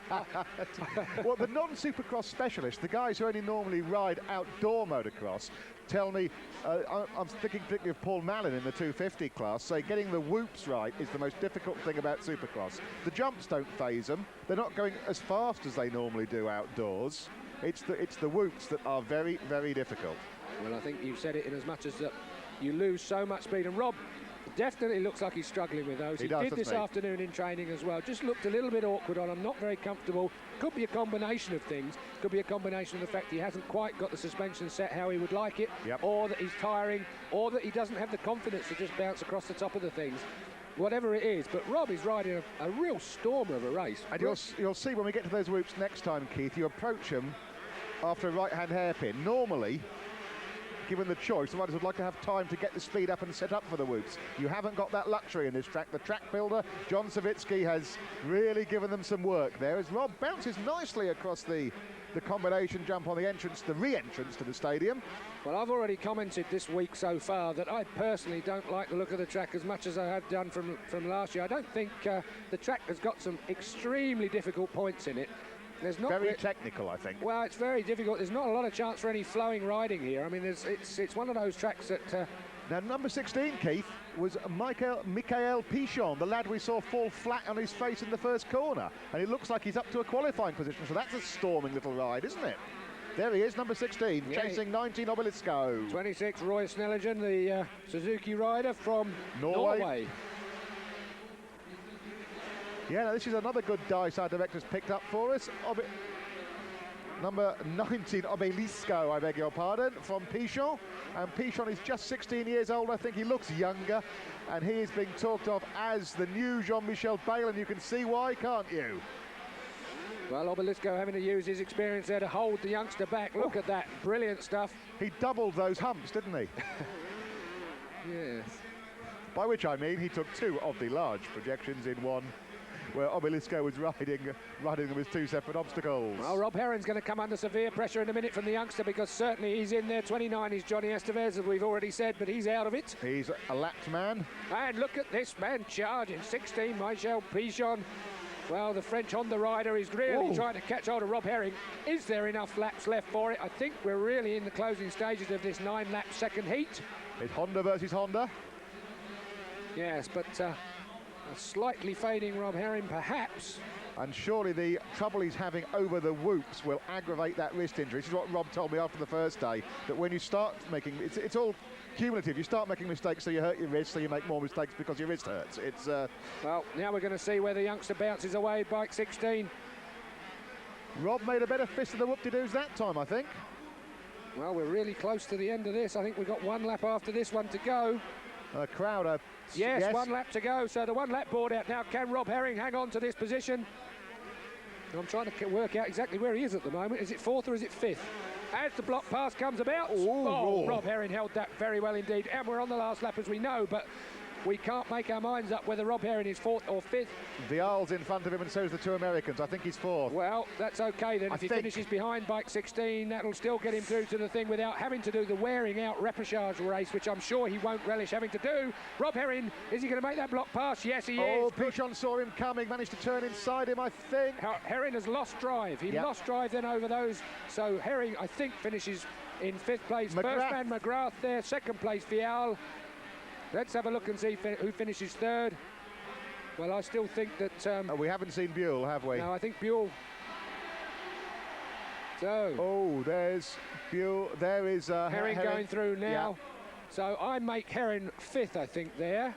Certainly in a final position. He can go straight to the final, I think, from his result in this second heat, which is good news for Rob Herring because he won't have to do the work of the last chance race, which any man wouldn't want to have to do. There is Buell. So yes, he finished 5th.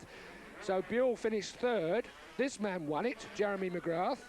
And he was given a start by the melee on the first lap. Yes, he certainly was. Vial, it's 1, 2, 5 men in this repechage. Remember, on the first night, Damon Bradshaw came through the repechage to win the final at the end of the night.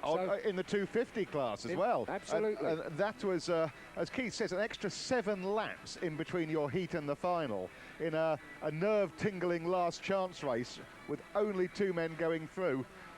It's just what you don't need if you've got your eyes on a rostrum place. Hello, hello. It's the Philly Shave girls again. Yes. I won't make a comment. I let Hewan do the jokes. No. There's no joke when you can see that many Philly Shave girls.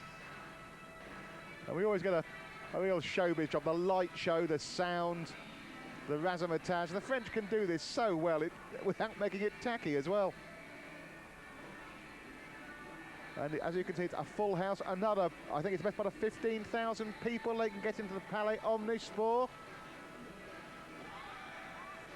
Well, and it's been not a free seat for the past 2 nights, Keith.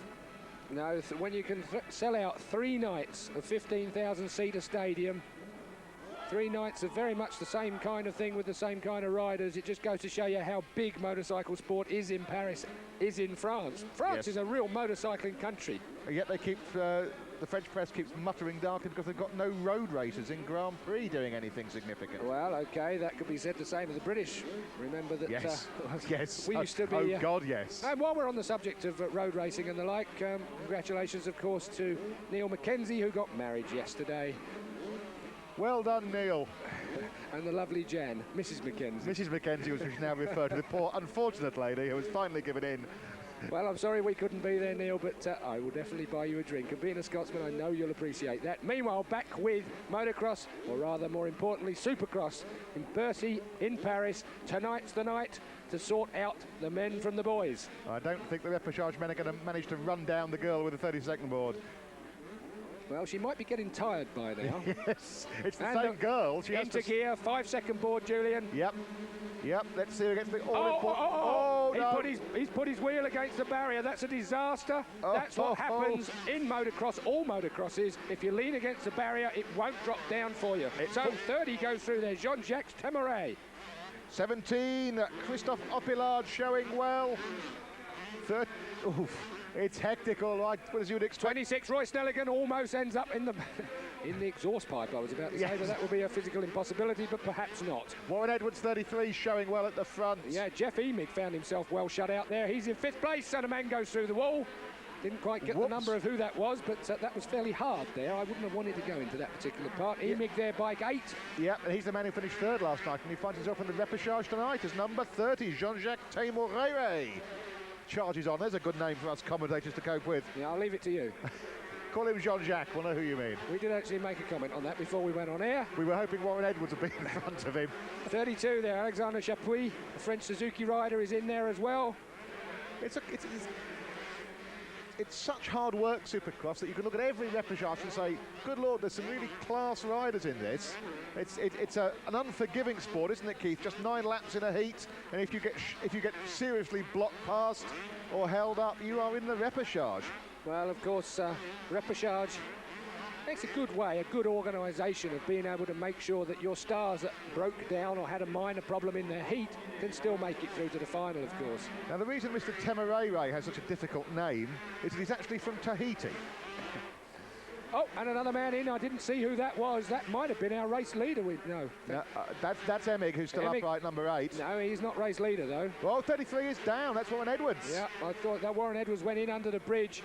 And Warren was right up there, shaking his head in disgust, and he might well do, because that's blown his chances of getting in the last night of the final. And look at this. Emig now is right on the tail of 30.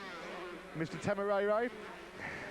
Thank you, Julian. The chap from Tahiti, who's been in France for 2 seasons, and he's become very popular with the French public. He's a real showman, and he's putting on a good show in this repechage. A man who hasn't made the final over the past 2 nights, obviously coming to grips with this very tricky, very technical course on the final night. Well, he's got enough of a lead. Remember, this race is only over 7 laps. Emig might well get past him, and is a very experienced man at Supercross, so we wouldn't be surprised at that, but I'll be surprised if he stays on if he rides the top of the berm like that again. Yes. But 30, Temerere is having a storming repechage. He got a good hole shot, he got a good start. Remember, the top 2 in this repechage automatically go through to the final, and Emig goes through. And unlike a lot of Supercross, there is no promoter's choice in this, Keith. That surprised me, actually. I must say that I was expecting the promoter's choice, which is the promoter's get-out, that says if any of their stars that they've paid a fortune for to come here tonight don't make it through to the final, they will do. Yes.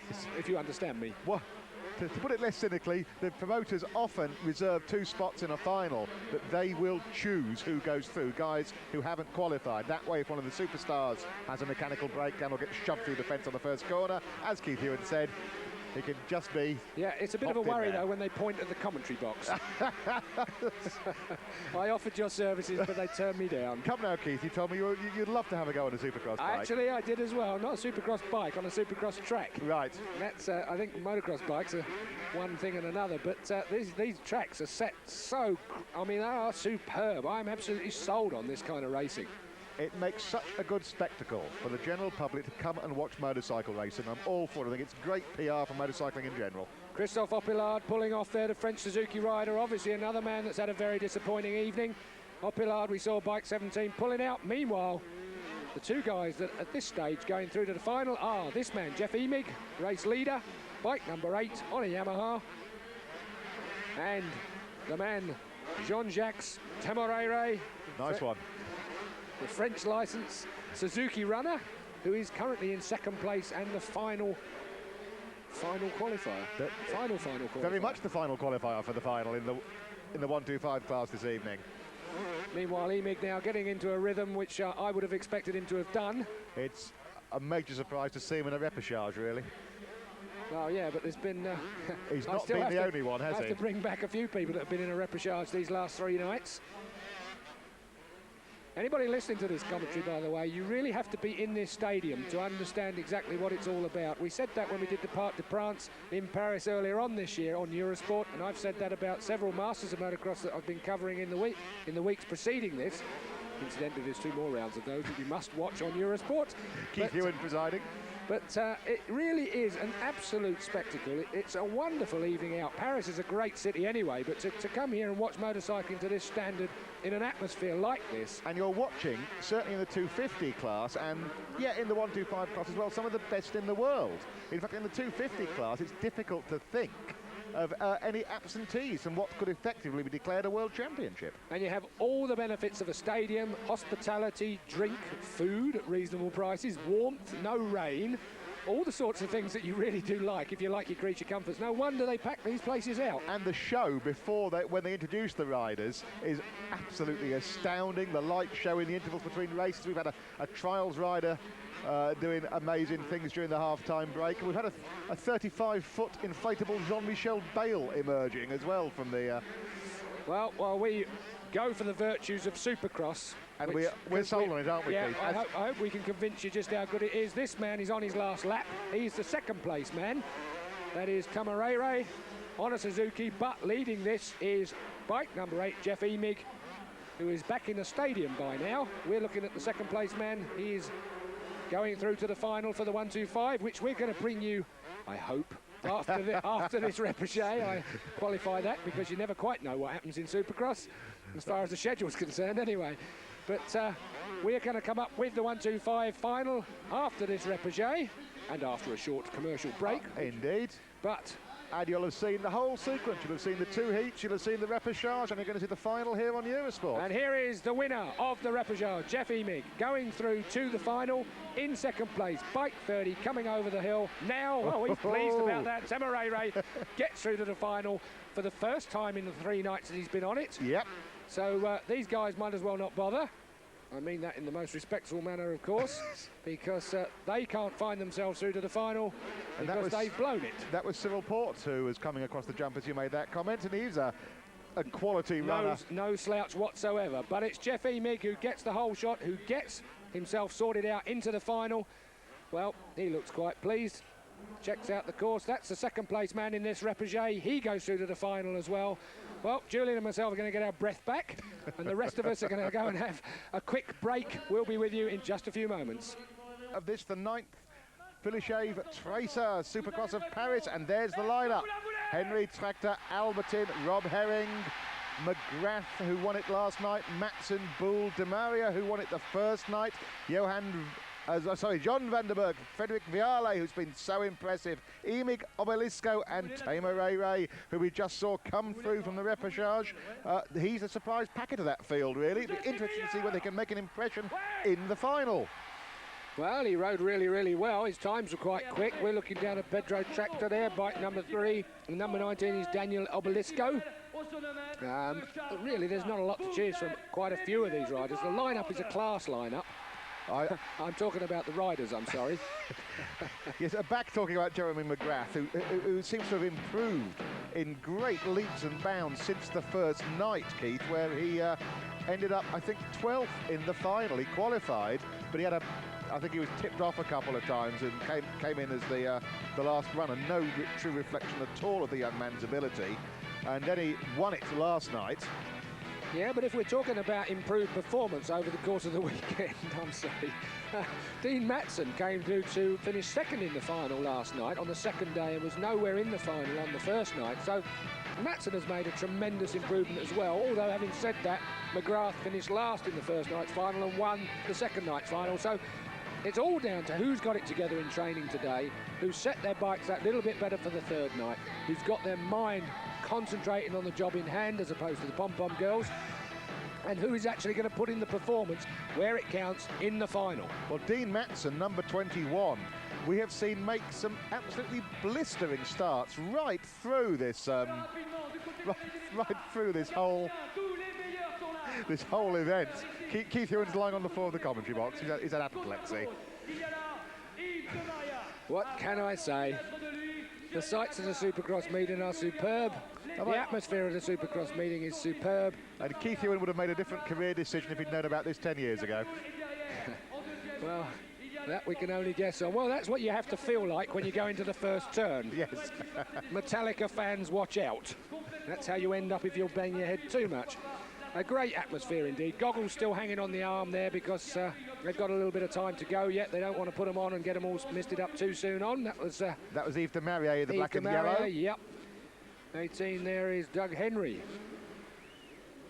Well, we've even had the circuit builder playing on the digger that made the circuit tonight, that's done a demonstration, believe it or not, on 2 wheels with flares while he stood on the front of the cab. Yeah, a little like Tonka toy digger, and the guy was riding in the bucket. He was driving it from outside. He did pirouette on his own. It was a stunt display on its own, wasn't it? Our favourite Philippe girls there with a 32nd board now.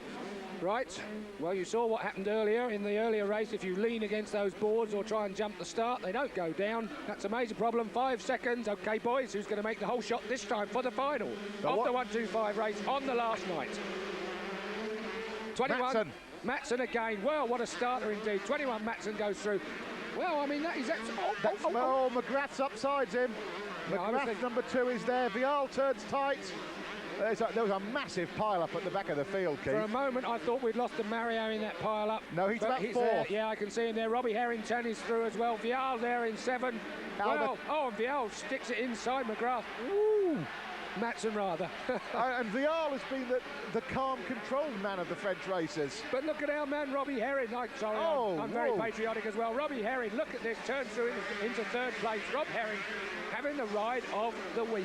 But Rob Herring, with that storming ride in the heat, still has to contend with that badly sprained wrist, and he's got 15 laps. It's the 1-5 final. I beg your pardon. There's Yves de Maria. John van der Berg there as well. So we have some major problems here for quite a few riders. Actually, I noticed McGrath. He's down in about 8th place. Robbie Herring through to second place, and as long as they keep holding themselves like that, Albertine and Matson came together. Rob Herring will love the breather. Rob Herring took advantage of those two really getting tangled up, and that was John van der Berg and McGrath coming together there. 2 and 4. 2 is McGrath, 4 is John van der Berg. But Vial, this man, Frederic Vial, leads from Rob Herring, the revitalised Rob Herring. Oh, what a... Well, I'm going to lose my voice on this 1-2-5 final, and I don't care. Come on, Rob. Herring is all over. He rode so aggressively in the heat. He had a very positive, very reasonable attitude on the first night's racing, and I said to you privately Block pass! Brilliant. That's the way to do it, Robbie. Rob Herring leads this final on the third and final night, and that might be the encouragement he needs to get the adrenaline, the pain-quelling adrenaline going that keeps him in front place. Rob Herring, superb, something he always knew he was capable of, but a lot of people have been knocking the man over the last year from the reports I've read. Now let's see him on the whoops. He's much more controlled through there as we watch second place man Vial and Dean Matson. Well, yeah, Robbie's holding that lead. Vial, number 7, the Frenchman on the Kawasaki, is coming back at him. There's Matson in third, number 21. We have a long way to go in this race. It's a 15-lap race, but Rob Herring, well, superb. Nothing more to be said about it. The guy came from behind to take this first place in the final, and if he does nothing else now, he'll have known he'd give it his best shot. There's no doubt about that. So Vial coming under pressure now from 21 Matson.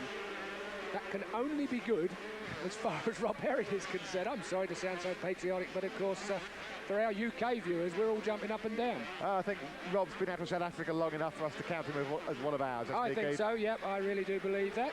But Greg Albertine, the other South African, he's number 5. He's behind Matson. But it's a bit of a gap. No, it's not anymore, because de Marier's there as well. Well, de Marier has actually been there for a long time, and Jeremy Buell number behind 6. Matson is, that's right. So de Marier, he's actually been sat there for a while. Buell's behind him, and that looks like McGrath that's behind Buell.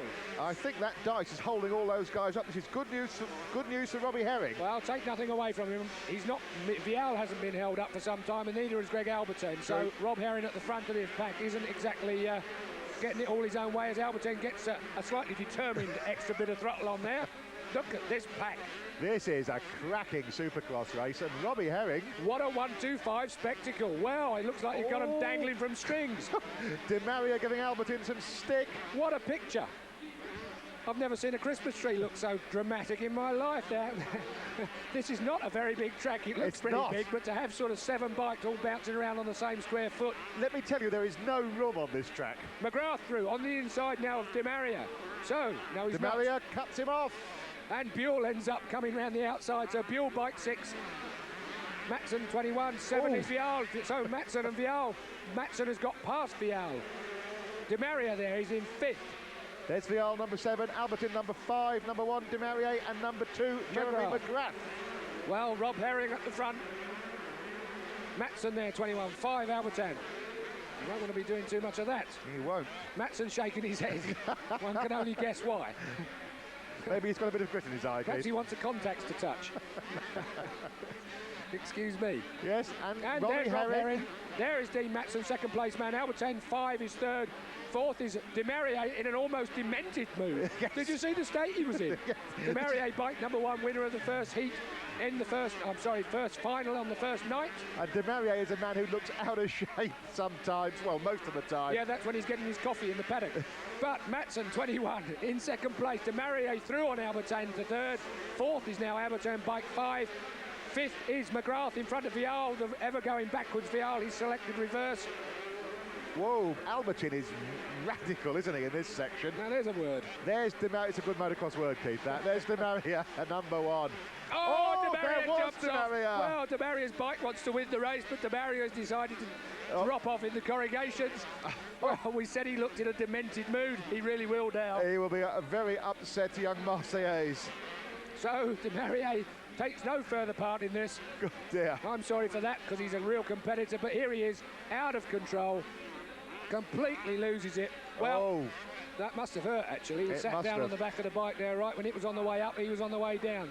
So, Mattson still second, but Rob Herring leads this race, still bearing in mind. There he is, the hero of the final 1-2-5 race. Can he hang on, Keith? The slightly injured Rob Herring, hang on being the word for it. Yes, 15 laps to go on a 1-2-5 is not too much to ask from these extremely fit athletes. So really, Rob Herring, if he can just keep that injury under control, not aggravate it at all, and we still have Albertin balking Mattson 21. Rob Herring's going to get it all his own way now. Albertin through to second, I think, this time. Oh, Robbie! Rob jumps off in the whoops.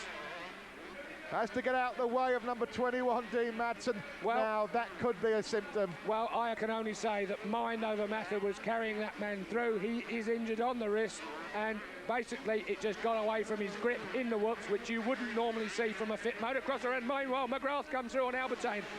Well, he did. I promise you I saw it. Yes. Here is Rob Herring. Let's watch his hands just let... Oh, feet off the rests. He just caught the whoops slightly wrong, which got him out of position.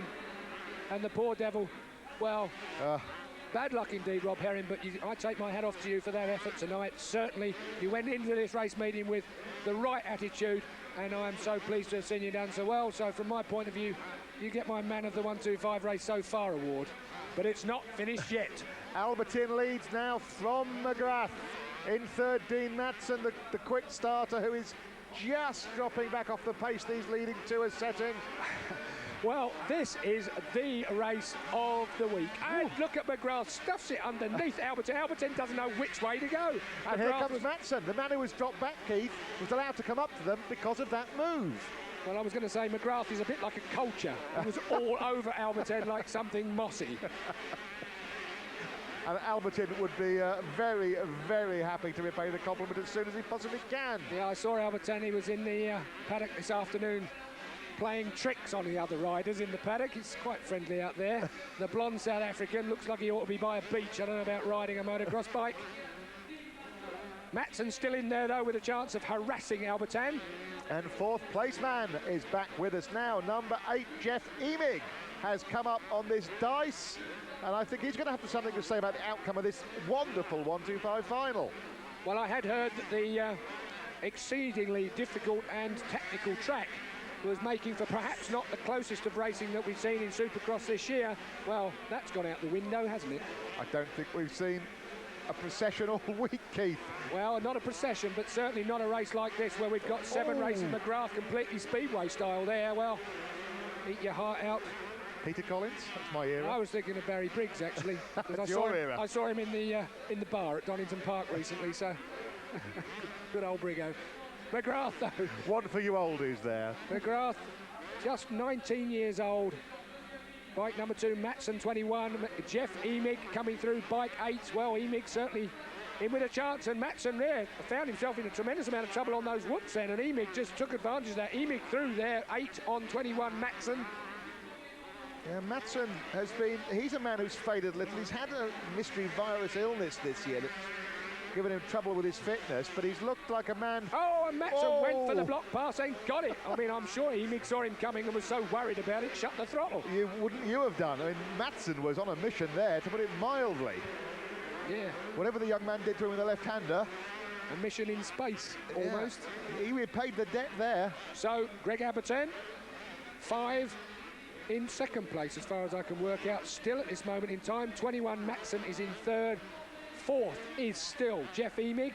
Well, only just because he's trying to crawl all over the back of Mattson. There they are, Mattson 21, Emig 8. Mattson takes those whoops very, very differently from anybody else. He looks to be in difficulty a lot of the time. I was going to say violently. Yes, he just charges them, doesn't he, and hopes for the best. He tries to go through them rather than over them. The bulldozer technique. Oh, and Emig looks for the inside line but can't get the drive, so Mattson still holds that 3rd place. I think this is the racecraft of the older man coming through here.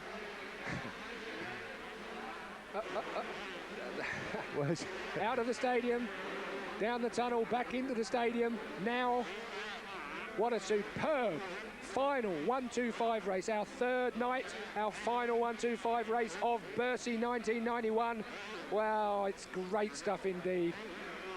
That's the leader just going out of your picture, number 2, McGrath. Yeah, Jeremy McGrath. Well, again, having said and having to be a real smarty pants, of course, we watched him in training and said how good he was, him and Buell. Buell perhaps not featuring quite so much in his 1-2-5, but McGrath did look good this afternoon, and he's proving that by leading this race convincingly. But the battle is on for this second place, and really, it's still any one of these 3 riders. Alberton and Matson. Matson, OK, money on the table time, Julian. Matson, to me, got the whole shot, looks like a man determined to do it. The American looks like he wants to really beat this South African bike number 5 that's in second place currently. Will he do it? I say he will. Well, Matson's had a good result last night. Well, tell me, are you going to bet money or are you going to sit there and wimp out on me? I think I think the older rider. I think the older rider's racecraft will pay off. I think he will outthink the youngsters. The youngsters who are perhaps... So you're saying Emig's going to do it? Well, you are now. Yes, I know your kind of bet. No. OK, so McGrath still at the front. Bike number 2. He's now going under the bridge. Bike number... There he is, the race leader. Bike number 5 should still be second. Yes, he is. Greg Albertine. 8 now is Jeff Emig in 3rd place. And in 4th place is Matson. And Matson, he went into that berm so fast, I was going to thought he was going out the other side of the stadium. I thought they're going to have to pay to get in again after that one. Well, Matson, I had him on for beating Albertine, but of course I hadn't reckoned with Jeff Emig pushing his way through. So now Matson has 2 riders to get through for me to win money. And Matson, Cochise Matson, does like the fastest line, doesn't he? None of this sort of turning tight on the inside and pivoting the thing round. He charges the berm, keeps the throttle open and slingshots out of it as we watch the leader, Jeremy McGrath. Now there's 21 Matson charging the whoops. Oh, Matson in a state. Well, we've seen Rob Herring do that already. Race leader Rob Herring, former race leader Rob Herring, I should say, found himself in all sorts of shapes and sizes on those whoops. But this man, the youngster from America, the man expected to do well, and he's certainly not disappointing me or anybody else. He's number 2 on his last lap, Jeremy McGrath. But look at Albertine still riding up the wall in second place, bike 5. One could say he is up the wall, really, couldn't we? I'm not going to make any comment at all about any motocrosser. No, I know that. Not of that sort of personal nature. So, Jeremy McGrath, very nearly at the end, once into the stadium. A repeat of last night. McGrath leads this race. That's a back marker. It's Robbie Herring. Well, nice to see him still riding round. There's a man for you, still having a go. Albertine has been taken by Jeff Emig. Jeff Emig now through to second place. Emig in second place. Great stuff indeed. He won the repechage. Whoa. So it's going to be. That's Robbie Herring jumping now. That's Emig. That's Emig, and that is Albertine. So Albertine beaten to 3rd. What a superb drive from those 1-2-5 raiders. That's our 3rd night's final. Absolutely brilliant. I'm stunned by that 1-2-5 race. Brilliant stuff indeed.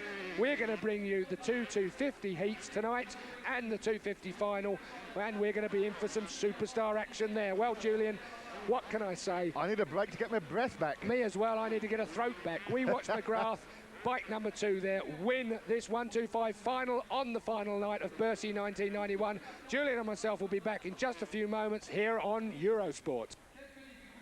2-5 final, and now we're going to get a look at the 250 guys. This is supposed to be the main event, though it's difficult to imagine how they can top the racing the 1-2-5 boys have given us. And we're going to be seeing Jean-Michel Bayle, the hero of France there, number 1, the man who has not won a Supercross at Bercy this year. Now, here comes the grid lineup. Guidard, Perrin, Reggie Perrin, Damon Bradshaw, Jamie Dobb there, Mike LaRocco, I should say Stefan Averson, Le Guin, Dugmore, Paul Malin, Jean-Michel Bayle, Batiste and Guillard are all through to the final. Now, Bradshaw and Bayle have had a coming together that...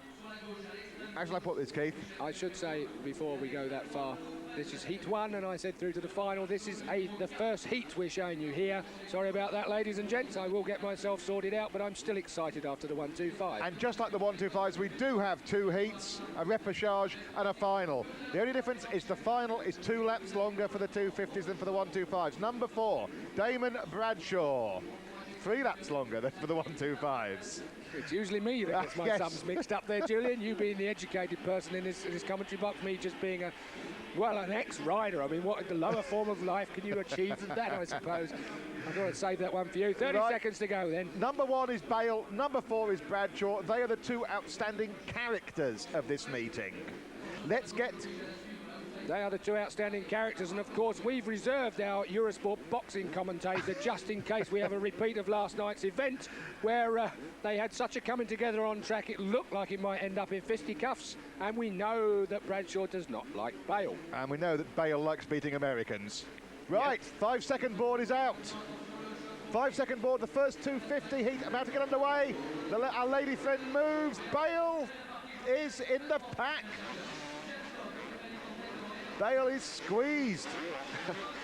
Well, for want of a better word. Jamie Dobb is leading it. Number 15, I've seen Bale do that second. Before. Bale holds the inside line really tight and finds himself out of the melee, but in front. And Larocco is third. Yet Bale not quick out of the gate. Really tight line, as Keith Ewan said, just pushed his way through, and he's running second behind Jamie Dobb. Well, another British showing. British riders not exactly very, very au fait when it comes to Supercross. Indeed. But tonight, the performance from the British have been outstanding. Europeans together. Absolutely, and number 4, Damon Bradshaw, is in 4th place. There he is, going through your picture. But Jamie Dobb, who has made both the finals so far this week, is leading this heat. There's Bale. There's Larocco, and there's Bradshaw. Larocco, number 7 on the Kawasaki. Next along is number 22, that looked like Colin Dugmore, the South African riding under a German licence. Bale is giving a bit of a push there. By Larocco there, the man on 7 bike 7. With Bale still holds second.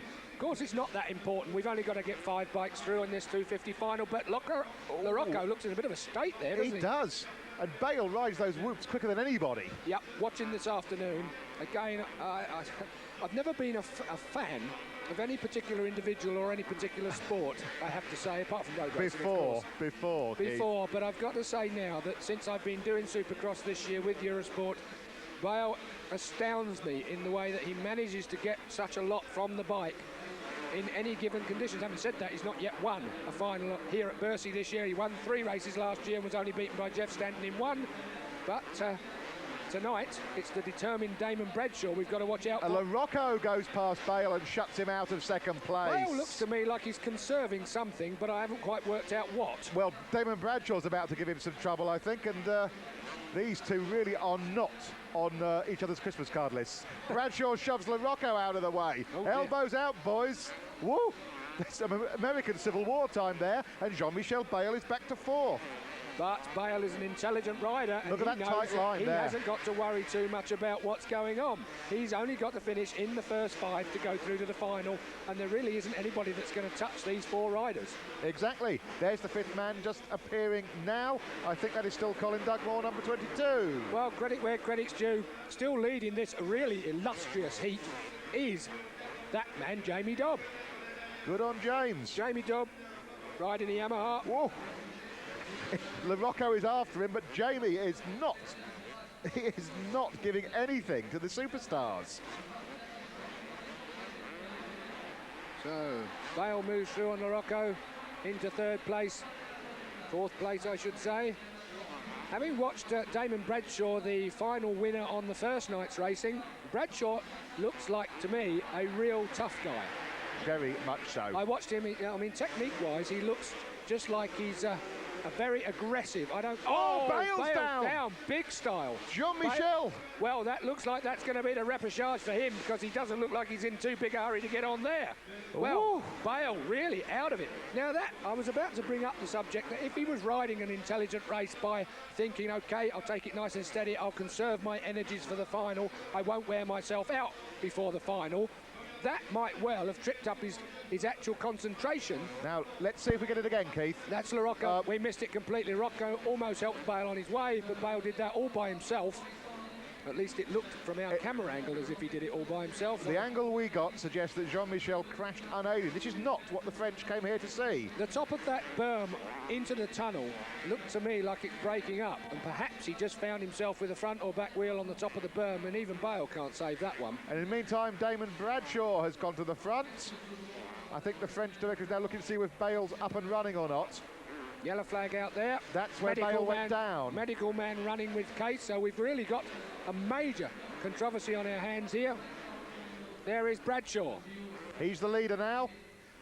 And back behind him, Jamie Dobb and Mike LaRocco still setting 2. LaRocco looks like an accident waiting to happen, if I must does. say. Look at the way Bradshaw skips the top of those whoops. That's how to ride them. Yeah, that's because the whoops are frightened of him. Yeah, yeah, very much so. And hats off. We've been talking about the young Americans who are coming through. Let's say Jamie Dobb, who's an exact contemporary of Paul Malin in British racing. These two could give England something to cheer about in World Motocross again. Well, thank heavens for the tunnel that's being built. And this is the only way that English and British riders get to ride Supercross. There really isn't anything like this. No, that is actually very true. In the UK. We've seen Warren Edwards put up a good performance earlier in the year at the Parc des Princes, in Paris again.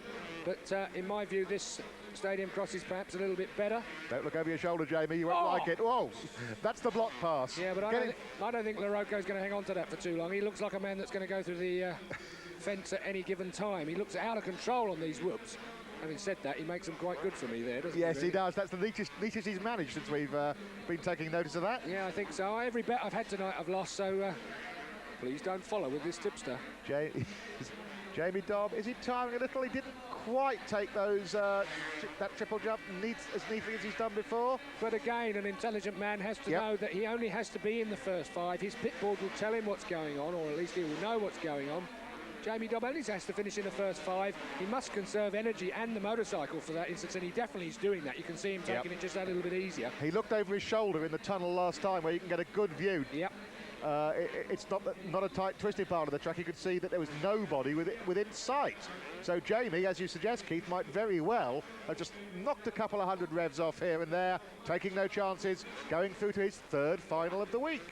8 there is Edwin Evertsen. Now, we haven't seen Evertsen, the Dutch Kawasaki rider, do anything this week, and I really would have expected Evertsen 8 there. Oh, he's done something now, hasn't he? Oh, Edwin. Well, Edwin Evertsen, really, what a mess that Dutchman was in. Well, the Philly-shaved guy, obviously not a man that uses one by the look of it, is giving Edwin Evertsen a bit of a hand there. 9 was Jan Guidard, the French Kawasaki rider. But Evertsen, well, uncharacteristic, I'd have said. There is Jan Guidard. 22 behind him, it's Colin Dugmore. The man who was in 5th for a long time, so I would suggest that number 9 on the Kawasaki, Jan Guedar, is heading for a final slot. Well, French interest is still centred on 1 or 2 of these riders, but Bale is through to the repechage. He's got to do the last chance race. And well, can he do a Damon Bradshaw? Bradshaw was in that on the first night, came through, won the repechage, won the final. Is he fit enough to do it? Is the question. We've seen him crash quite heavily. He doesn't take too much to twist an arm, twist a leg, break a bone. It was a nasty crash, wasn't it, Keith? That was a full bore job. Nothing like a full bore job. Jan Guidard, bike 9, French Kawasaki. Just about in the final positions. One lap to go. In stereo from your English commentary team. Well, Eurosport have done some superb coverage on Supercross this year. Honestly, it's worth buying a dish just for that. It's exhausting watching it. What it must be like riding it, I hate to think. Race leader, Damon Bradshaw, bike 4, winner of the first night of these 3. Winner of the first night's 250 final. And really a man looking most likely to. And he's cruising now. I think you really have to. I think that conserving energy for the final race of the 3 days has been an absolute strength-sapping week. And there he gets it. Damon Bradshaw points to the crowd. Stitch that, French persons. I think he might well be thinking to himself. 7 coming through there. Mike LaRocco taking 2nd place. Now let's see if Jamie Dobb comes through. If you see him, number 15, Jamie Dobb. That looks like Jamie. Jamie Dobb giving us a leg up. 9 there is Guidard. I think he was the last of the 5 qualifiers to go through to the final. 22, Dugmore. Well, there's a style for a nice one. I like it. Well, of course, the Americans have always been good at wheelies. Bradshaw is actually pleased with himself here, isn't he? He is. Extremely. I wonder if that's got anything to do with the fact he sees the Frenchman hit the dirt. Bradshaw, LaRocco are through to the final. Jamie Dobbs through to the final. Guedard's through to the final. And indeed, we think Dugmore is through to the final, Keith. That's our 5 for the final from the first heat. Right, the second heat, we're going to be bringing you up in a few moments while these guys get themselves sorted out. Well, we get ourselves sorted out, well, Keith. I was going to say, superb racing here from Bercy.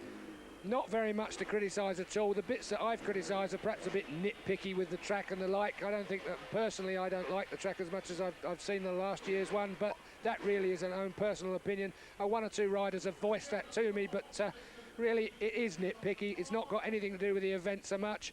And no, the racing doesn't appear to have been affected by it. And certainly Damon Bradshaw likes it. He likes the place. As you can see from those aerial shots, there's not a square inch of, I was going to say tarmac, of dirt wasted. They have packed the maximum amount of track into the Palais Omnisport. Well, we'll be off for a little break now. Back in just a moment with the second 250 heat here on Eurosport.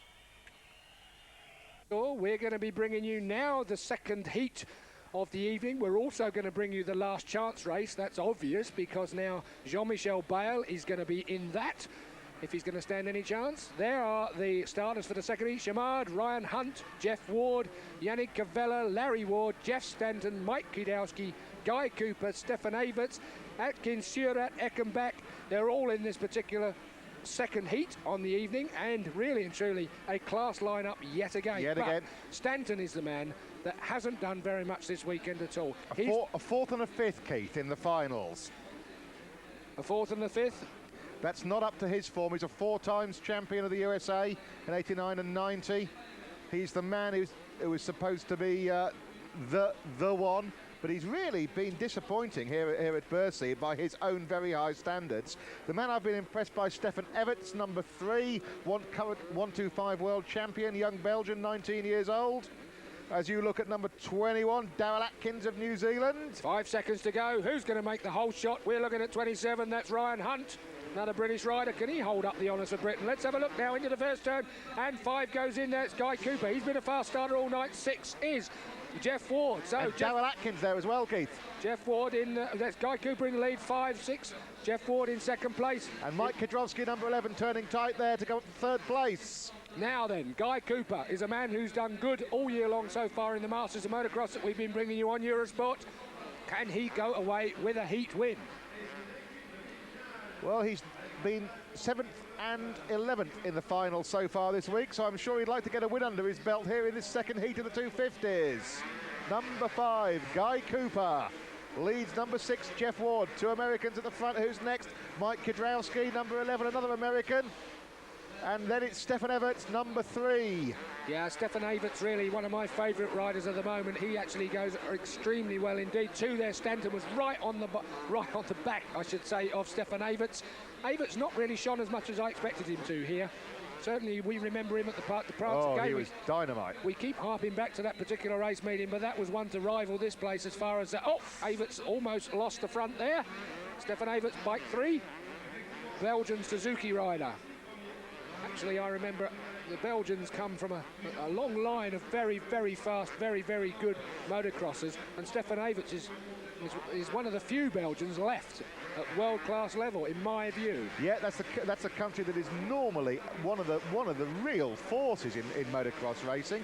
If you think that Stefan's dad Harry won the 125 title 4 times, most recently just 10 years ago, you get an idea of the number of world-class motocross races that place has produced, and really, Stefan is the man who's carrying the flag now, isn't he? Yeah, that's for sure. Now then, we've got to look for bike 10 somewhere amongst this lot. Larry Ward is there somewhere. Now, he was the winner of last night's final after the major coming together.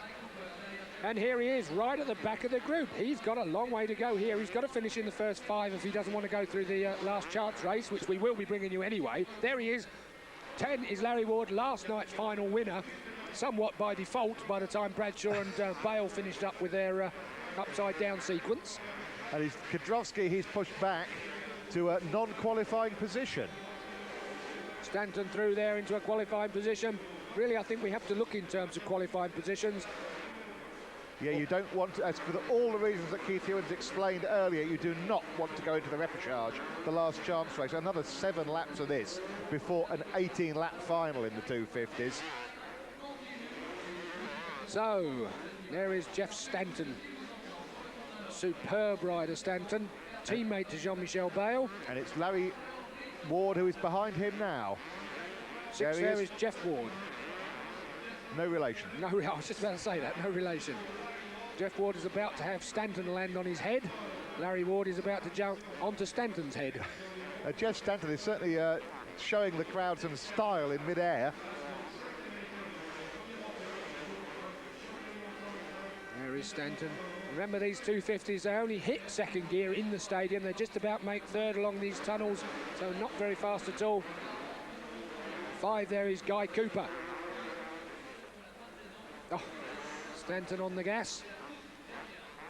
Not looking completely comfortable, though, in my opinion, Keith. Well, again, I have to ask whether we're into the third night. And remember, the first 2 nights, it's usually sort of get up and go for it type session. The third night, everybody wants to do it, and Jeff Stanton over the whoops. Well, there's a technician for you. Yeah, outclassed Jeff Ward on the whoops without a doubt. So I don't think Stanton's over and done with. Look at the drive he gets there when he drops down into the whole thing is technique. It's all very well being fast over the jumps, but you need to be able to get the power on in the middle of the jumps. That's where Bale, in my view, is outstanding.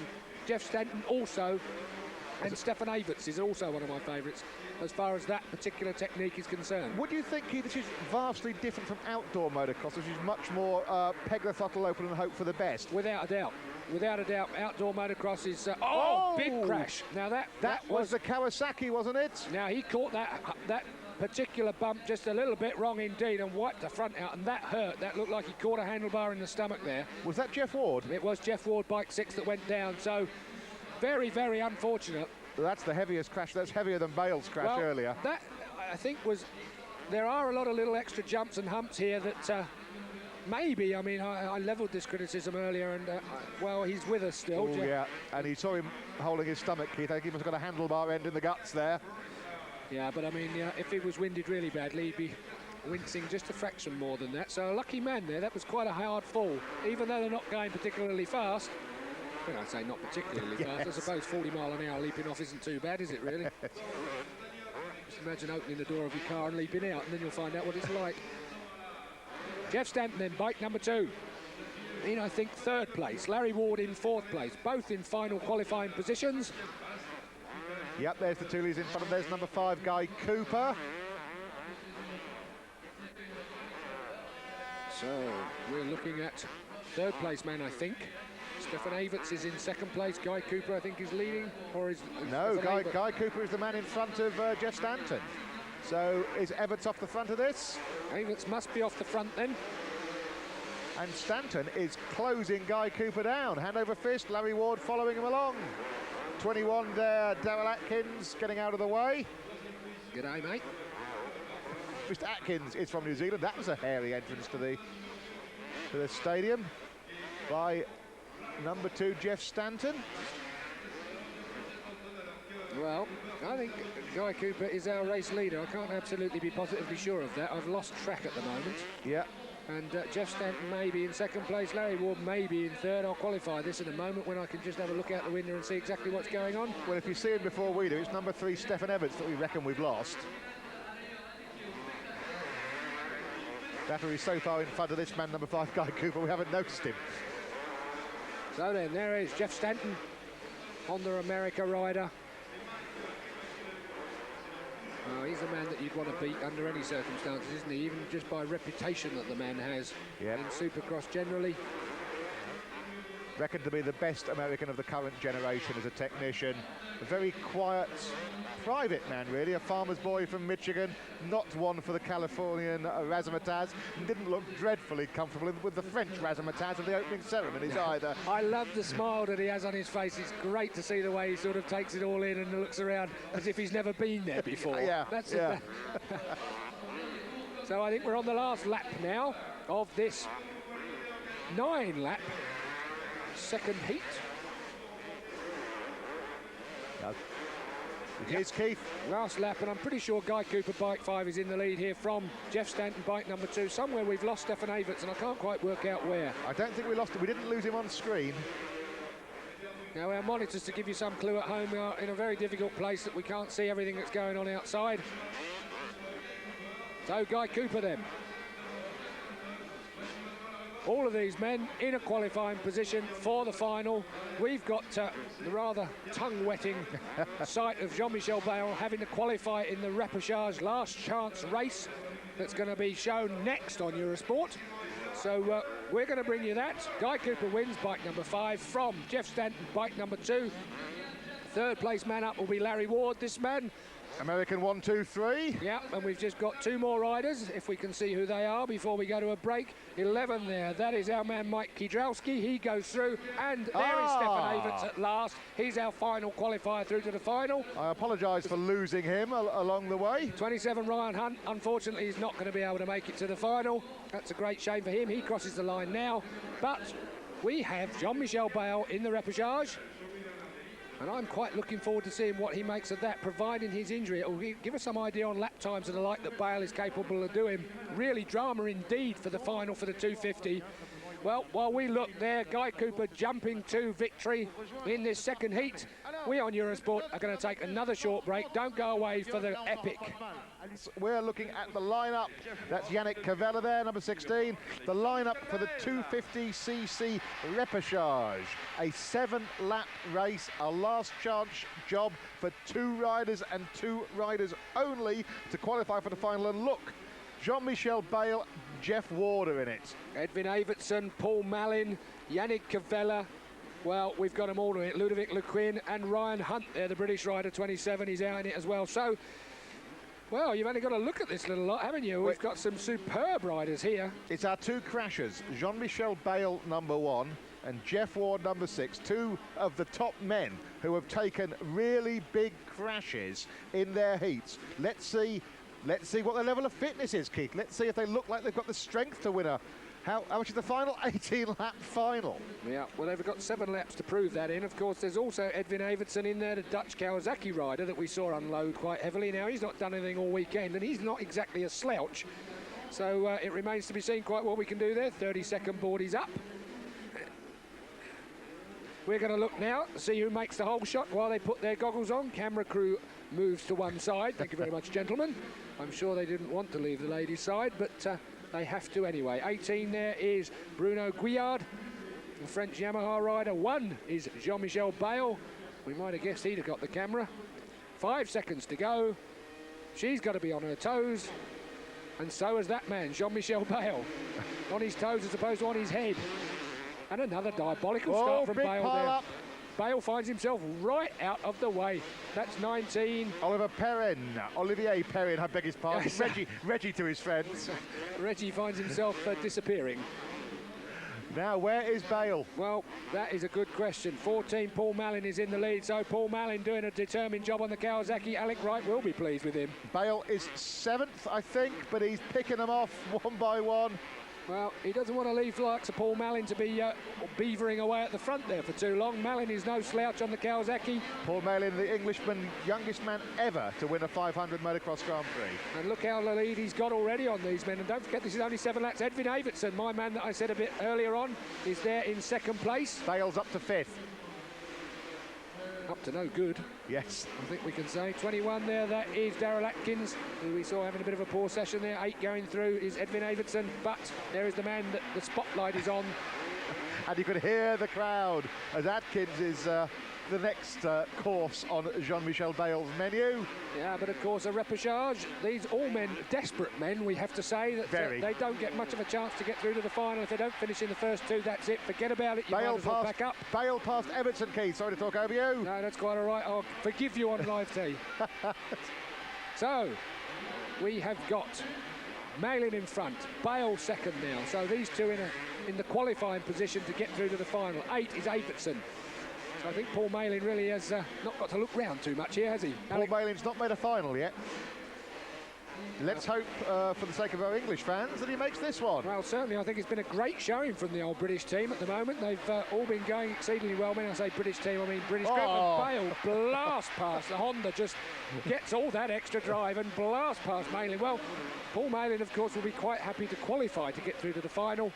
And he is in a qualifying 2nd place. And look at the way Bayle just skips over the top of those whoops. That's almost supernatural the way he can do that. There's not another man that I've watched here this weekend does that consistently. I've asked other riders about it, those that want to talk about Jean-Michel Bayle, that is, and they say he just manages to put instant speed on the bike, coming out of the right-hander before the whoops, and he's at the right speed for it. Most of these guys, if you gave them a run-up in a straight line, they could do that. But Bayle sort of magic speed out of the Honda, instantaneously. basically, and just skims the top of every corrugation. Do you know what? I used to dream and think about theorising on how to get round a track quicker.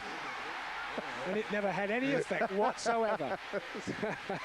So, Paul Malin coming under tremendous pressure from Edwin Evertsen. I said Edwin Evertsen wasn't dead this weekend, but that's going to be a disappointment for fellow Kawasaki rider Paul Malin if Edwin Evertsen manages to get by him, because that will thwart his chance to get into the final. Oh, Paul. And that's where Paul said he was losing time when I talked to him after the first day. He's an outdoor motocross man. He's done one Supercross before. And he's shaking his head in disappointment, if not frustration. I think frustration. Yeah, he did the NEC a couple of years ago in Birmingham.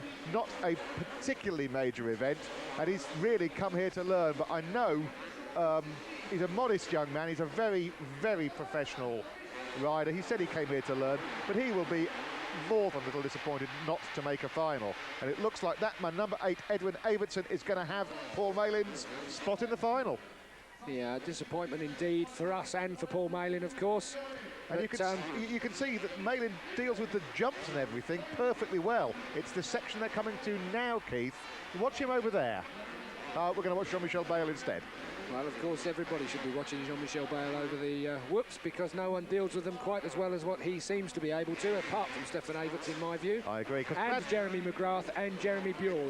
Those 4 riders here this week, I should say, have been exceedingly quick over the whoops. Bradshaw is quick over them, but he's more violent. No, he attacks them. Yeah, he beats them up. Yes, he thinks they're people. Yeah.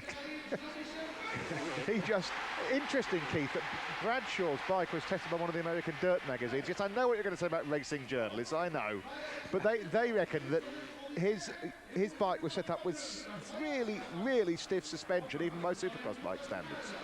Well, I mean, I've been through all this with road racing. I could get the notes of a world champion and set my bike up exactly the same and couldn't ride the thing in that manner. So, really and truly, people can criticise the way other riders set bikes up, but if it suits them and they're fast with it, and we've seen Damon Bradshaw win a race this week already, which is more than Jean-Michel Bayle has done. Absolutely. When it comes to finals, I qualify that. Absolutely. And Jean-Michel Bayle, who is really the homecoming hero after his 2 years in the USA, his pride will be offended, won't it, not having won a final Look at this, Julian. You see what I mean about him being the homecoming hero? A lovely illustration of that. Either that or they've been eating the chili. Jean-Michel, I'll ignore that one here. Jean-Michel Bayle, 2 World Motocross Championships outdoor in successive years, 125, then 250, a hat-trick of US titles, including the Supercross, and 2 outdoor titles this year, and a victory in the 500 Grand Prix of the USA, the only 500 race he rode this year.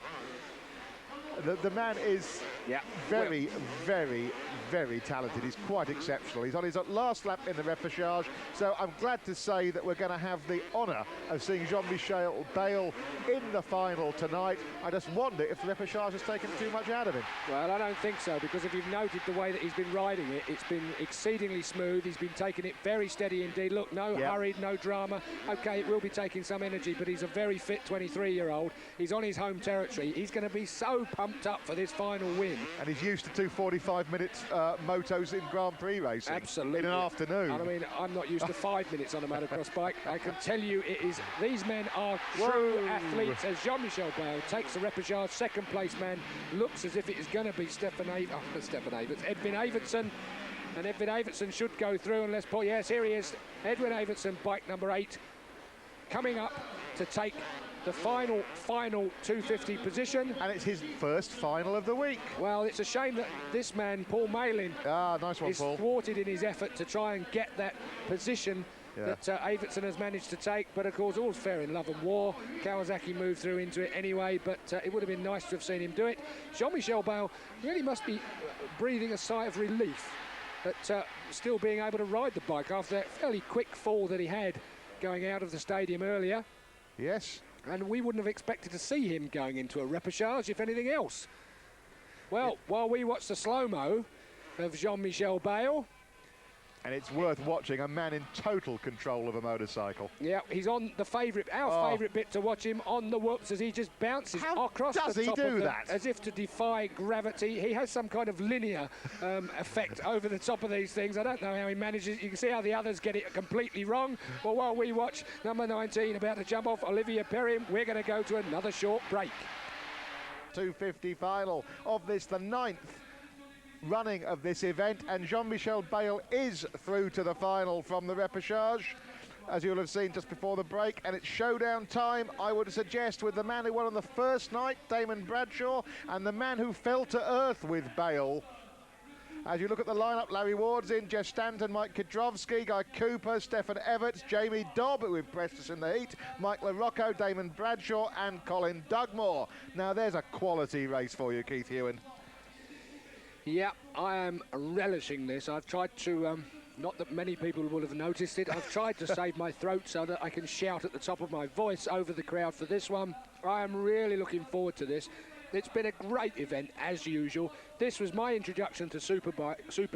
No, that's what you used to ride, Keith. Yes, absolutely. Supercross this year, and since then I am a converted. I mean, it really has been an unbelievable off-road extravaganza. I've enjoyed every minute of it this year, but Bercy, for me, is a highlight of the year. And isn't this a wonderful way to get people who aren't particularly interested in motorcycles in to watch motorcycle sport?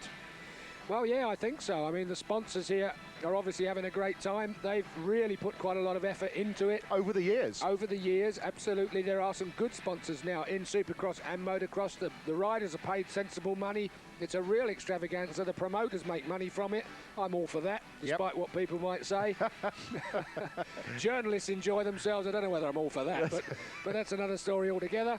And the main thing is, it is an event. This is 3 nights of 15,000 people each night watching a real variety act with motorcycles. And for me, you can't do better than that.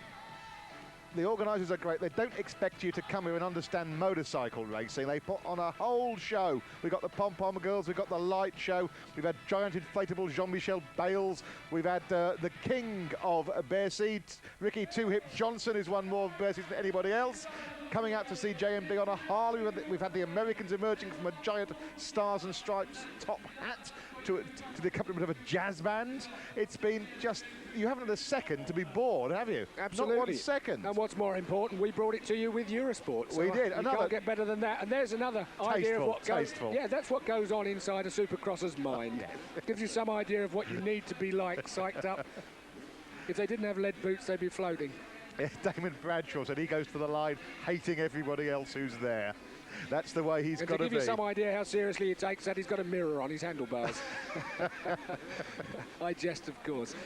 Damon Bradshaw, this race for me is about Damon Bradshaw, Jean-Michel Bayle, and maybe Jeff Stanton. I hate to discount Larry Ward, who was our final winner on the second night, but he really was a little bit lucky to inherit that position after the Bradshaw and Bayle pile up and damn near a fight. I would like to see Stefan Everts, like to think that Stefan Everts, number 3, could make an impression on this race as well. I think he can make an impression, but I don't think he will. And being the sort of guy that sticks his neck out and makes comments like that before a race starts, I think really it's got to be about Bradshaw and Bayle, and we're about to see it now. Who's going to get the whole shot? 5 seconds, that's it. Well, that was the shortest 5 seconds I've ever seen in my life. And through goes Stanton in second place, but that looked to me like 15. That's Larry Ward. Larry Ward on the inside. Oh, that was Larry Ward nearly over the top. Guy Cooper's there. Guy Cooper 5. Stanton. Followed by 15. Jamie Dobb. Jamie Dobb got an absolute whole shot. He was in the lead for a second just a moment ago. 4 there is Damon Bradshaw. So Bradshaw is there. Where's Bayle? There's Bayle. He's in 6th place. With Everts tracking him. Well, we have 18 laps of this, ladies and gentlemen. Now, we were saying Jeff Stanton's been a disappointing man so far at this Bercy, but he's at the front of the final now, and he's got Guy Cooper with him. Yeah, we even saw cameraman willing to risk life and limb to get the shot there, didn't we? He was out on the track. There's Bayle going through in front of Jamie Dobb. There's a gap back to number 7, Mike LaRocco. And through goes Bayle. Bayle now cuts it underneath that man, Damon Bradshaw. Well, there's no love lost, as we know, between those two. and they are beside each other. Yes, Bale's not past him yet. He took a look at him in midair, I think. No, Bale's well behind him now. And down goes 5. That is Guy Cooper. Cooper's been going good all night. His bike's still running. He's hopped back on. Well, that doesn't matter. He's not going to get a second chance at it. That is for certain. That I will be guaranteed on. There is Bale, bike number 1. He's out of it at the moment, but we've seen that before. We have indeed, and it's Damon Bradshaw he's next to now, Keith. Let's have a look at this and see where we go. And there it is. Oh, that was just, sorry, I missed my spot. Yes. So Guy Cooper picking up, rescuing his bike. There's Bradshaw. There's Bale. There is 7, Mike LaRocco. There is 3, that is Stefan Everts. But in the lead at the moment is, I think, Jamie Dobbs still in there. Jamie Dobbs behind number 7, behind LaRocco. Right, get myself sorted out here. Let's get calmed down. Is Stanton still in the lead? Yes, Stanton leads from Bradshaw, from Bale. That's it. Well, he did lead. Bradshaw now grabs it. So 4 Bradshaw, 2 Stanton, 1 is Bale. Oh, this is the kind of Supercross I like to see. 7 is LaRocco, 3 is Stefan Everts, and there is your first 5. That's the most out of shape I've seen Bale over the whoops all week. Well, it's not going to be the most out of shape after this final, I'm sure. This is the third day of the 250 class this week in Paris, in Bercy Stadium, and it is going to be great. And if this is the first one you've watched, the 3 men who matter are at the front. Bradshaw, then it's Stanton and Bale. Stanton, the man who we thought would have done better, but is undoubtedly right at the top of the class when it comes to Supercross. Damon Bradshaw, the enfant terrible of American Supercross, the 19-year-old hard man. And there is a block pass there from Bale, but didn't work on Jeff Stanton. Well, Bale attempted that, and really you can't go any harder and it not work. That is, I'm amazed that Jeff Stanton wants to win this one, doesn't he? Well, so does Bradshaw. Bradshaw's already won one final. Bale hasn't won a race this weekend yet. Look at the crowd, they're going bananas. They're going to put their arms out and get them chopped off in a minute. Oh dear, Bradshaw now. Will Bale get past Stanton, or will Stanton hold him up? I think Bale's got the drive. No, he hasn't. Well, Jeff Stanton, he's a difficult man to pass, isn't he? Well, they're teammates perhaps, but that's about as far as it goes. Bradshaw leads then on the Yamaha from the 2 Honda riders, and this time, well, that's it. Bale is through. Right, this is it. This is where the action really starts. Let's see what this Honda rider has to give when it comes to Damon Bradshaw. Let's see how far Damon Bradshaw is prepared to go to halt the Frenchman's charge. Certainly Bradshaw is odds on at the moment. He's won one final already. Bale hasn't won anything all week.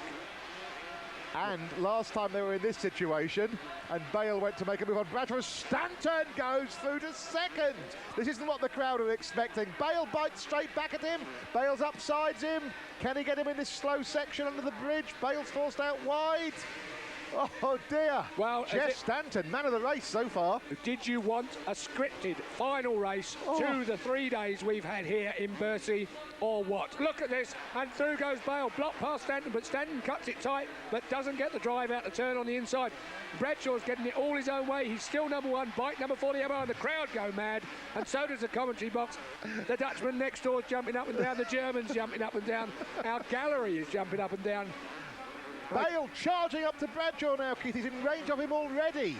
Well, I really don't know quite how Bradshaw's going to react to this when we get close together, and oh dear me, I'm beginning to sweat profusely. What I was saying before, just before Jeff Stanton got past Bale, the last time Bale came up to Bradshaw like this, they ended in a heap on the ground, and it was fisticuffs time. Bradshaw looked to his left there, saw Bale's wheel. Bradshaw knows who it is. Bradshaw hates who it is, and we're really in for an absolute fight. Just in case you didn't guess that. Still in the background, bike number 7, that's Mike LaRocco, who's sticking in there with them. So LaRocco could pick up the pieces if we have a major melee here. Just like Larry Ward did last night. Absolutely. Well, you want to see the way the crowd's jumping up and down. You want to hear the way the crowd are jumping up and down. You want to see the commentary teams. This is cycle racing at its best, Keith, isn't it? This is the best entertainment you get on 2 wheels. Well, I say that as a lifelong road race fan. Well, it goes for me too, actually, doesn't it? So, Bale is aiming at Bradshaw. Bradshaw is not giving an inch here. I think this is an incredible spectacle. You have to be here to appreciate. Mike Kijowski there pulls over to one side. Well, Kijowski was a possible, and he is now out of the race and does the gentlemanly thing. Damon Bradshaw is number 4, Jean-Michel Bale is number 1, Jeff Stanton is number 2. 2 Americans sandwich the Frenchman, And it's the Hondas chasing the Suzuki. Oh, excuse me. My voice is going now. Chasing Damon Bradshaw's. He's on a Yamaha. You almost forgot there, didn't you, Julian? Get it right or I'll get shot. And in fourth place is bike 7. That is Mike LaRocco. LaRocco having a good ride there on the Kawasaki. So we've got 3 different makes at the front here. Bale! And Bale goes through. Bale cuts tight on Bradshaw. Bradshaw gets it to straddle one of the humps. That's not the way to be. Believe me, Bale has the inside line. Well, what can Bradshaw do? And Bale made that move on the whoops, didn't he? He got into the corner quicker, and again, magically, he managed to get drive out of the whoops after a tight turn. That's the magic of Jean-Michel Bale, beautifully illustrated. And look how these two now are leaving behind Jeff Stanton, and believe me, that is not something that's easily done when Jeff Stanton's pumped up. I've mentioned it several times already, but Stanton and Bale had a huge fight in the Monte Carlo Masters of Motocross race, and Stanton got the nod on that particular event. But Bale here, he is a driven man. He's a driven man. He's not done anything this week to win a final. He's not going to let Bradshaw do that, but if Bradshaw finishes in this place, he's going to get the non-title of King of Bercy that the media tend to award somebody who's done the best out of the 3 races. Each race is an independent thing. And Jean-Michel Bale has maintained a very pleasant public face during the last couple of days, but once you look into the eyes of the young man, you saw quite obviously that he hated the fact that he'd been beaten here in his home country, and he is going to try and put a bigger gap as possible to Damon Bradshaw. He's not interested in fighting for the crowd, dicing for show. Jean-Michel Bale is off and running. He wants to prove that he's wearing that #1 plate by right, and he does that section, I think, so much more neatly, so much more quickly than anybody else. That includes Bradshaw and it includes Stanton. Well, of course, Bale is the man that's leading this final night's race, but Bale has also beaten Stanton and Bradshaw in the 250 AMA class out in the States this year. He's also beaten Bradshaw and Stanton in that order in the Supercross class of 250 as well in the States. So they've had their nose rubbed in it all year long. So the Frenchman, I think we can safely say that any American would be pleased to see the Frenchman not finish as a final winner, and certainly they've gone out of their way this year in trying to beat him here at Bercy, both in qualifying as well. Yes. I watched Bradshaw and Bale go round together this afternoon, and they were pacing each other, looking at each other, and it was so tense. The few people that were privileged enough to be watching that training session must have been aware of the sparks that were going to fly tonight. And Bale, as usual, managed to produce the goods. Although, okay, he's not won the 2 finals of the previous 2 nights, the one that historically counts as the best one of the week is the Saturday night final. This is it. Bale is in front. Last year, Jeff Stanton managed to do it to Bale on the last night. Bale won the previous 3 races and Stanton won the last race last year. This year, Bale is trying to do the rest to the Americans. And Bale has put in the biggest gap we've seen in any final so far this week. This is the biggest lead I've seen. And that's the second place man, Damon Bradshaw. Where's Bale? There he is. Well, Bradshaw riding those whoops very, very determinedly indeed, but it's not enough. There is Stanton. Third place man is Jeff Stanton. But first place man wearing the #1 plate, quite deservedly too, is Jean-Michel Bale. This man is becoming a national hero here in France. If it promotes motorcycling, I'm all for that. He found himself on the front cover of L'Equipe magazine. L'Equipe, shall we say? Well, okay, you know me, non-French-speaking Englishman. It's one of those things that you just don't find motorcycling on the front of. Absolutely. And that's the point I'm trying to put across. He's doing something for motorcycling worldwide, but more importantly, the French are now beginning to wake up to the fact they've got a superb motorcyclist among the world champions. They have a successor here, hopefully, to Christian Saron, because Jean-Michel Bale will be going road racing in a year's time. Next year will be his last season as a motocrosser, and this event in 12 months' time will be Jean-Michel Bale's farewell to motocross racing. And I, for one, intend to be there with or without Eurosport. And I trust that Eurosport will be covering it, because the Supercross we've seen, Keith, on Eurosport this season has been astounding. That race between Ward and Bale that you drop into the conversation now and then was the most exciting motorcycle race I've seen in ages. Well, I think Supercross really and truly has come on as a production, hasn't it? It's road racing needs a bit of sorting out, I've got to say, even though it is my #1 sport. Look at Bale over the top of those whoops. I mean, really incredible indeed. He gets his composure, takes the triple dump, takes the double, doesn't have any trouble whatsoever. He's now really in a rhythm, and that is a key element in Supercross. He's into a rhythm now, a race-winning rhythm. I can't see how he can be beaten, barring a problem with perhaps a back marker, but I'd be surprised if Bale was caught out now. Remember, this man came through from the repechage from the last chance race tonight, as did Damon Bradshaw, to win the final on the first night. And of course, it was the Bradshaw-Bale melee that brought Larry Ward through to the win on the second night. So we've had drama indeed, but it's always included Bradshaw and Bale in the equation on all 3 nights. That's Bradshaw in second place, and I now think the young man from Mooresville, North Carolina, must know in his heart of hearts that he's been well and truly whopped on this last night. He won't like it one little bit. Well, if Bale wins this, it's my reckoning from the points that I've clocked up here that he wins the King of Bercy title unofficially this year. The King of Bercy is an unofficial title that journalists, race commentators and the like give to a rider that's done the best on the 3 nights, and it's going to go to Bale. As far as I can see, he's had 2 second places so far in the 2 finals of the last 2 nights. If he wins this one, that's it as far as my points go. So Bradshaw, unfortunately, will dip out from that unofficial title. Interestingly as well, he will go second in the all-time list of Bercy winners. Ricky Johnson is a 5 times winner at Bercy. Jean-Michel Bale will go from 3 to 4 to make him the second man in the all-time listing for this event. And next year, maybe he's going to have a target there to aim at, because he was saying that next year he hopes to conserve his energy a bit for road racing, not to get hurt.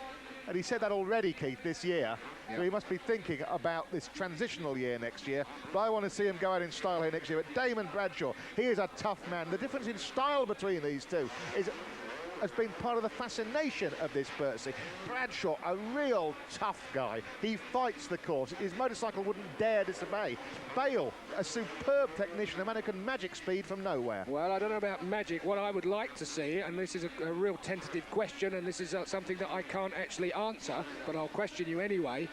Bale on the Honda. The Honda is a superb motocross motorcycle that is considered to be the best available. The Yamaha is a little bit off the pace generally in motocross, in the outdoor motocross, but here in Supercross seems to do quite well. I wonder what Bradshaw could manage if he was riding a Honda.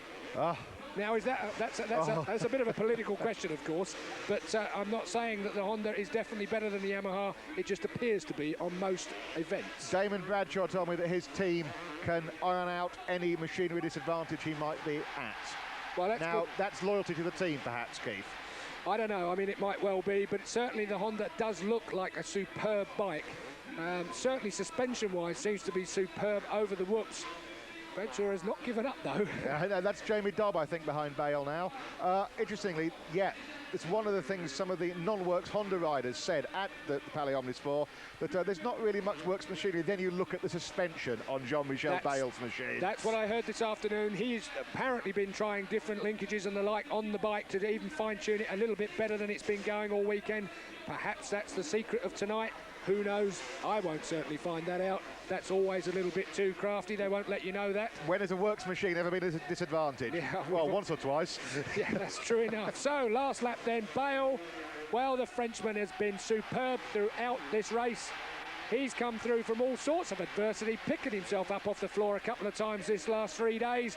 And really, there's no night to win like the last night. Saturday night in Bercy is all the Frenchman's. He is a superstar, and that I don't use ever loosely. Jean-Michel Bale is a superstar. Damon Bradshaw is a star. He really has done extremely well to challenge the Frenchman on his home ground. We know that the American doesn't like him, but like it or not, Jean-Michel Bale takes the win from Damon Bradshaw, who is going to take now. Second place in the final night. So, who is third? 2 is Stanton. He is third. 4th is LaRocco. 5th, that looked to me then like... That was Evertson, I think, coming through. I don't know whether I didn't see him get lapped. So there is your race winner. Oh.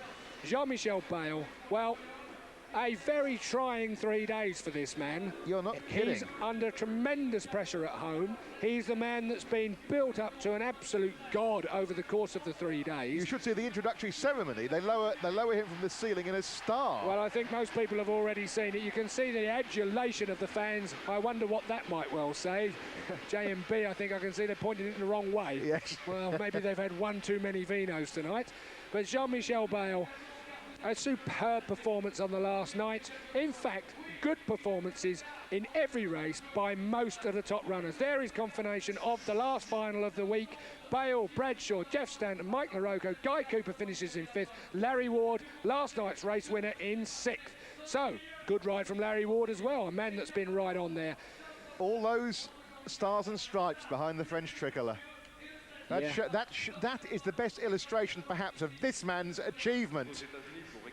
He's taken on the Americans at their own game, a very American invention, and he's beaten them. Right, we're on the podium now. There's Miss Philly-Shave. There is Damon Bradshaw. There is Jean-Michel Bayle.